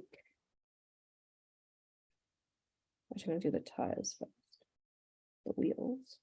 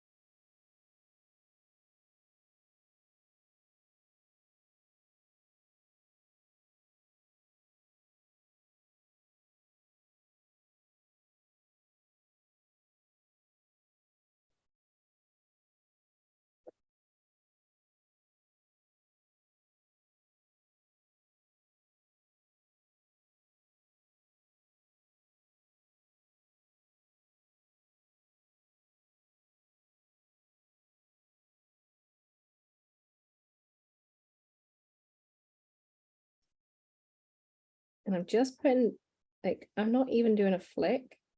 This is C8, so this is super dark, and I'm just putting a dot in the center.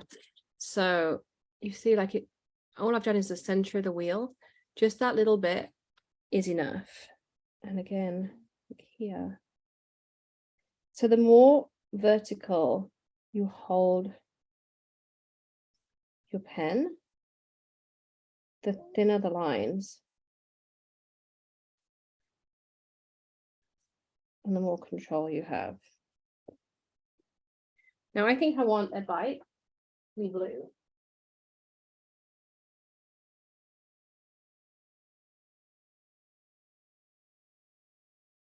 Ooh, a cute little blue bike.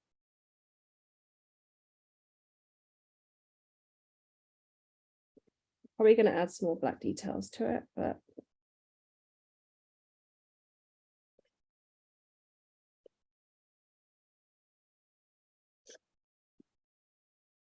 I'm going to start off with the blue, and then I can always make everything darker. Very hard to make it lighter.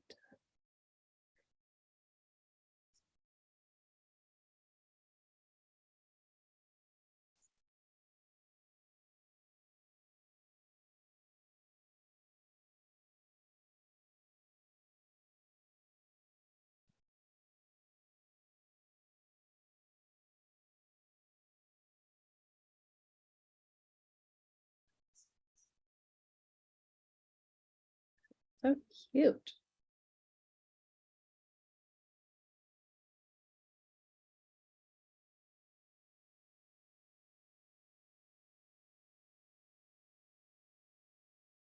Make this petal dark like that. And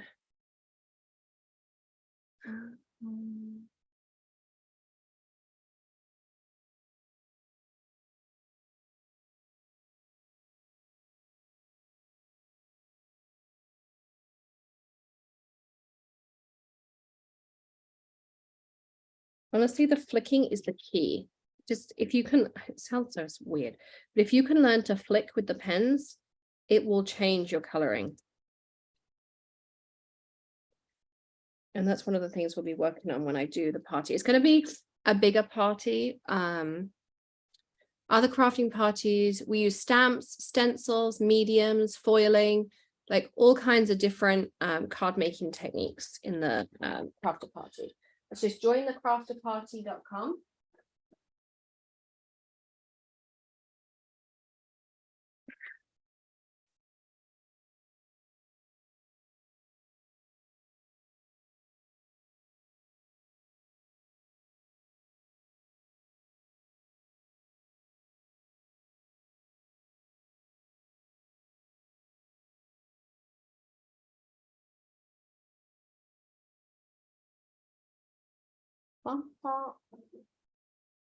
And now these details are so small, I'm not even going to add shading.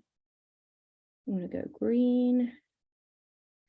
And then we're going to have little pink hearts.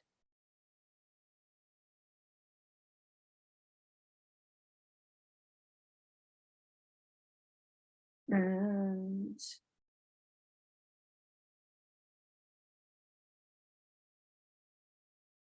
we're going to have purple flowers.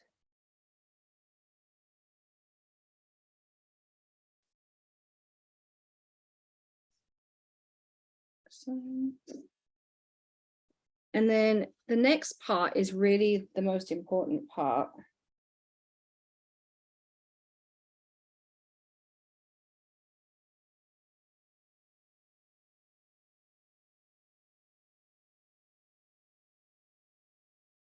Is I'm looking for the right color.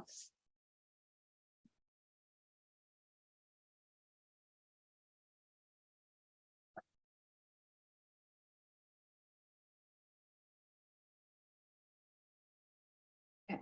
So these are really cute, don't get me wrong. They look awesome. Yes, exactly, Sandy. So they look really, really cute, but it's kind of weird because there's nothing going on around them. So we're going to start off with our T0. And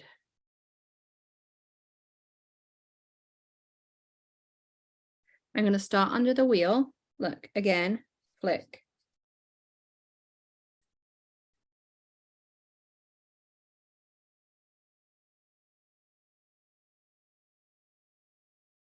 So you see all of a sudden, they actually now sit on some ground.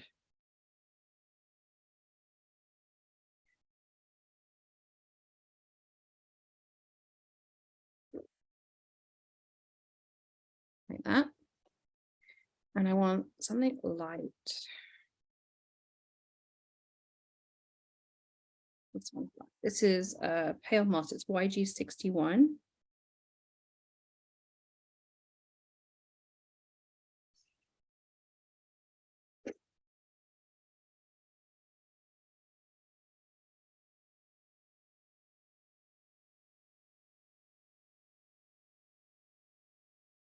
I'm taking that grounding we just did.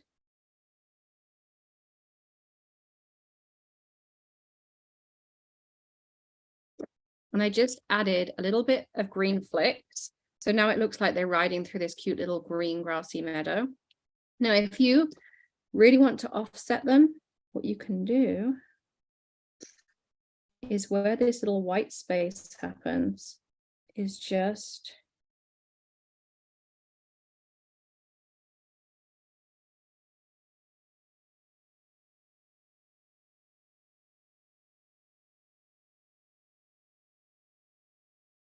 don't outline them. I'm doing dots. And not even many of them. It's a bit dark. It'll fade out.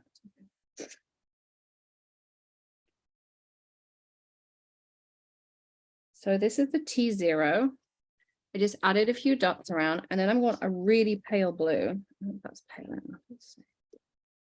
I don't want even more. Yeah, this is the BG 000. There is a quad 0 too. Paula, honestly, you could do this, and it's all practice. Just start with doing flat coloring, and you would get a feel for it. You can do it with color pencils too. It's a really good place to start. I try and like mix in, you know, some beginner techniques, some more advanced techniques. But I'm literally just doing dots. We can all do dots. And then as I go out, they just get thinner and thinner.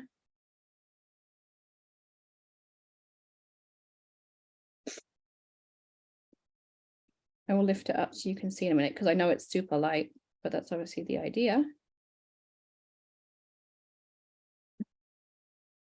So you can see just that little bit of like the blue now suddenly makes it look like there's a little sunny sky behind them. And you don't have to go and do the grounding and do the grass and do all that. Just start with flat coloring and then build it up from there.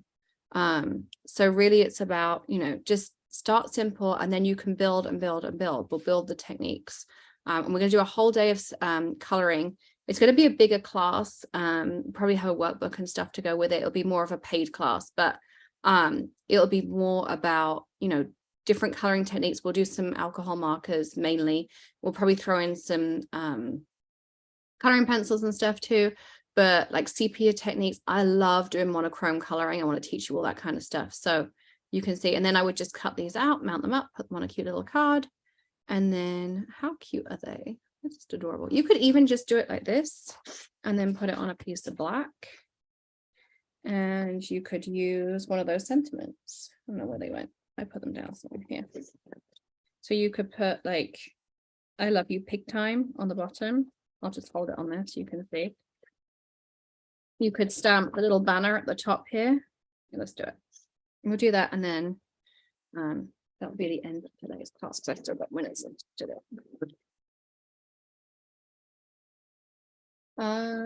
Yes, Alex, I think, well, I don't want to say yes and there's not. Sign up for the notification emails and then we can double check it for you, Christina, because I don't want to say yes and we don't have it.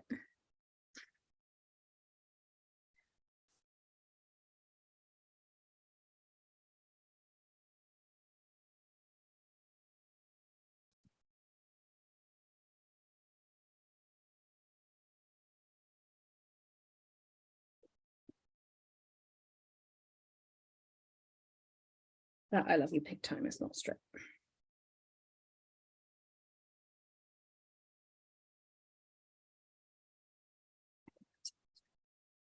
Okay.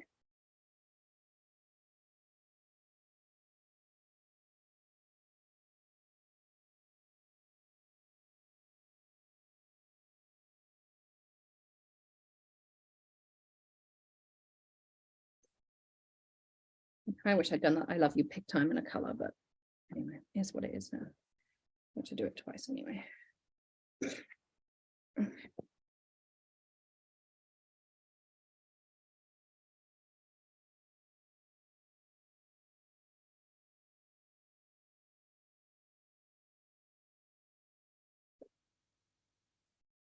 Yeah. Look how cute that is. It's ecom, ECOMM at makerforte.com, Lauren. So I don't move that.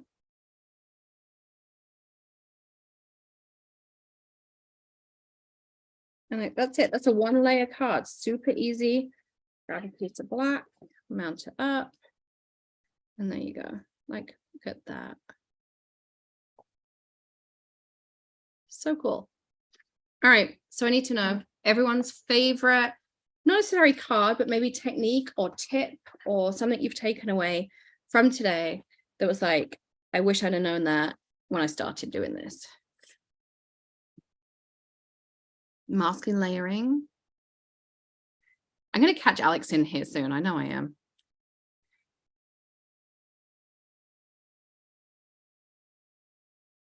Stencil techniques, the flowers. I really love that flower one. This one that we did first thing. So you also have the option to still get the VIP pass till midnight tonight. That gives you the 15% off, the $15 off coupon, the PDF wrap-up guide, the here I'll show you one of the PDF wrap-ups that she does so you can get an idea. Bring it up while we're talking. And then I've got winners, and then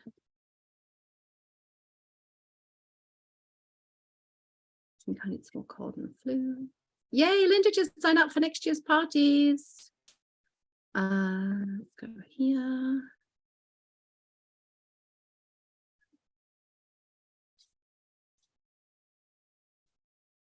Here it is.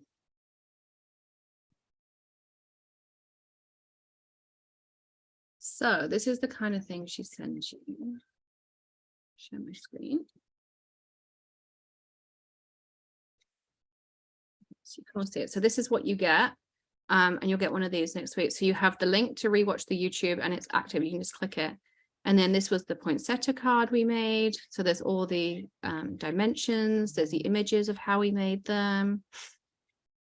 A sketch cardinal card, the Into the Woods card we made. So you get all of this. And she even links the products so you can go get them. This one. Masking. So you get this for the whole event. This was the floating fronts. And then you also get access to this video the whole time. So that's what you get on the VIP. So you get all of that kind of stuff as well. And you have until midnight tonight to buy the VIP, Sheila. Midnight tonight. Stamping with water, yes. Alex, can you drop the link to the VIP for them one more time, please? Can I show the new stencils once more? Yes, maybe. I don't know, they're all over the place. So this is Heart Flourish frame. What else have I got here? This is Vintage Corners. Then I've got Nail Dirty. Go into the chapel. Floral dividers and heart confetti. I might be missing one, but that should be most of them. What's this one? Oh, a cathedral window. This one. That one. It's a one-time charge, Nita. So you get the wrap-up, the video, everything. It's one time, and it includes all of that as well. All right, so I'm going to do 2 $25 gift card winners, and then we're going to do our grand prize winner. So everything. All right, so our first $25 gift card winner for now is Charlene Blackwood. Congratulations, Charlene. And yes, Bethany, I will in a second. Our VIP winner is Joy Padley. Congratulations, Joy. And then we're going to do the grand prize in a second. And one more thing. I'm going to do the papers and then I'm going to do the grand prize. So you have wooden backgrounds. This is the elegant wedding, vintage wedding, elegant wedding, the wedding one. This is watercolor backgrounds. I mean, look at that. Like they are so pretty. So pretty. And then on the other side, you've got these kind of fun ones too. And then you have the foilable ones, inkable, all of that stuff. And that is Let's Celebrate. Okay. All right. So the grand prize winner has a choice. They can either get a Cricut Joy or a $250 Make a Forte gift card. So they can pick. So Alex will reach out to you. And the winner is Tracy Starkweather. So congratulations, Tracy. You are our winner, and Alex will be in touch with you next week. So we're all off tomorrow. We'll be back in again on Tuesday, and lots of fun stuff coming up. We've got Lift Your Spirits, not this week, but next week. All that kind of stuff coming up. Super excited. And lots of fun stuff coming up for the year as well. Crafter parties coming up. You can go to jointhecrafterparty.com and do that as well. And if you need anything, get hold of us, ecom@makerforte.com. We'll check it as much as we can. If there's any issues, we will come back and rectify them and everything as well. And thank you for spending some of your New Year's Day with me. I hope you all have a wonderful 2023. Stay crafty, and I'll see you in a couple of days. Love you all so much. Thank you. Bye.